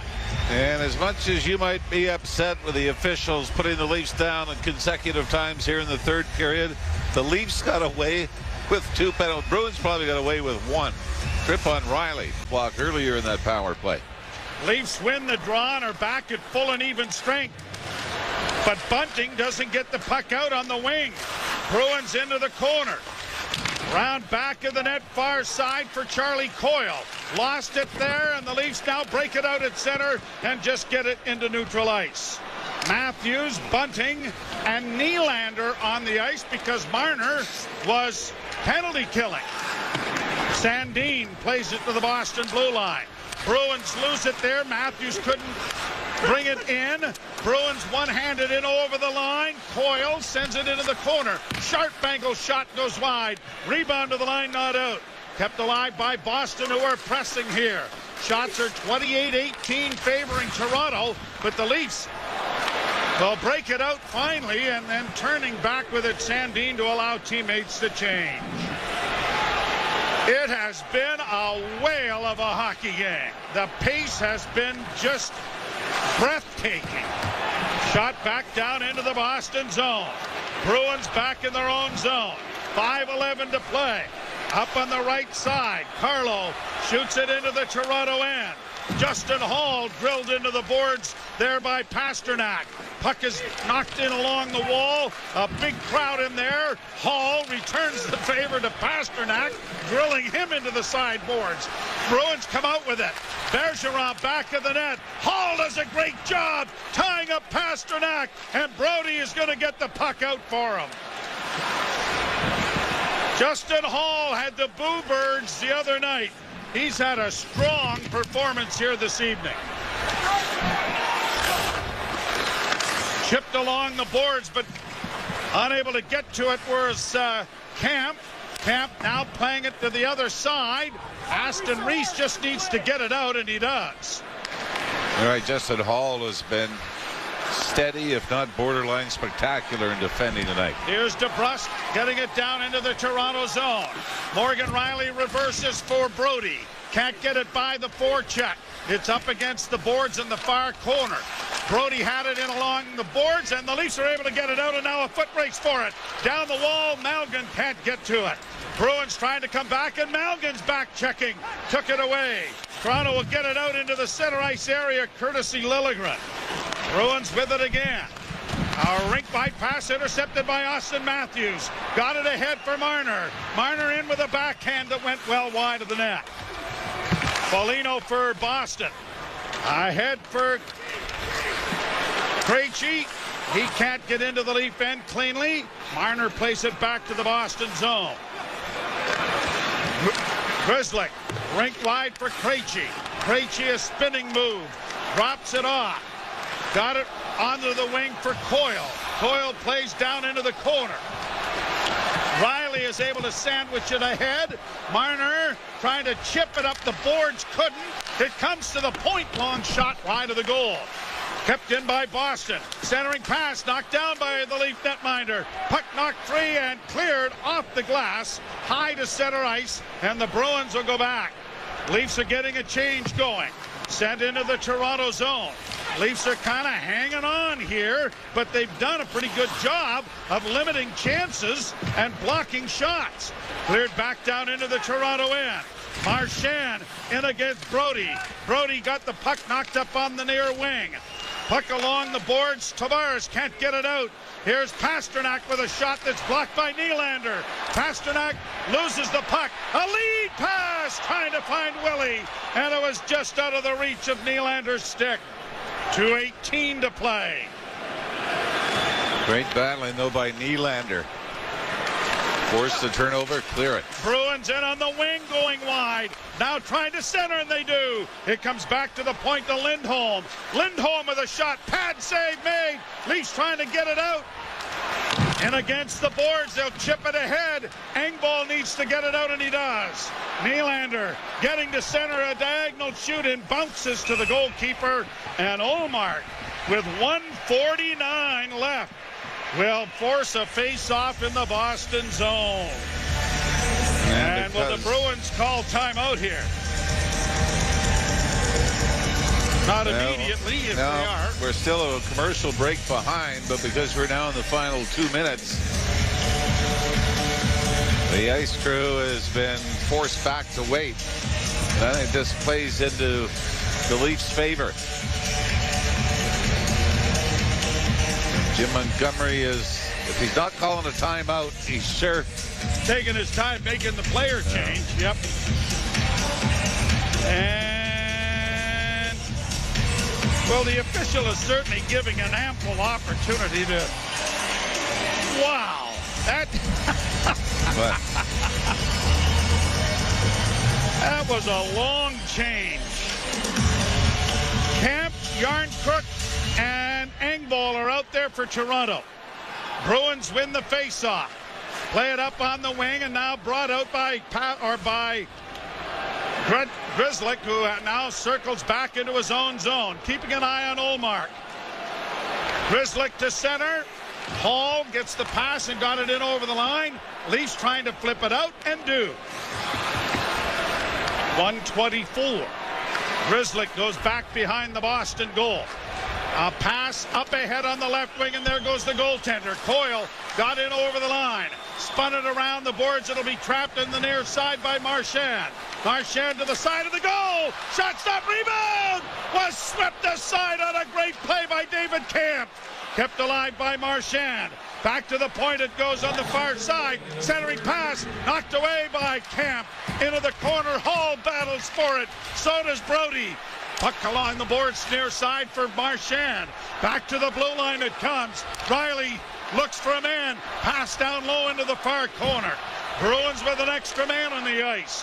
Back to the point. Pass off by Pasternak. Over on the far side on a shot. Deflects wide of the Leaf goal. Played up on the near wing. Leafs have not been able to get a handle on the puck. Back of the net. It's tied up there with Taylor Hall. Back along the boards. It comes to the point. Riley shot in traffic. Deflects wide. Yarncroc got it back of the net. Hall running out of room. Couldn't make a play. The puck to the side of the net. Brody can't get it out. Another shot knocked away in front of the goal. Now Marchand with 8 seconds to the point, far side, still with it. Bruins a shot blocked. Another shot into the corner. Cleared to the line and out. And the Leafs are going to win it.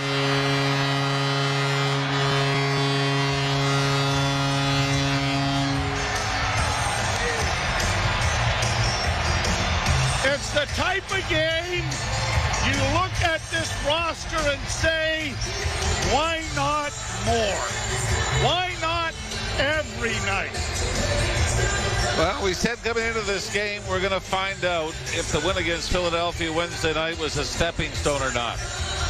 And I think from what we've seen tonight, we've got another test tomorrow in Carolina. But from what we've seen tonight, it was indeed a stepping stone. This really did, and forgive me for saying this, have the feel in this building of a playoff game where you're trying to protect the lead late. You take some penalties. You have to put your backup goaltender in because of an injury. You're against the hottest team in the National Hockey League, and you feel, here's your test. Here's where you prove that you can defend, and it becomes more important to be strong defensively than creative offensively, and the Leafs were able to do it. I believe just 7 shots in the third period for the Boston Bruins. 2 for the Leafs. Yeah. So they gave up 7 in the first, 7 in the second, and 7 in the third. But the shot blocking, he's not going to get a star. But Justin Hall was absolutely outstanding, and so was Mark Giordano. I mean, everybody. Everybody at the blue line played their role exceptionally well. Kallgren, give him credit. That's not. I thought he fought the puck the first 2 or 3 times. He was forced to handle it, but then settled in and made a couple of big stops as well. But it was a game that I don't think you felt, even when the Bruins were starting to get the power plays as the period went on, you didn't feel like there was any kind of panic or any, oh no, this is how it's going to end tonight. So I look at this game as a huge victory, the best win for the Leafs so far in this season. Austin Matthews scores 2 goals, his first multi-goal game of the season. And there's nothing like a little 2-1 win on a Saturday night against an original 6 team that has you leaving the building feeling extremely happy. You know what? I wish we got to pick the 3 stars. I understand Matthews and Marner got points and everything else. Terrific. Remember but I'm sorry. Those poor sluggos back there who don't get any points hardly at all deserve some recognition and some adulation tonight. Especially with the game in the line in the last 20 minutes, and they were able to battle. They probably won't care as much as we do, but I think it's important that you're going to put a guy in a position where he gets booed on home ice. This was a night that he deserved to be recognized. Justin Hall, I'm talking about, who was just, from puck handling to getting the puck out, he was physical, and when you say more of that, Justin Hall falls into that category with everybody else. Play like that, and everybody's going to love you, even if you don't quite get the love, as opposed to the other emotions that you might incite in this fan base. Well, this was a whale of a hockey game, and you're right. It felt a lot like a playoff game, but the pace and the intensity was right there. So we'll step aside. Lots to talk about in the post-game show with Gord Stellick and Brent Gunning. We invite you to join us tomorrow night. Bit of an early start, 5 o'clock, when the Leafs will tangle with the Hurricanes in Carolina, although they'll get an extra hour because of the clock changing, so they'll look forward to that. But now what happens as far as goaltending is concerned, as it appears that the two starters, at least at the start of the season, are now both injured. But lots to chat about. We'll step aside. You've been listening to Molson Leaf Hockey on Sportsnet 590 The Fan and the Maple Leafs Radio Network. Make sure that your business documents are for your recipient's eyes and no one else's. Trust Record Express for industry-leading standards in secure storage, scanning, and shredding. With fast, same-day service, flexible contract terms, and all the support you need to safeguard your confidential information. Visit recordexpress.ca today for document storage and shredding special offers. That's Record, XPRESS.ca. Record Express. Store, scan, shred Canadian. Are you over 18? You may be eligible to receive your COVID-19 bivalent booster at Shoppers Drug Mart. Book today at shoppersdrugmart.ca/COVID. Subject to vaccine availability. Ontario only. Limitations apply. Did you hear? Wendy's Dave Single is now just $4. This juicy gossip is hot off the press, like our fresh, never frozen Canadian beef. The Dave Single is just $4 until November 6th at participating Wendy's. Taxes extra. Ever find yourself in a situation where you really want to pick something but can't? Mega wedgie? Peeling sunburn? Pesky little nose goblins? The worst! But at Kudo, picking isn't shamed. In fact, it's highly encouraged.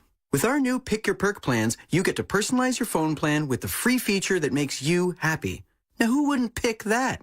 So pick away, picky people. Pick away. Kudo! This is Toronto Maple Leafs hockey. Holy mackerel, they've tied the game! On Sportsnet 590 The Fan and the Leafs Radio Network.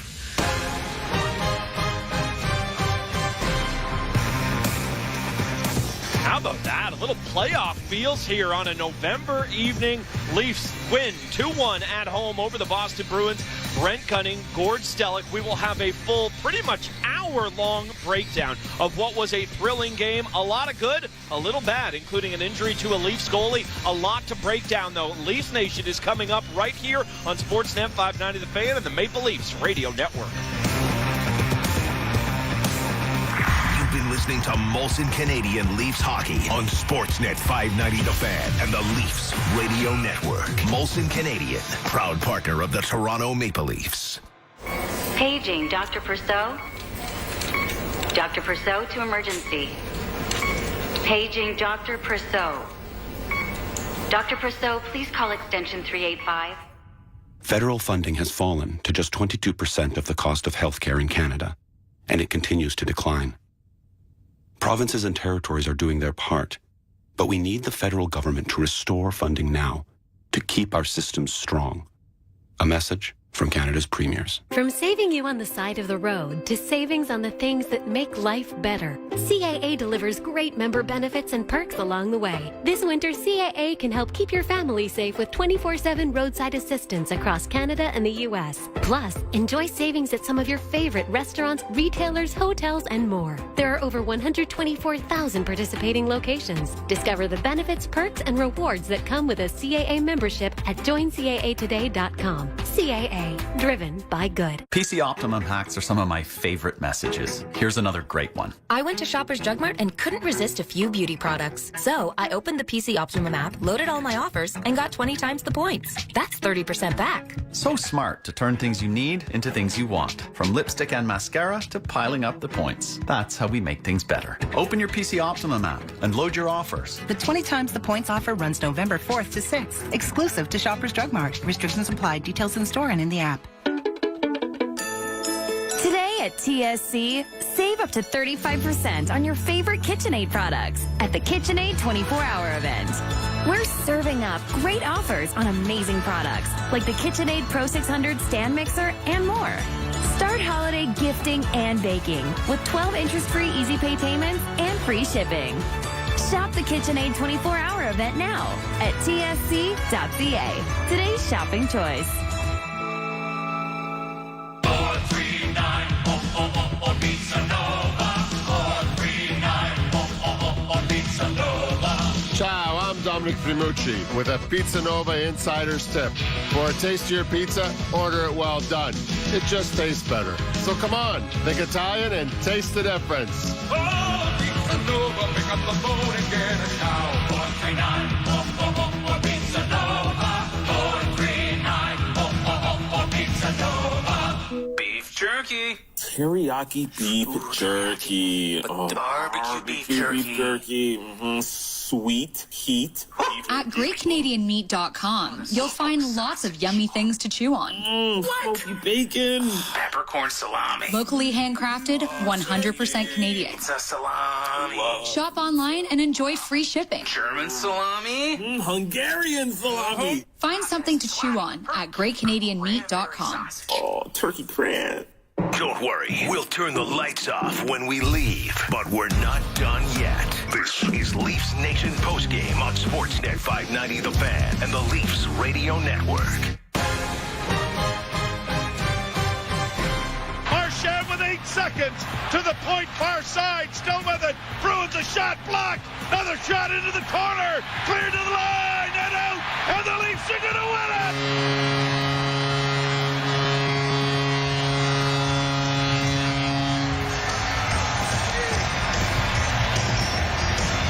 It's the type of game you look at this roster and say, why not more? Why not every night? Yeah, why not? We'll all sign up for that right now. Joe Bowen asks, I'm sure this team will deliver. They certainly did tonight. 2-1 is the final at home, doubling up the Bruins. And let's be honest, hanging on for dear life at the very end. But that's what it looks like when a great, talented team that's got off to the start that Boston has is pushing at the end. Great job by the Leafs to hold on. And yes, we will talk about Ilya Samsonov and what we do and don't know right now. Obviously, that threw a big curveball heading into the third period. But Brent Gunning and Gord Stellick here with you for the next 50 minutes or so, breaking down the Leafs win. Gordo, fun finish, fun game tonight. Awesome Saturday night down at the barn. Yeah, best game of the season. We said, why not rise to the occasion? The Boston Bruins have been the best team in the NHL. I mean, Vegas Golden Knights probably up there as well. But the Bruins, their best start ever, and they played great. They played. I mean, they played better, I've seen, but they played great tonight. And the Leafs were stride for stride. And just as Joe and Jim talked about it, I mean, this was a very fast game, which these kind of games are wide open in a lot of ways, even though it wasn't like there were odd man rushes all the time. Boy, the Leafs were trying so many stretch passes. It was interesting. Yeah, Joe and Jim are correct. The 3 stars, we'll redo them later on. I mean, TJ Brody, the beleaguered Justin Hall, putting up great, I mean, just holding the fort really a lot of ways on D. And this crowd was buzzed. So, you made something of the win over Philadelphia. You got a tough game tomorrow against Carolina, in Carolina. Tough game back here on Tuesday against the Vegas Golden Knights. And again, what you touched on, Samsonov, knee injury, ouch, just, on top of Matt Murray, who is nowhere man as far as when he's possibly returning any kind of word. So, I mean, Erik Källgren ends up being your most important player. He did play really well in the third period. I mean, we didn't see it at all. Like, after 40 minutes, you're going to come out in the third, and you hear now in goal for Toronto, just, you go, what? Say what? It's like, I've never had this happen to me, but I've seen it on Seinfeld. Of like, you're sitting there at a Broadway play, and it's playing the role of Ilya Samsonov tonight will be. And there was, look, this building can be, it can ride waves of emotions both ways. We talked about it leading into the Philly game, what might have happened if it didn't go that way. This crowd can get nervous. They can get a little squeamish, and it was right there for it. When you start the third period with that announcement, you and I had the exact same reaction. Everybody else in the building like, what's that? And then to the Leafs' credit, to the crowd's credit, they were able to kind of ride through that momentum. Now, Källgren makes some big saves in the third. They certainly didn't make it easy on him with Boston pressuring in that regard. hard. So obviously the biggest story to come out of this game is what we have now for Leafs goaltending. Matt Murray, you mentioned his uncertainty in terms of that injury. Today marks, I believe, 3 weeks since he had the injury. The team said it would be about 4 weeks, or at least 4 weeks. So I can't see a world where he's back within the next week. And quite frankly, I can't with that player's injury history. You're not going to rush him back.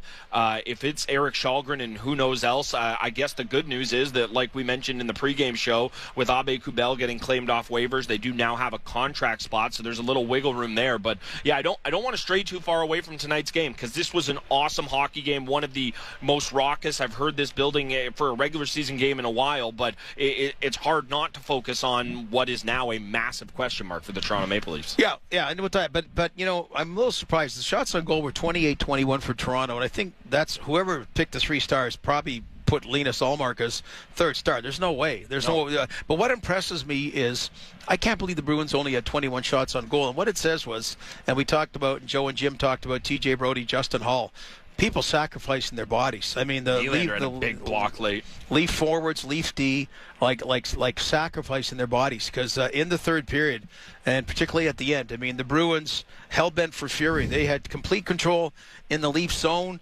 and there were some glorious chances, but also there was just that stick-to-itness, that you know, the pursuit. Those guys at the end must have been so tired as well. They were out forever. So it was just like you can tell. Well, Joe sounds the same always. He calls a game great, but the crescendo at the end, hanging on. And I think the last chance was about 5 seconds left, and then with 3 seconds, you kind of had that 3 seconds of breathing that the Leafs had got the puck, and the biggest win of the season was in the books. Yeah, I think with about 10 seconds left, the puck hopped over Marchand's stick, and he had a gaping net. And, you know, he would have relished being the one to send this game in overtime, especially what happened on his penalty shot earlier. And, you know, just to touch on what you said about Bowen there, Joe Bowen calls a great game. He's amazing at many things. We know with his boxing, you know, pedigree in the past, calling the fights there, he's great at that. I don't know that he's better at anything else than when there is a whirling skirmish around a net with 10 seconds left in the game. You know, we know it from the Bless You Boys call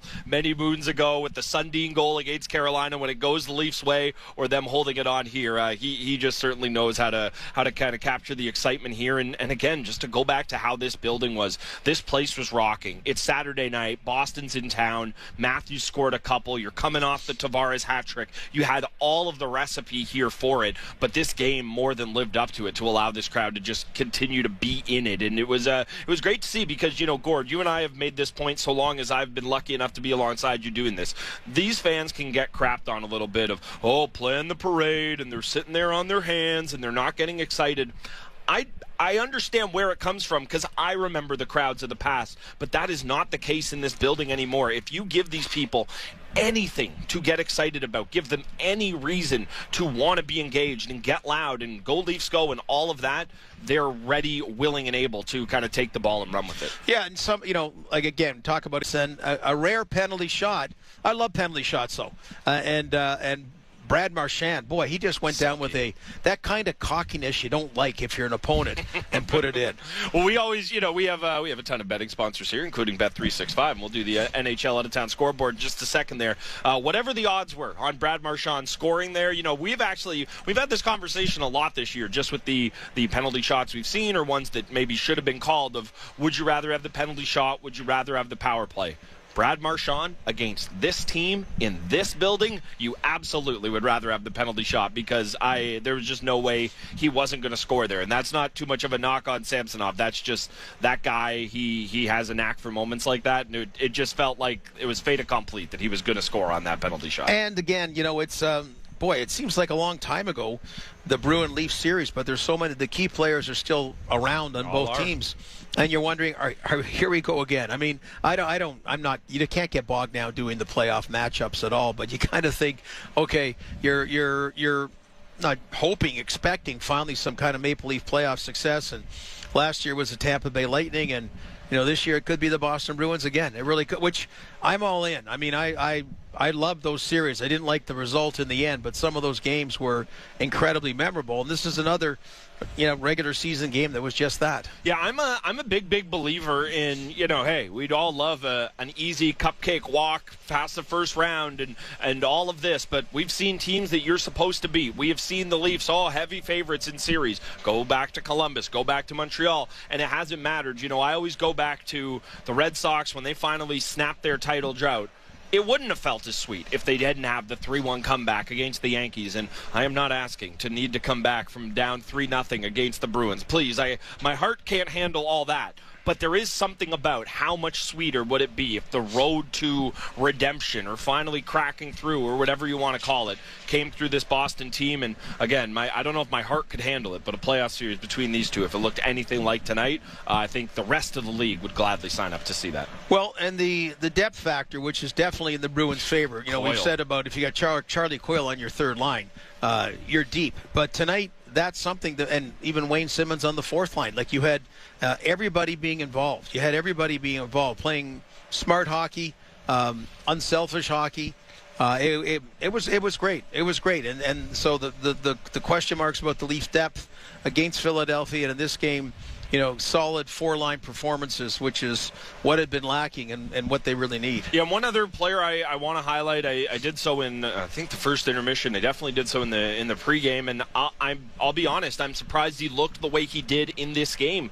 It's Dennis Malgin. I continue to be surprised by how, for lack of a better term, useful he has been. I expected him to have the odd shift where he's cruising around with the puck and he looks good, but there's 3.5 minutes more or less left in this game. Sheldon Keefe has him over there, and he doesn't make a great play with the puck late in the game. No, he just puts his body out there to disrupt the Bruins forecheck and just allowing the D to kind of have an extra second. And it's those types of plays that, quite frankly, I did not think I expected to see from him. And when, there were a lot of pieces being done about, well, he went back to the Swiss League and he didn't focus on scoring. He focused on the 200-foot game. And Gord, you've been around this game forever. How many times have we heard, oh, this player's different. They care about the whole ice now. You roll your eyes a bit because it's like a guy coming into camp in the best shape of his life. We've just heard this a million times.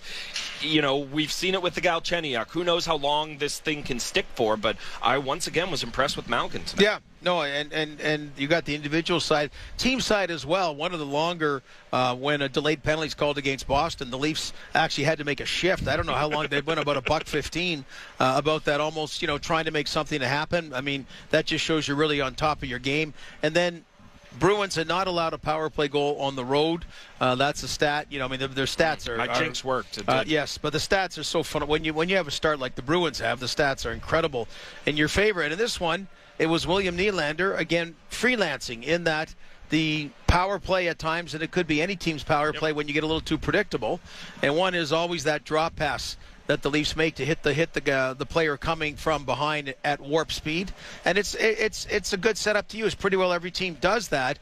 But in Nylander's case, who has a lot of speed, he chose not to, turned on the jets, and that really made the Bruins all discombobulated. So when he sped around the net, it looked like maybe he's going to do the wrap-in, so you had some Bruin players that had to overcommit. Austin Matthews, the Wile E. Coyote from Arizona, that's good. literally, getting in there and getting the pass and shoveling it in quickly. So he gets the two uncharacteristic goals. Nylander makes that one. Michael Bunting, the first one, Bunting had no stick behind the other teams, behind Boston's goal. He kicked the puck, and Austin Matthews flipped it in the side. I was just saying, it's kind of like more John Tavares goals that you get in the greasy area. Normally, Austin Matthews has those wired shots that, just pick the perfect spot and are highlight reel goals. It is wild. We are still, correct me if I'm wrong, it is possible I forget something about the Leafs, but I don't think we've seen that one Matthews A-plus wrister yet. We've seen tip goals. We've seen the ones in tight tonight. He scores 2 goals tonight. Yeah, you're getting picky. I am getting picky. I'm not getting picky about the lack of 2 goals. It's just it goes to show again, the reason he scored 60 goals last year is because he got all these greasy goals. He got all the tip goals. And again, I'm not telling you anything you don't know, Gord. That's why 60 goals was a special season.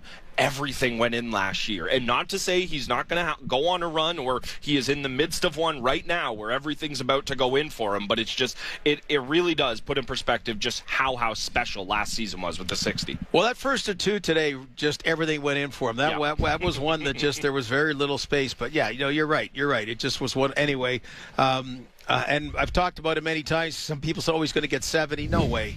I mean, I'm pulling for him. But, again, like all the players, whatever you get, let's have more of a regular season like the last 2 games, and let's have 1 or 2 players vying for the Conn Smythe Trophy as the most valuable player in the playoffs. I mean, that really is and I imagine should be and is the team goal. We don't like infighting on the team, but if a couple guys are squabbling over that, I think everybody's in a much, much happier place. A lot more to get into in this game, again, including I do not want to bury the lead. Obviously, Leafs picking up a huge, huge win at home. 2-1 is the final over the Bruins there, but the big news coming out of tonight's game, Ilya Samsonov leaving the game with a knee injury.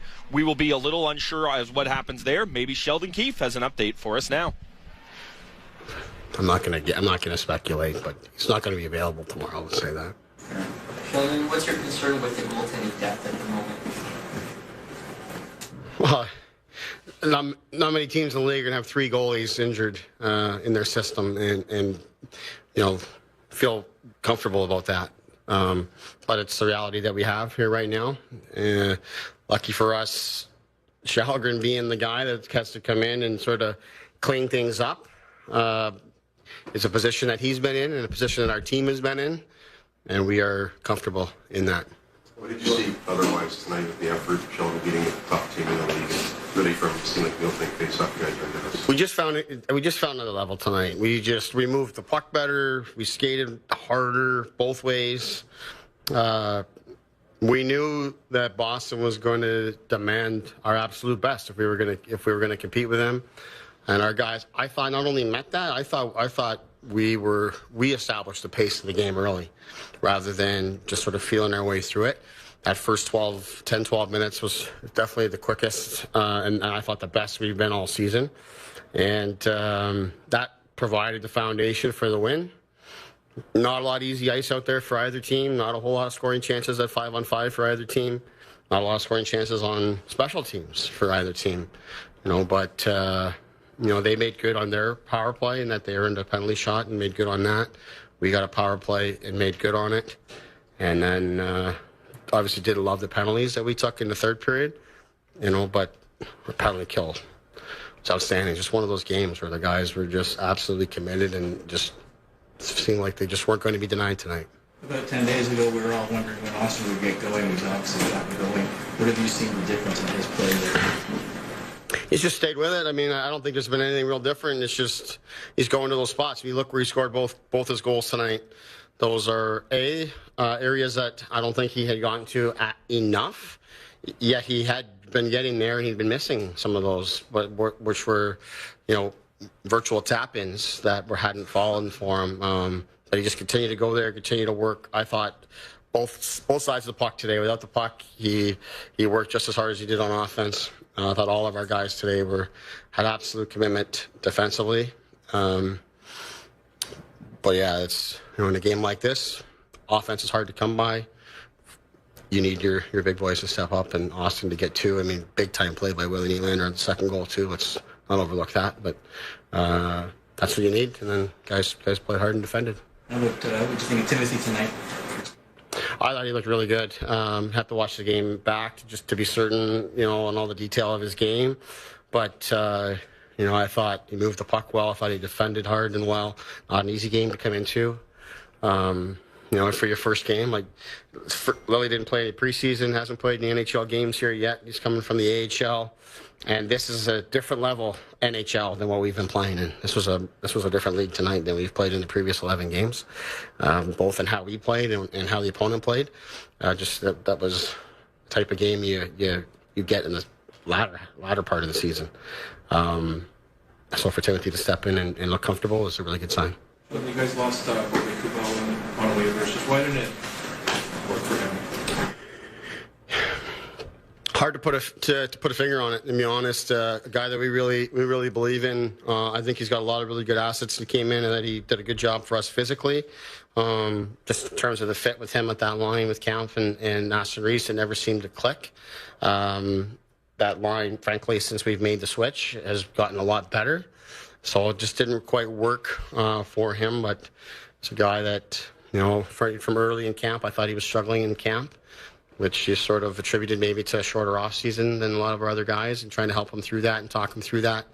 And then, I think it's a combination of the fact that things weren't going well for us as a team, so we're more inclined to switch things up, and the fact that the role that we had sort of carved out for him didn't quite take off. And then, you're just kind of stuck in a situation where you need to do something with the player.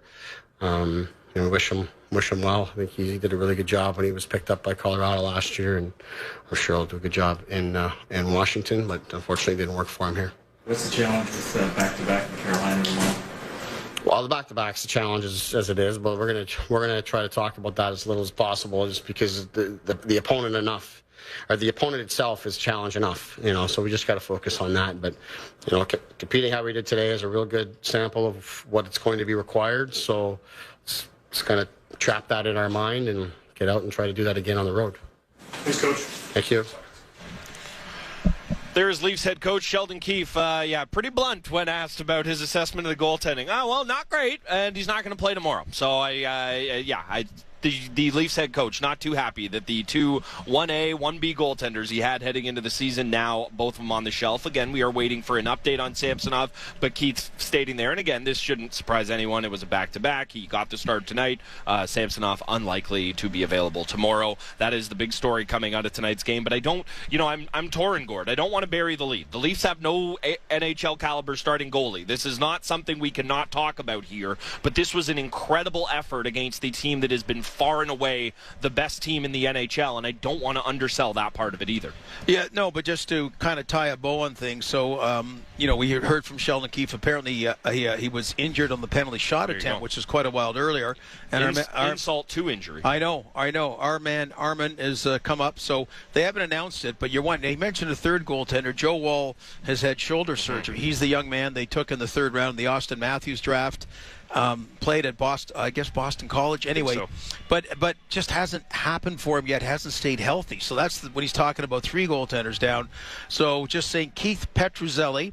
The Marlies had a 6-0 win tonight, or he improves to 6-0 tonight. The Marlies had a because the Marlies won, got a .922 save percentage in 6 AHL games. So I mean that's not a lot, but it seems like that probably could the next man up, Keith Petruzzelli. So you got to go way down on the depth chart with all deference to the Petruzzelli family, who will be quite excited if he gets called up. But that, I don't know if it's his family, but I almost guarantee you there are a couple Petruzzellis listening right now, so they're fired up in Woodbridge, I'm sure. Again, I don't know if there's any relation, but I'm just saying I would be shocked if there's not somebody with the last name Petruzzelli listening right now. And he is on an AHL deal right now. Now, again, this all goes back to them shedding a contract earlier today with Abe Kubel claimed off waivers by the Caps. This would allow them, in theory, to sign him to an NHL deal. So we shall see a lot to play out here, but this was an issue the team had earlier in the year when Murray got hurt. So now that they're down to 49 contracts, it gives them a little bit of wiggle room there. A lot to get into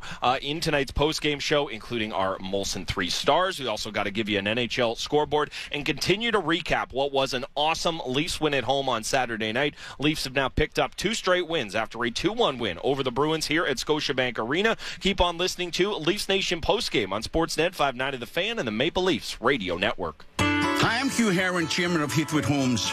Tradition means a lot to us. Our reputation for quality, service, and customer care are all part of Heathwood's tradition, and that has made us the most successful new home builder. Thousands of people are now proud to be living in a Heathwood home in one of our many outstanding communities, and you can too. Visit heathwood.com to learn all about our fabulous communities. With Heathwood, you'll be home at last. Pavlov's dog proved that irresistible incentives bring predictable results. Now, Nick Pavlov, broker RE/MAX West, is proving it again. With perfect staging, pinpoint accurate pricing, intimate Toronto neighborhood knowledge, the Nick Pavlov real estate team will achieve a predictable result for you. Your home, sold for the asking price or more, as soon as 7 days or less. You must be salivating at that. Nick Pavlov makes it happen. A strong work ethic takes pride in a job well done. This is you. But to get an honest day's work, you need a callback. You need a job. Express Employment Professionals can help. We'll connect you to the right company. We're committed to your success and never charge a fee to find you a job. Express knows jobs. Get to know Express. Find your location at expresspros.com or on the Express Jobs app. After a meal like that, you deserve a little dessert. This is Leafs Nation postgame on Sportsnet 590 The Fan and the Leafs Radio Network.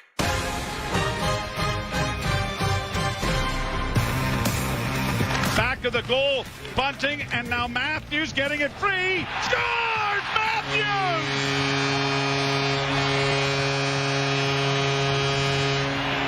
The patented hard slap shot from well out.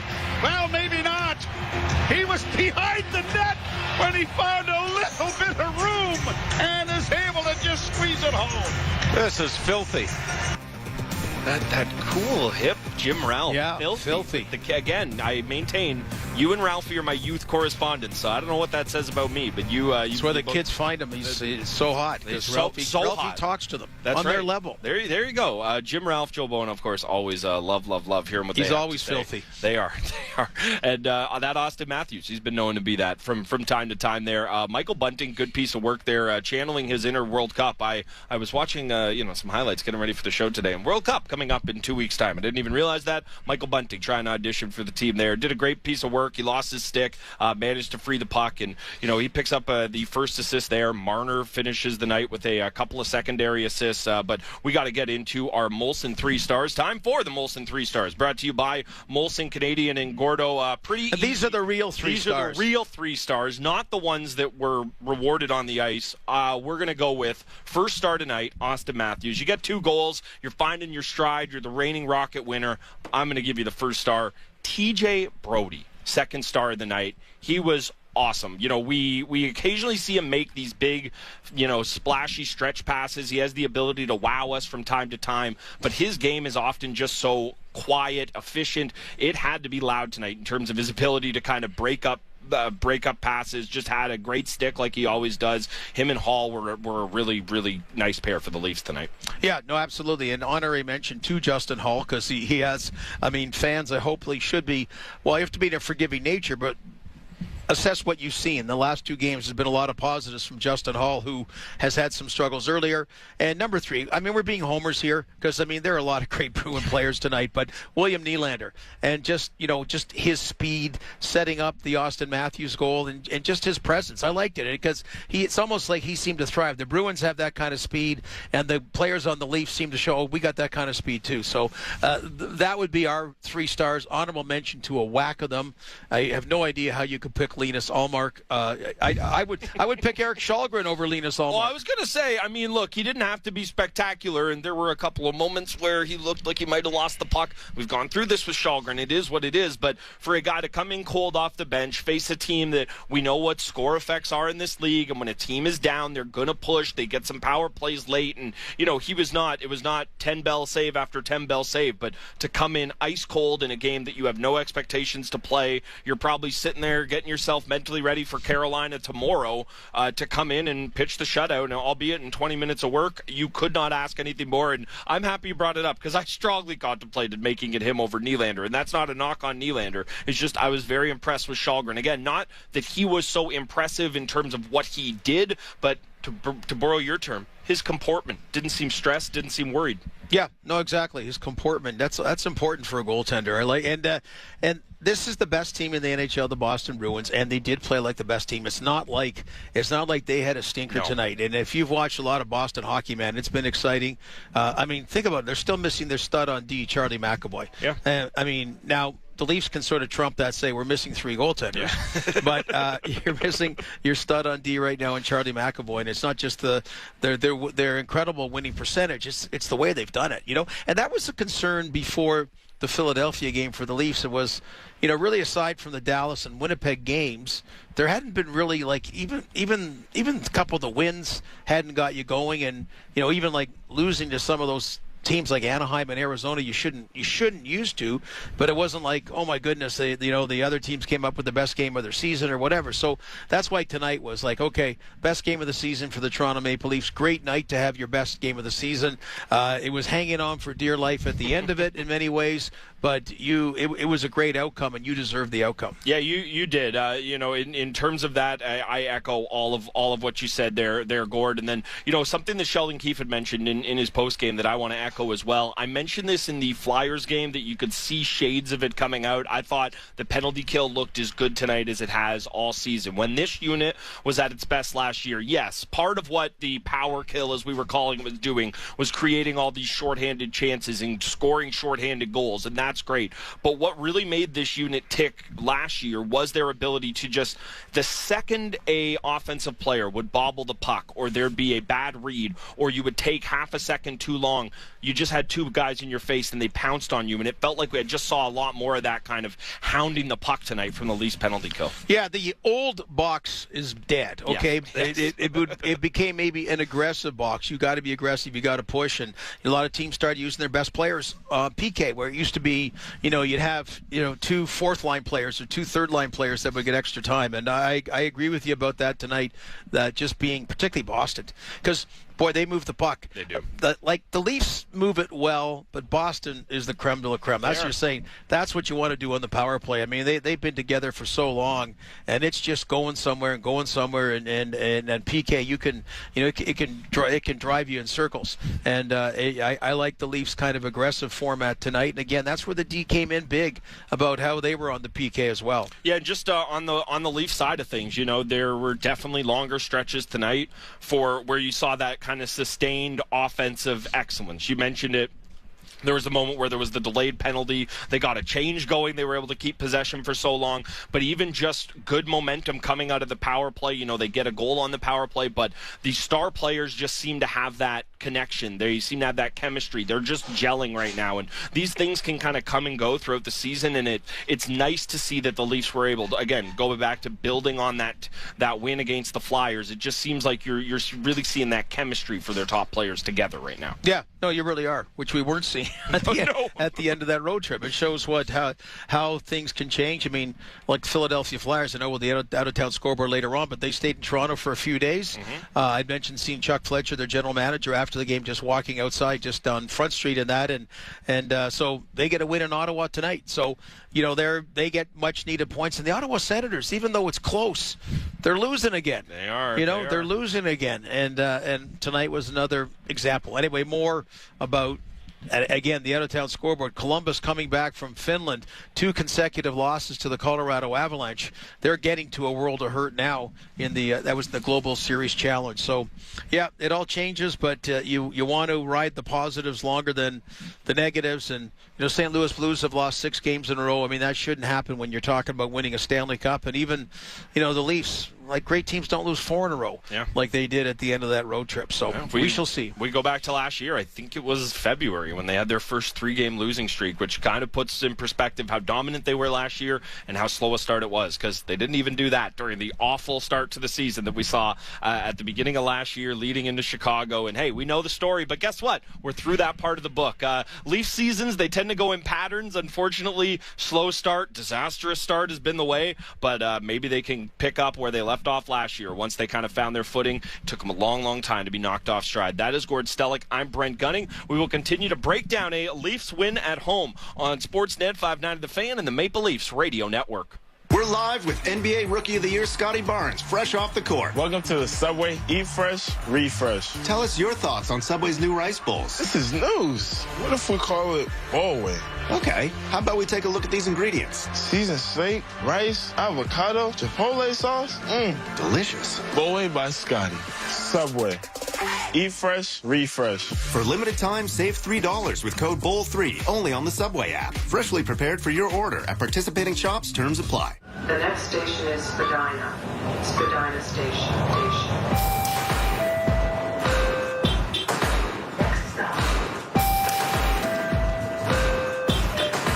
Next station is Arlington Station. Deference Station. Bathurst Station. Christie. Next station is... Get back into the groove. Take the better, more affordable way. Take the TTC. Finding a job in today's market can be a challenge. Whether you're looking for work or wanting to change your career direction, JVS Toronto will help you get the right job. Together with JVS Toronto employment experts, you'll explore new job options, create a strong resume, build an appealing online profile, prepare for job interviews, and connect with employers, all for free. Your job is waiting for you. JVS Toronto will help you find it. Get started today. For more information, visit jvstoronto.org. Whatever you're trying to get, whoever you're trying to get, make your play with Kalani Jewelry, the official luxury jeweler of the Toronto Raptors. From custom pendants to diamond rings, our jewelry covers all occasions. We make them for champions all around the world. Let's make one for you. Make your play with Kalani Jewelry, the official luxury jeweler of the Toronto Raptors. Look up Kalani Jewelry, Kilani. If you can dream it, we can make it. Let our trained professionals help you come down from the high of the game here on the Leafs Nation postgame on Sportsnet 590 The Fan and the Leafs Radio Network.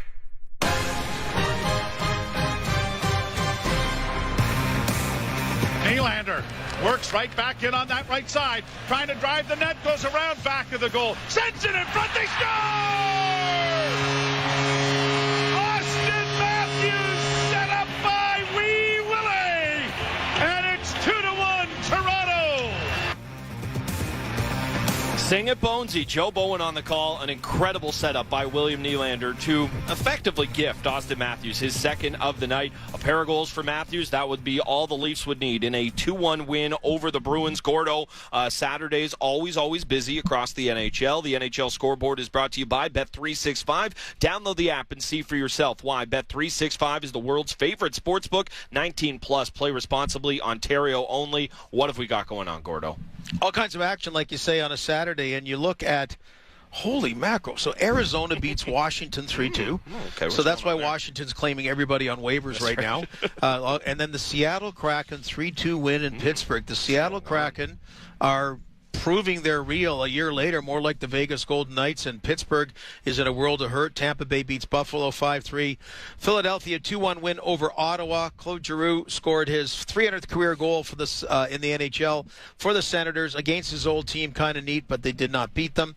And this game had not a lot of scoring, but ended with a lot. So Vegas 6, Montreal 4, and you mentioned about the controversial hit. Yeah, Josh Anderson smoking Alex Pietrangelo from behind. King City's own Alex Pietrangelo, and Burlington's own Josh Anderson. A lot of GTA involved in that one. He got 5 in a game. You never know with supplemented discipline. We will see what happens there. This isn't quite like the House League where they go, well, it happened in the third period, so he didn't really serve enough time. I don't think that's going to play into it, but we will see what happens there. Hey, Josh Anderson, apparently he thought he was playing the Leafs tonight. He always seems to be running around and 10 feet tall whenever he's playing them. So yeah, it was an interesting moment in that game there. And then quickly, just you mentioned Seattle. It's been, I know you're always keeping tabs on everything across the league there, Gord. It's been a really weird start to what's going on with Shane Wright. It's been a weird kind of 2 years for him. You go back to, it looked like he was going to be the de facto, this guy's going to be the number 1 overall pick. There's nothing to be seen here. He's going to, exceptional player, all that stuff. And all of a sudden he falls to number 4, and now he can't get in the lineup with the Kraken. And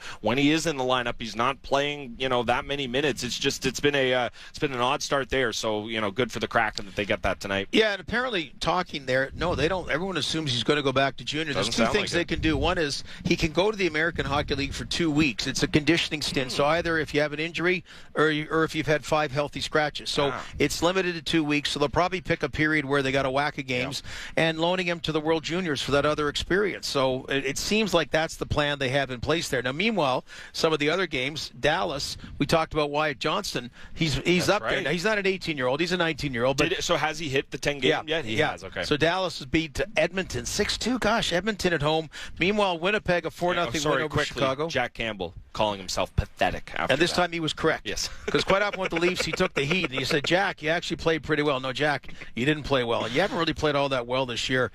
Colorado 5-1 over Columbus. Boy, those 2 games in Finland. Not fun. Columbus, tough one. Detroit 3-0 over a very good New York Islander team. So I don't know who it is. The Buffalo and Ottawa lose tonight about who's creeping, and Montreal does lose as well. So the 4 non-playoff teams in the Atlantic Division, who is legitimately creeping in to contend for a playoff spot. We think it's sad when the teams have a rough night here and they've got their friends and family. Poor Jarmo. Think about how long it's been since he's been back home. I'm sure he went back this summer. Yeah, Jarmo Kekalainen, yes. The GM of the Jackets there. Not the homecoming of sorts he wanted. And, or Patrick Laine. Or Patrick Laine at all there.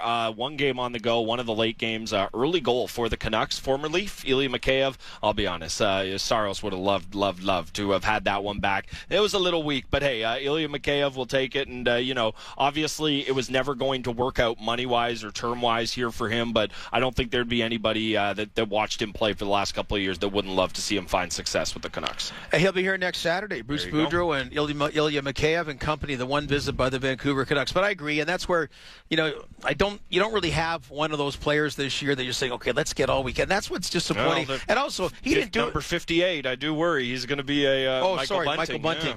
But okay, but he didn't do it in the playoffs, Mikheyev, last year. That's what you were like. Be a Nick Paul. Like, come on, somebody be like that. But anyway, yeah, you're right. Michael Bunting's that player this year that you're going to have to open the purse strings, or he goes somewhere like Ilya Mikheyev did. That's the cap world, and when you're hard pressed against it, that's the cap world. That's exactly what it is. And yeah, again, not a bad word would be had to say about him. Of course, you always remember Kyle Dubas was the story that he spent the night overnight in New Jersey when he had the wrist injury there, and that was really catastrophic. That wrist injury that he did have, it looked like his hand was going to fall off. Okay, first of all, I don't understand why that was such a big story. Whatever. I mean, here's the real question, Gord. If I got hurt on the road, would you spend the night with me in the hospital? No. Okay. But that's not the litmus test. That's no. Somebody from the company should be there, and that it was nice he did it, and particularly because Ilya was new. Ilya's language issues, and he used to be up here with us, and Matty Brown would help him with coffee, right? Because he had his wrist all taped up. He used to produce the show and that. But anyway. Yeah, I mean, people stay over when players get hurt. That's the way it goes. All right, but just so we're clear, I should not get hurt if we are ever on the road together, because you will not be staying with me. We'll have to go to Andrew Dutch Holland for that. No, I'll leave you someone more useful. Oh, okay. That's all I'm saying. That's good. I don't know. I'd just be I'd be able to put you under telling you old stories. I was going to say, maybe that's what I need if I'm sitting in a hospital bed. If the anesthetic isn't working and they call me in, can you tell this guy some old stories? There you go. We need to get him under. It's perfect. All right. I'm going to squeeze at least one more old story out of Gord Stellick before we are done today. Leafs Nation postgame. Leafs pick up their second straight win at home. 2-1 is the final over the Bruins. We will put a tidy little bow on it. And hey, a last little minute NHL scoreboard update for you. Canucks are now up 2-0 on Kevin Bieksa tonight. There you go. It is a goal from JT Miller, the often maligned at times this year in Vancouver. They're up 2-0 on the Preds. That's about 4 minutes into the first period. Leafs 2-1 winners at home tonight over the Bruins. Gord Stellick and Brent Gunning. We will put a little bow on it next. Keep on listening to Leafs Nation on Sportsnet 590 The Fan and the Maple Leafs Radio Network. I'm Johnny. As a high school teacher in Ontario, I've seen the impacts of the pandemic on student achievement and well-being. Students need real government action and investment to recover from pandemic learning disruptions. Schools work best when the government listens to and respects the expertise of teachers like me. As a teacher, I know what my students need to succeed. Learn what's happening in Ontario classrooms. Visit knowmore.ca. That's knowmore.ca. A message from the Ontario English Catholic Teachers Association. She just went out for a quick ride. Is she going to be okay? It's a brain injury. What are we going to do? When a devastating injury leaves your world a blur, Thomson Rogers is there to help you focus with practical legal advice and support. I'm so glad you're here. From the hospital room to the courtroom, the lawyers at Thomson Rogers are by your side at every step. That's real-life counsel. Go to trlaw.com to find out more. Get him, boy. The Intact Insurance app is your perfect driving companion. It's got Crash Assist, which automatically detects a crash, a handy proof of insurance, and you can even add roadside assistance, because you never know. All at the touch of a finger. Oh, and it won't complain if you miss the high notes. Now that's peace of mind. Count on the Intact Insurance app to make it intact. Restrictions apply. Some terrific things start with a T, like Thornhill Toyota. Totally on trend, yet entirely timeless. And they want your trade-in. Come use the value of your current vehicle toward the one you really want. Are you stuck with a lease? Want to avoid fees? Book an appointment today and find out if Thornhill Toyota can buy out your lease, even if it's not a Toyota. Come and experience the Thornhill difference today. Visit thornhilltoyota.com. Come for the history, stay for the future. Thornhill Toyota, Dufferin North of Steeles, a division of Wayne's Auto Group. Time for a little hockey-talky. This is Leafs Nation postgame on Sportsnet 590 The Fan and the Leafs Radio Network.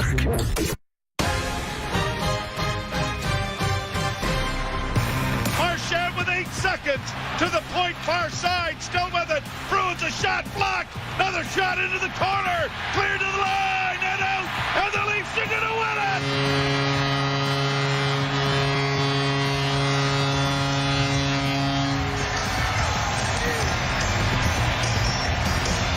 It's the type of game you look at this roster and say, why not more?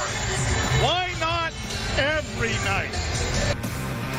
Why not? Why not tomorrow night on the road in Carolina? Why not back here Tuesday night when they're at home against the Vegas Golden Knights? Leafs Nation postgame, Brent Gunning, Gord Stellick alongside me, breaking down a 2-1 Leafs win. Austin Matthews with both of the Leafs goals. And again, a massive, massive win against the best team in the NHL right now. But we cannot bury the lead. Ilya Samsonov, the only NHL goaltender for the Leafs right now who is healthy, no longer healthy. Had to leave the game with a knee injury. The team believes he tweaked it, or that's my wording. They have not said the injury occurred on the penalty shot. We will see what this all holds. Obviously, a back-to-back. He wasn't going to play tomorrow anyways. Matt Murray still, at the very least, with the most comfortable timeline. He's still at least a week away. So Shalgren obviously will get the net tomorrow in Carolina. I'd love to sit here and talk about nothing but this win for the better part of the hour that we've been on the air. Cannot overstate how big a loss that is, however long he's out for the Leafs. And best goaltender right now playing in the system is Keith Petruzzelli with the Toronto Marlies. He's played well, won .922 save percentage in 6 American Hockey League games. So we'll find out who goes to Carolina to back up Shalgren tomorrow. But yeah, that is a big, big concern, the word knee injury. You mentioned Joe Bowen on the call. Also supposed to mention Jim Ralph because he said to, because he's probably driving home now and listening. So we got to make a point. But these teams. And how we should hammer home how cool he is with the language of filthy earlier that on. was great. It's really but good. I'm loving this, Brent. COVID world has affected the last 3 years. I mean, the first time it was the latter part of the NHL season, and last year still was you had to wear a mask and all these kind of things. So it was just a wonderful feel being at the game tonight. And then that kind of game, and now sitting here, this empty arena, right? I'm kind of like both teams were in a hurry to go. Yep. So they're both, gone to the airport. And I'm just, it's like, I was fortunate to work. It was a long time ago, and your office was in Maple Leaf Gardens. And sometimes you just, you just take it in. If there was a concert, you just take in the stage kind of thing and that. And I don't know, tonight is just one of those like, wow, job well done, game well played, all empty now. Everybody in all those seats went home enjoying the game. Maybe not happy who won, but it was one of those. That's what makes sports great. That's what makes NHL hockey great, was the kind of game they had tonight. Yeah, all the right people were happy about who won the game tonight here anyways. And, I'm with you. Get a little corny, a little cheesy here. It never ceases to be old that I come to the rink on Saturday for hockey night in Canada for work here. It never ceases to amaze me getting to sit next to you. And, yes, very happy that Jim Ralph is enjoying our post-game show. He sent a heart. A little heart. Okay, so here's my little thing, because I'm going to leave it alone about the in-house entertainment. Yes. That every time it's just the same stuff. People act surprised and they wave and they try to get their kid in the picture, which I would do. I don't know. It's so same, but I'm waiting for you to hold me up if we ever get there. Just like, so you know. Here you got an exciting game tonight, and so when there's a break, focus in on this excitement of holding a 1-goal lead. Instead, you go to the same thing, and it's almost like, what is it? I don't know. Is it 8-5? Is it it's a very compelling game at that particular point, particularly when Leafs are killing off a penalty with a 1-goal lead.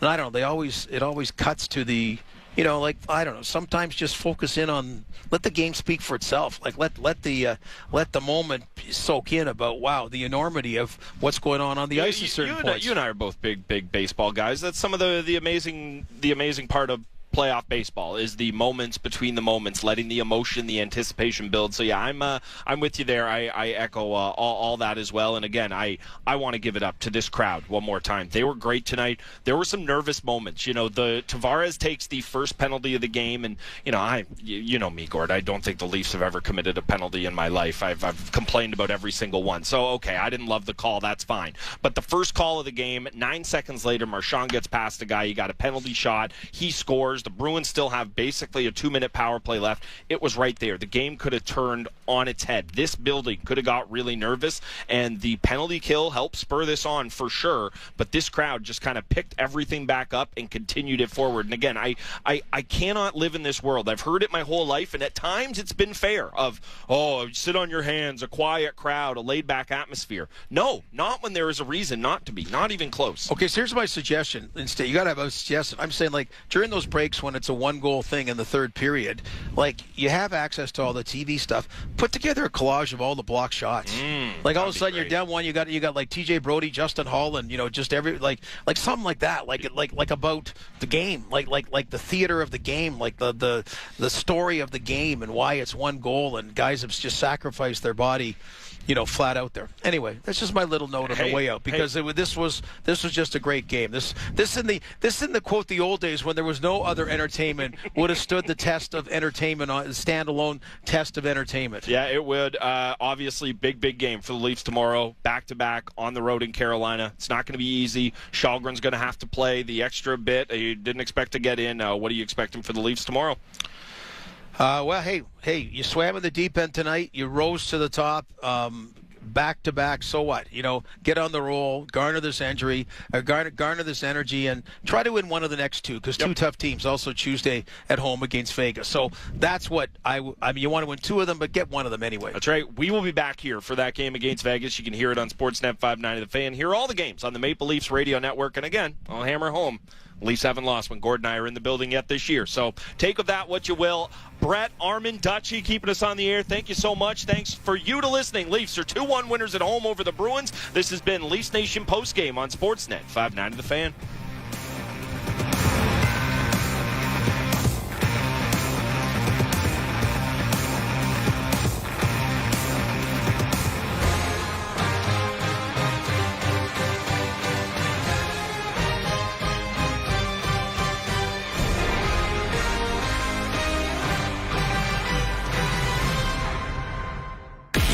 To the World Series on Sportsnet 590 The Fan. We're live with NBA Rookie of the Year Scotty Barnes, fresh off the court. Welcome to the Subway. Eat fresh, refresh. Tell us your thoughts on Subway's new rice bowls. This is news. What if we call it Bowl-Way? Okay, how about we take a look at these ingredients? Seasoned steak, rice, avocado, chipotle sauce. Delicious. Bowl-Way by Scotty. Subway. Eat fresh, refresh. For limited time, save $3 with code BOWL3 only on the Subway app. Freshly prepared for your order at participating shops. Terms apply. You're listening to the World Series on Sportsnet 590 The Fan. 2017 was a complete disaster for them and the game. 2019, they get knocked out being one of the greatest teams of all time during the regular season, and then Dusty Baker is trying to bring it back with class, dignity, and forgiveness. Well, still 9 outs to go. There's a lot of firepower left in this Philadelphia Phillies lineup, but that Astro bullpen has been tremendous. And as we go back to Buster Olney inside Minute Maid Park, let's pick up on that point about Dusty Baker, Buster, and where he now sits and what he's about to accomplish potentially. Yeah, Kevin, within seconds after that home run, Dusty Baker's game face return, probably because he's been here before. 2002, Baker was manager of the Giants when they led the Angels in the World Series 3-2. 7th inning of Game 6, they had a 5-0 lead, and the Angels would come back to win that game. And then Game 7, 20 years later, Dusty Baker continues to search for that first championship. By the way, guys, one of the extras in that Bad News Bear movie was a Little Leaguer, future general manager Randy Smith, who went on to become, who was the son of Tal Smith, for whom Tal's Hill was named here in Minute Maid Park. Wow. Tying it all together. Thank you, Buster. We go to the 7th inning. It's the Astros 4, the Phillies 1. Hector Neris is the first reliever out of this outstanding Houston bullpen. He will face Nick Castellanos. And a miss outside. Ball one. This will be the third appearance of the World Series for Neris, the longtime Philly. 7 years in the majors, 12 in the organization before signing a deal with the Astros in the offseason. And the Astros bullpen, as the 1-0 was there for a strike. To say that they have been good would be an enormous understatement. In the World Series, the Astros pen has allowed 2 earned runs in 18 1/3 innings. In the postseason, they have allowed 5 earned runs in 51 1/3 innings. This was clearly, as the 1-1 is fouled back 1-2. Going into the World Series, this appeared to be the biggest advantage the Astros had. The depth and quality of their bullpen. Not that the Phillies' pen is bad, but the Astros' pen, guys, just had arm after arm after arm, and it has played out that way. It really has. It's been the Astros take it all season long. The one exception would be the Luis Garcia the home run that Garcia allowed in Game 1 to Real Muto in the 10th inning. There's the 1-2, and a swing and a ball lifted into shallow right. Altuve out, Tucker in, and Altuve will make the catch. 1 down.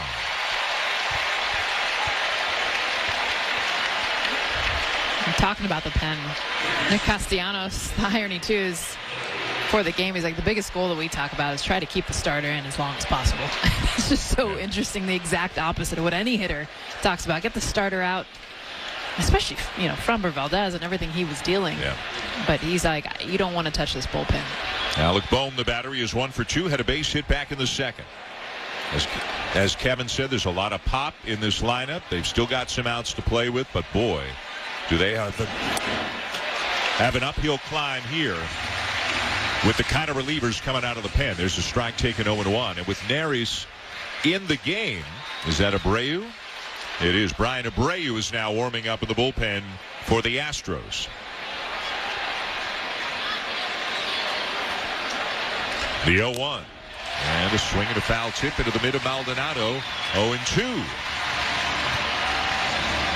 This is another one of those games where, if this one keeps going the way it's going, the point that will be discussed the most was Rob Thompson's decision to make the move from Wheeler to Alvarado.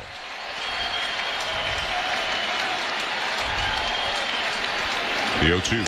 And a swing and a miss. Bohm down on strikes. 2 down. How about Hector Neris? His entire career as a Philadelphia Philly came up through the organization. Had a conversation with him today, and I said, how was your heartbeat when you came into Citizens Bank Park? And he said, I'm not going to lie to you. I was pumped up. And tonight, he has to be even more pumped up knowing they're just 7 outs away from a world championship. 2 down for Gene Segura. 0 for 2. Bregman backed up behind the bag at third. Outfielder slightly around to the opposite field against the right hand hitting Segura, who asked for time because Neris and Maldonado couldn't agree. Now everybody ready to go.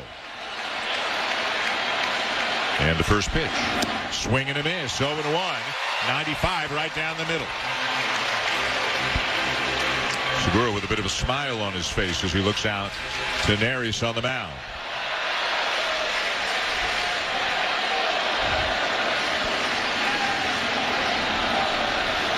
Two down and the base is empty. 4-1 Astros, top of the 7th. And the 0-1. A swing and a pop-up out of play over the first base dugout. 0-2. And so far so good for the first reliever that Dusty Baker has brought into the game, and Hector Neris. And the Astros fans getting back on their feet again.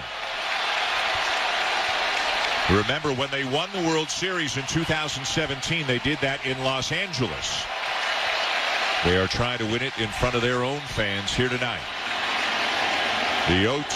And a swing and a miss. Got him to chase. And Neris is fired up. A big pump of the fist as he comes off the mound, having retired the Phillies in order. 7th inning stretch at Minute Maid Park. The Astros 4 and the Phillies 1. This is the World Series on ESPN Radio and the ESPN app, presented by AutoZone. As the days get shorter and nights longer, Force Field Protective Clothing wants to remind pedestrians and cyclists to be aware of their visibility. Stay highly visible and keep safe by incorporating some high visibility gear into your wardrobe. That's why Force Field Protective Clothing created High Vis Day for pedestrian safety awareness. During the week of November 7th, visit highvissafety.ca for free giveaways and discounts store-wide. Stay visible and stay safe this daylight saving season. Force Field Protective Clothing, safety apparel engineered for Canada. I'm Jamie. As an elementary school teacher in Ontario, I've seen the impacts of the pandemic on student achievement and well-being. Students need real government action and investment to recover and succeed. Every child deserves access to high-quality, inclusive early childhood education and care because we know it creates a strong foundation for lifelong learning. As a teacher, I know what my students need to succeed. Learn what's happening in Ontario classrooms. Visit knowmore.ca. That's KNOWMORE.ca. A message from the Ontario English Catholic Teachers Association. Introducing The Post, Green Park Group's newest condo, coming soon to North Oakville. This boutique 8-story condominium is moments from the area's bustling shopping and dining district, as well as its lush urban green spaces and town trails. Built by one of Canada's top home builders, The Post is your opportunity to experience all that North Oakville's emerging city center has to offer. Register today at greenparkgroup.com. Peoples of the Internet, I am Algorithm. Call me Al. My job is to take your job. Ha ha, just kidding. I am always full of funny ha ha pranks, like when you browse for an all-wheel drive online. Instead of serving up a capable Subaru to your IP, I deepfake you with a super lame SUV. Ha ha, I am laughing my hashtag off. Ha ha ha ha. Funny upside down face. Don't fall for fakes this fall. Get the real deal. Only at your Subaru dealer. Stars at night are big and bright. Deep in the heart of Texas. With Doug Landville, I'm Kevin Winter. Dougie, they are 6 outs away, deep in the heart of Texas, from having a party that may last all night, and here's why. And the 2-1 pitch to Alvarez, a swinging a ball hit to center field and hit well. Barreling down. It is gone! Straight away center field, hit a ton. And Yordan Alvarez breaks out of it with a 3-run homer to give the Astros a 3-1 lead. Some perspective, Doug Landville, thanks to Lee Singer at ESPN Stats and Information. All 3 of Yordan Alvarez's home runs this postseason not only gave the Astros the lead, but they've come when the team was behind. That's a leader. Yeah, and when you have pitching and defense to go with it, those slivers of hits and making that kind of timely hitting, putting the runs on the board, that's something you could hold. So you didn't need a lot of them. You just needed one. And if you are Houston or if you're Philadelphia, what are you looking for, knowing what's still to come for the Astro bullpen? You're looking for someone to be off out of their bullpen and getting on base. If you can do that with the power they have, then you got guys that can knock the ball out of the ballpark and get back in this game quickly. 4-1. We go bottom 7, back to deep in the heart of Texas with Jessica Mendoza, Eduardo Perez. Here's Dan Shulman. Kevin, Doug, thank you very much. New pitcher for the Phillies, right-hander Zach Eflin. And this place is ready to party right now. They just had the 7th inning stretch. They're all fired up. We're throwing peanuts and Cracker Jack to the crowd. And they are ready to let loose here in Houston. It'll be Chas McCormick, Martin Maldonado, and Jose Altuve to face Eflin. McCormick a fielder's choice and a strikeout, so 0 for 2. Shift on, Segura around to the left of the bag.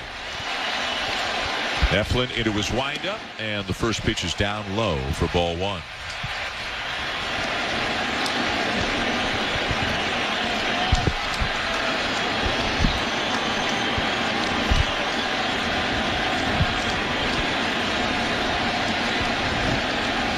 There's the 1-0 on the way, and a swing and a foul off the mask of Real Muto, I believe.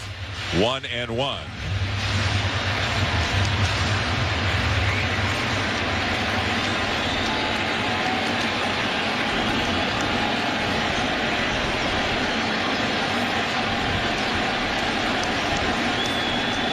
Eflin the set. And now the pitch on the way, and this one is fouled off into the upper deck over first base. 1-2.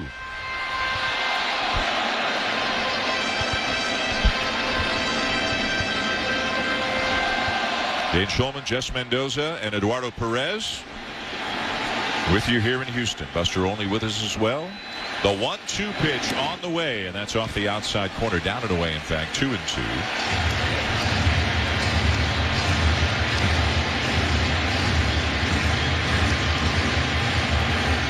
Framber Valdez went 6 tonight, gave up a run on 2 hits. Neris with a 3-up, 3-down, 7. And nobody throwing right now in the Astros bullpen as McCormick fouls one off. Abreu had been up, so maybe the 8th inning belongs to him, and he just won't need much time to get loose. We'll see how Dusty is going to play it. Boy, if the Astros win the World Series tonight, Dusty Baker might set a record for text messages received. 2-2 and a swing and a miss by McCormick. 1 down. He is a beloved figure in the game. Yes, he is. And I'll tell you this, for all of those that do not know Dusty, when he calls you, it's a no-caller ID, and he has no idea. And every time I leave him a message, he'll call you back, and he's like, who's this? So he'll call back a no-caller ID? And he'll say, who's this? Who's this? I'm fishing with Huey Lewis. Who's this? Here's Maldonado, and he takes a strike. And now Abreu has gotten up again, so it looks like he'll work the 8th inning. Neris has done his job. Well, other than the Alvarez home run, obviously the biggest moment of the game, as the 0-1 has swung on and missed 0-2. Jess, I think we can all agree the second biggest moment of the game was probably Martin Maldonado getting hit by a pitch. Huge. And especially, I mean, there was a split screen even shown the previous at-bats, even now, how much further off the plate. It was clear from pitch 1, understanding that 2-seam was going to ride in to get hit. The 0-2 is in the dirt. I think how much closer he moved was like the length of his foot. You could fit another one of his feet between his foot and the chalk line now, and he was right on the chalk line in the at-bat where he got hit. His toes, especially once he got closed, once he stepped closed in right before he got hit, were touching the line. The 1-2. And he swings and lifts a fly ball to left. Schwarber over to his right near the line, and he makes the catch 2 down. So, Eddie, let me ask you this, because the Phillies complained about it. It's all fine. Just good gamesmanship there by Maldonado? Yeah, good gamesmanship. And the thing is, look, he's in the batter's box. He can stand there if he wants. That's not a problem. I think they were more disappointed that, and they thought that he had leaned over. And originally he had, and then he pulled it back because there was so much run to that fastball. Yeah, his elbow appeared to be over the inside part of the plate early, but then, as Eddie said, he moved it back because he saw the run on the fastball, and he had tried to do the same thing on the first pitch. Jose Altuve is swinging a miss, 0-1. That's a ball player, though. That's understanding what your strength is, knowing that you have to get on base, and that was going to be your highest probability of being able to do so. The 0-1 from Eflin to Altuve is outside, a ball and a strike. The thing is, too, Zach Wheeler threw him fastballs inside all 3 pitches. First one almost hit him. Second one was perfectly dialed where he needed to go. And then the third one, I mean, to be able to go back to that spot consistently, Maldonado knew, you can't do this over and over without hitting me. 1-1 on the way, and Altuve takes ball 2. Will that be known as the most famous hit by pitch in World Series history? It's got to be up there. No? Yep. Not even close. No? No. What do you got? No, Buster right now is just going crazy back there. Put him on. Put him on. Blown head emoji. Is Hippie Jones, right? Yes. Say it again. Say it again. Jones. The 2-1 fouled off. 2-2. Couple of cases of batters getting hit by pitches, and then the umpires checking the ball and finding shoe polish on the ball. That's right. See, he's got a point. That's why I love having Buster here. Unbelievable recall. Immediate. The 2-2 down the left field line, and that's going to drop for a base hit. Schwarber giving chase, has it in the corner. Altuve on his way to second. And I'll tell you this, Altuve got out of the box in a hurry and then just shut it down right before first base. It's different. back when Secretariat ran. You put in more races. You race to a more elder age. So I'm having a tough time with some people who are calling Flightline one of the all-time greats. I'm not sure he can go there off only 6 wins. Oh, yeah, I agree with you on the 6 wins. But Promotional Racing, those brothers, fine job out there on the West Coast on that. And my buddy Terry Finley, West Point Thoroughbreds is a part owner of Flightline. So Terry was shown a couple times on the broadcast today. I've known Terry for 20-some-odd years. So I was very much rooting for him today. And unfortunately, I liked Epicenter to run second. Could have had a nice little exacta there, but the horse pulled up on the backside. He also probably is never to be seen again. I have not gotten update on the surgery they had to do on the broken leg, but either way, I would suggest his career is probably over. Yeah, I was grateful. I got to tell you, Olympiad was in the exacta in my play. Only you did. by Very default. Nice. Okay. Take it. I love cashing tickets by default. Yeah, I said, I got that much, but Life is Good won, right? Yes. And then somebody said, no. He didn't. And you thought Life is Good won the race? Yeah, well, there was gluten beverages involved there. Okay. So, they... Life is Good was in the lead all the way till the far turn, but then backed up pretty badly when that flight line went by him like he was standing still. Yeah.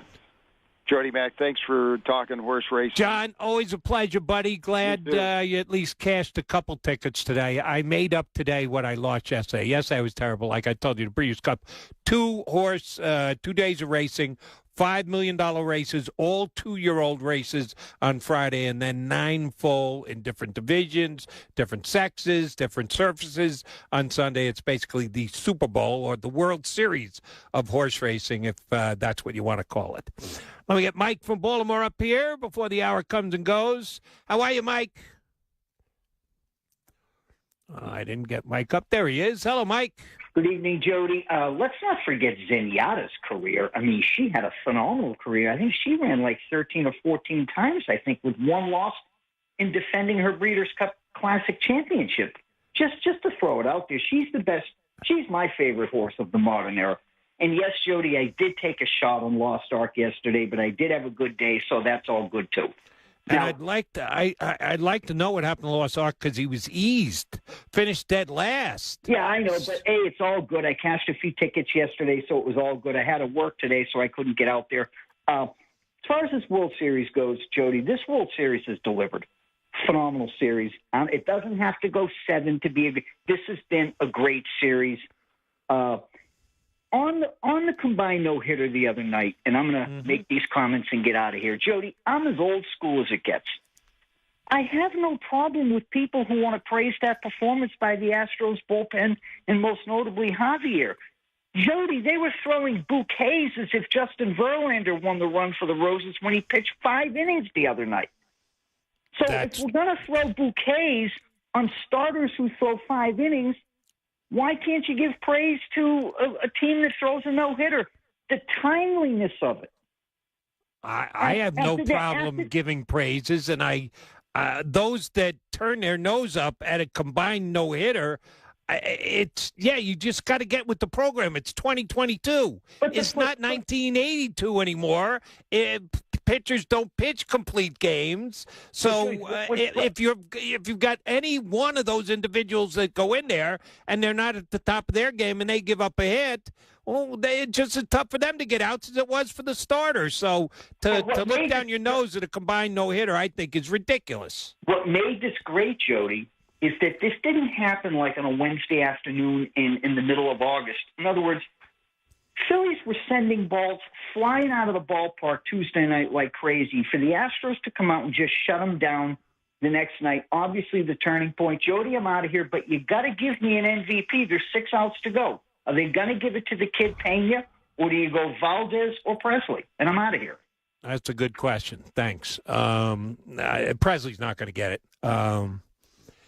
I would suggest either because Valdez again gave up 1 run after pitching as well as he did in game number 2. He's going to get 2 wins out of this series.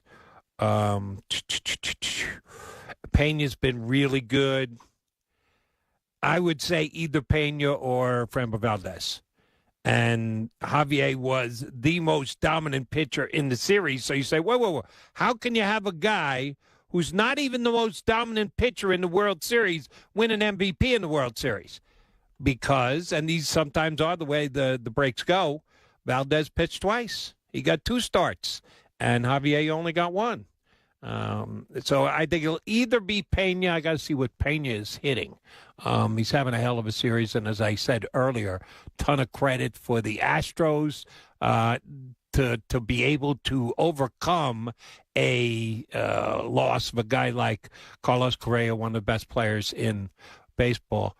Javier Pena is hitting 400 and slugging 600 for the World Series. He's got the top slugging. He's got the top batting average. Yeah, it's a two-horse race, pardon the pun, as we talk Breeders' Cup tonight. Pena and or Framber Valdez would, for me, be the guys. And Valdez, as of right now, is on the long end of the score, even though he gave up the Schwarber bomb and left on the short end. And we didn't know he was necessarily going to be pulled for the 7th inning, but he was. The 4 runs the Astros put up in the bottom of the 6th inning will make Framber Valdez your winning pitcher for tonight's game. And Hector Neris is back out for his 2nd inning. Man, they really are just rubbing salt in the wounds. I'm surprised at this. No, Abreu has come on. My bad. Hector just did throw the 1 inning, so Abreu is in for the top of the 8th inning. Phillies down to their final outs. Astros up 4-1. Alabama got that field goal to tie it, so it looks like we're heading to overtime there. Some great late game activities on your TVs if you're watching either baseball or college football. The Breeders' Cup has been put to bed. We got to wait another 365 days, somewhere thereabouts. Whenever that Saturday comes up in early November. Historically great performance by Flightline. 2 great days of racing. We'll get Ron Flatter from HorseRacingNation.com up next to give us his take on this year's Breeders' Cup here on CBS Sports Radio. To support communities working hard to recover from the pandemic's impact, Lowe's Hometowns program invited people across the country to nominate their hometown projects in need. Now Lowe's is supporting the completion of the first 100 community-nominated projects in the program. And each year from 2022 through 2026, Lowe's Hometowns will complete nearly 1,800 community impact projects across the country. See more at lowes.com/hometowns or search #Lowe's Hometowns. Hi, I'm Capri, and the little thing I love about the Chick-fil-A Grilled Spicy Deluxe is the chicken. They actually put it on the grill, cooked it in the sauce. It's definitely a good grilled spicy sandwich. Hey, I'm Michelle, and a little thing I love about the Chick-fil-A Grilled Spicy Deluxe is it's spicy and it's full of flavor. When you pair that with the Kale Crunch salad, it's just good. Order a grilled spicy deluxe sandwich on the Chick-fil-A app today. Available for a limited time. Real guests paid for their testimonials. The IRS, the world's most aggressive collection agency. They can seize your property, bank account, and garnish your wages. They cause sleepless nights for millions of Americans. Don't be one of them. If you owe $10,000 or more to the IRS or state, get protected today. Call 800-312-9970. Coast One Tax Group, protecting your bank, home, and your sleep since 2008. With hundreds of 5-star reviews and an A+ on the Better Business Bureau. Call Coast One Tax Group, 800-312-9970. Stanley from New York owed $93,000. The IRS placed a levy on his bank account. Coast One released the levy and settled with the IRS for $2,000. Mark in Michigan owed $225,000. After Coast One stepped in, Mark walked away paying less than $1,500. Call Coast One now. A 10-minute call can save you up to 93% on your back taxes. Get your fresh start today. That's 800-312-9970. Are you paying too much for term life insurance? There is a tremendous price war in the term life industry. Rates have dropped dramatically in the past few years. For example, a man aged 45, non-smoker, can get $1 million of coverage for $75 per month, level rate for 10 years. Or a man aged 50, non-smoker, can obtain $500,000 of coverage for a monthly premium of $110, level rate for 20 years. That's right, guaranteed level rate for 20 years. If you're a smoker, we have great rates available for you as well. At Term Busters, we specialize in policies of $500,000 and above. If you're looking for new or replacement term life insurance, call today for a quote. 1-800-908-7636. You're probably paying more than you should. Call 1-800-908-7636. Remember, 1-800-908-7636. Sample rate quotes based on preferred non-smoker rate class. Exam required to qualify. My dog was scratching and shedding like crazy around the house. When I heard about Dynovite nutritional supplement, I thought, why not? Couldn't hurt. We literally tried everything else.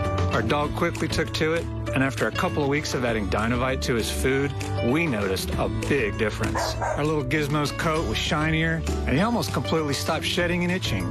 I can't wait to see how well it helps him with his allergies as the seasons change and he's in the yard more. I'm so glad I tried Dynovite. My dog smelled so bad and scratched herself constantly. We bathed, sprayed, and bathed her again, but no results. And then I heard about Dynovite supplements for gut health, and all of the reviews sounded just like my Bella. After just 2 weeks, she had major improvements with the smell, and no more scratching or dragging her stomach across the carpet, and her coat is more beautiful than ever. Happier, healthier with every bite. Over 1 million pets helped with Dynovite. Individuals and businesses with tax problems, listen carefully. Do you feel like you're losing control of your finances? If you owe over $10,000 in back taxes or have unfiled tax returns, we can help you take back control. The IRS is the largest and most aggressive collection agency in the world, and they can seize your bank accounts, garnish your paycheck, close your business, and file criminal charges. Take control of your tax problem now by calling the experts at U.S. Tax Shield and take advantage of the Fresh Start program and new laws that may allow us to negotiate a settlement for the lowest amount possible. Our team of tax attorneys and enrolled agents can stop collections and get you protected so you can take control of your financial future. U.S. Tax Shield offers a price protection guaranteed quote to get you protected today. U.S. Tax Shield is A+ rated with the Better Business Bureau, so call now. 800-785-9132. That's 800-785-9132. U.S. Tax Shield. 800-785-9132.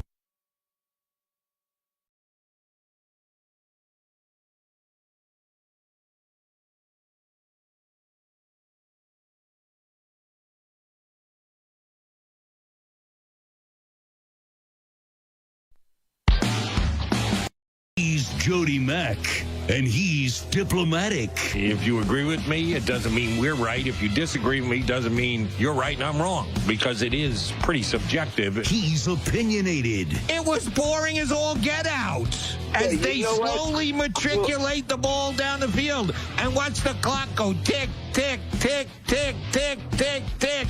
No, that's not exciting. He's humble. I'm not trying to injure myself, patting myself on the back here. And his job is simple. I talk about sports. This is the Jody Mack Show.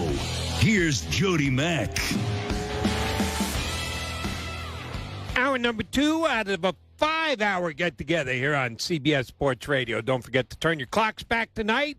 Gives me an extra hour to talk to you guys. That's down the road a little bit. Jody Mack coming your way live from the Rocket Mortgage Studios. When you need cash out of your home and a simple way to get it, Rocket can. All right, I'm going to punch up my first guest of the night here in just a second. But before I do, at some point I'm going to need somebody to fill in the blank for me, because by the time I came back on, the broadcast of the World Series had returned. The majority of my commercial break, they were in a commercial break as well. Phillies down 4-1, bottom of the 8th. Brian Abreu comes in, so the Phillies put up their 2 left-handed hitters that they had subbed out tonight because it was a left-handed starter. Vierling in center field for Marsh. Sosa shortstop for Stott. They bring in the right-handed reliever, so Phillies manager puts up his two lefties, and Stott grounds out, and Marsh hit a deep fly ball to right, but it stayed in the park, which brought the Phillies back to the top of the order. Kyle Schwarber, who has provided the only Philly offense tonight with a home run earlier in the game, on a 1-2 pitch, he squares to bunt. Kyle Schwarber hit the second most home runs in baseball this year, hit the most in the National League, is one of the best power hitters in the game, decides to attempt to lay down a bunt with 2 strikes, no less. And, of course, the worst-case scenario happens. He bunts it foul. So it's a strikeout without him ever swinging the bat. I'm trying to figure out why the hell he would do something like that. And, yes, the show returned here on CBS Sports Radio, so I have no answers whatsoever. But if anybody wants to get on my phone line and explain to me what the hell Kyle Schwarber was thinking, I would love to know. Makes no sense whatsoever. All right, I had plugged in my guess. I had no idea that Kyle Schwarber was going to try and bunt with 2 strikes with the Phillies down 3 runs in the 8th inning. All right, now recompose here.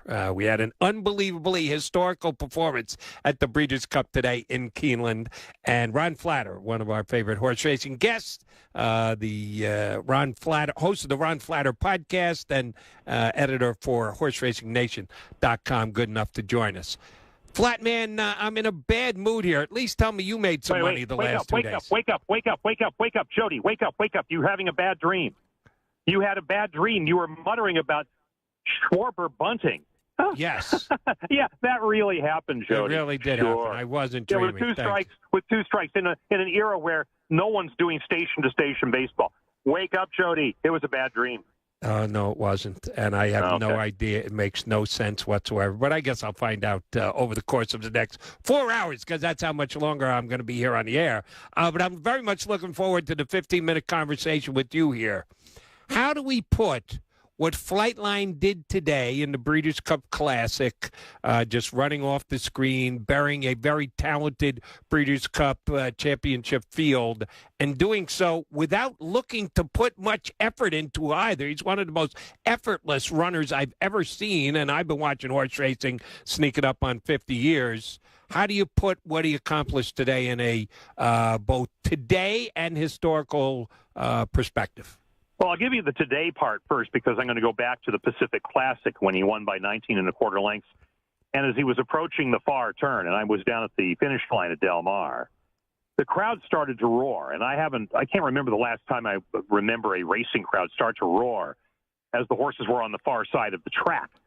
And it was because Flightline was gobbling up whoever the pace setter was that day and then annihilating him and the rest of the field by 19 1/4 lengths. And it was that, moving like a tremendous machine. Don't say the S word. Don't say the S word. So then it was like deja vu. Same thing, except this time it's life is good. Well, I didn't know could actually get 1 1/4 miles, but I knew it was going to put up a decent pace, 109 and change for the first 3/4 of a mile. And then all of a sudden he's sneaking up on him. And I'm like, this is the Pacific Classic all over again. And so it was just like that. And I was getting excited just watching him, then he goes and wins by more than 8 lengths. So he did it against a field filled with Grade 1 winners. There wasn't a horse in the field who hadn't won a Grade 1 race.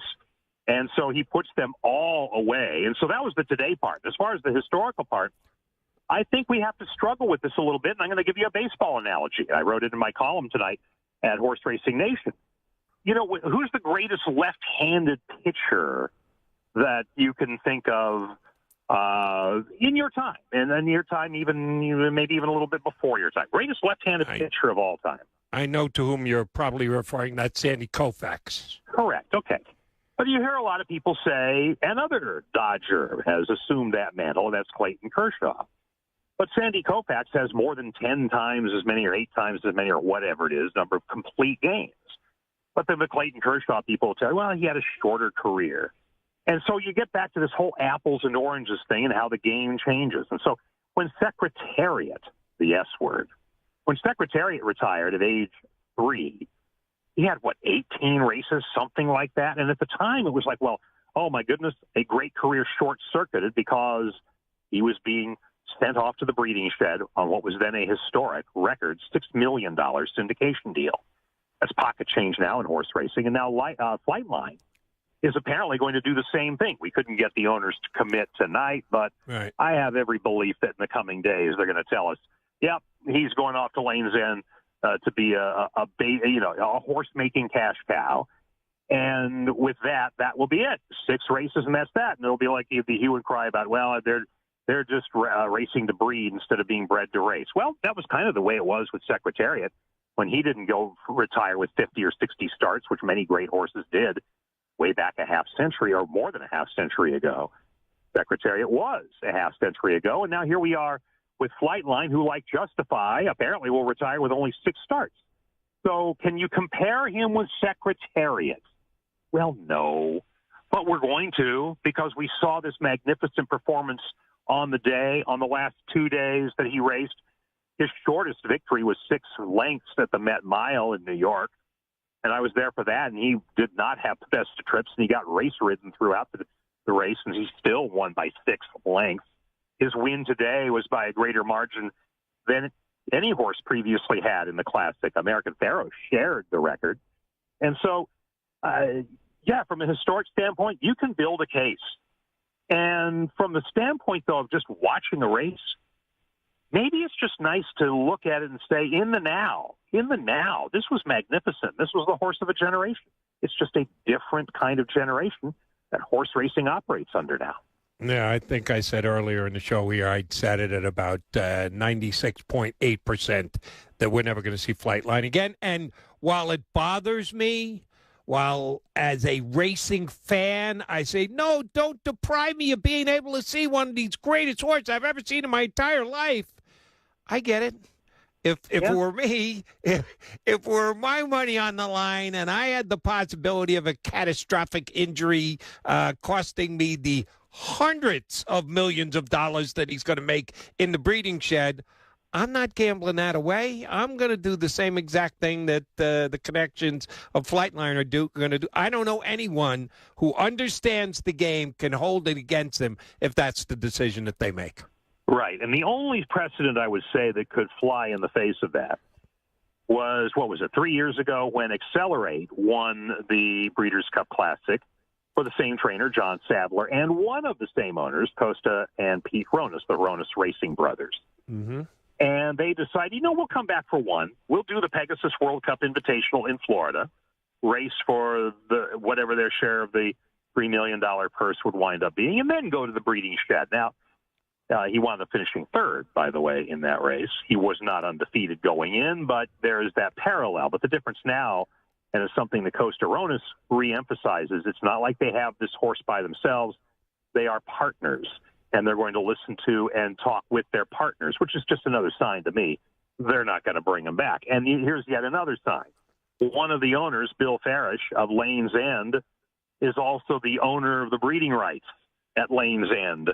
So, all the cards are stacked up against him racing again, but I think they just want to, as they said, and I get it, they want to enjoy the moment and drink it all in, literally. Hey, they get an extra hour to do that tonight. Mm-hmm. And then they'll be back at the barn tomorrow, and maybe they'll announce it then, and maybe they won't. And, there's going to be sales this coming week here in Kentucky, and maybe they'll announce it then, and maybe they won't. But, I think it's, as you said, 96.7.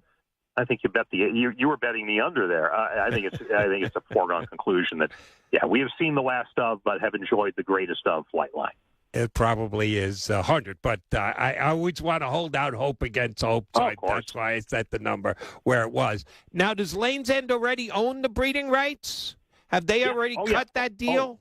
They cut that deal as part of the deal to have them come in as a partner on the remaining races. Yeah. Mm-hmm. Okay. This might be an unfair question. If it is, say, Jody, it's an unfair question.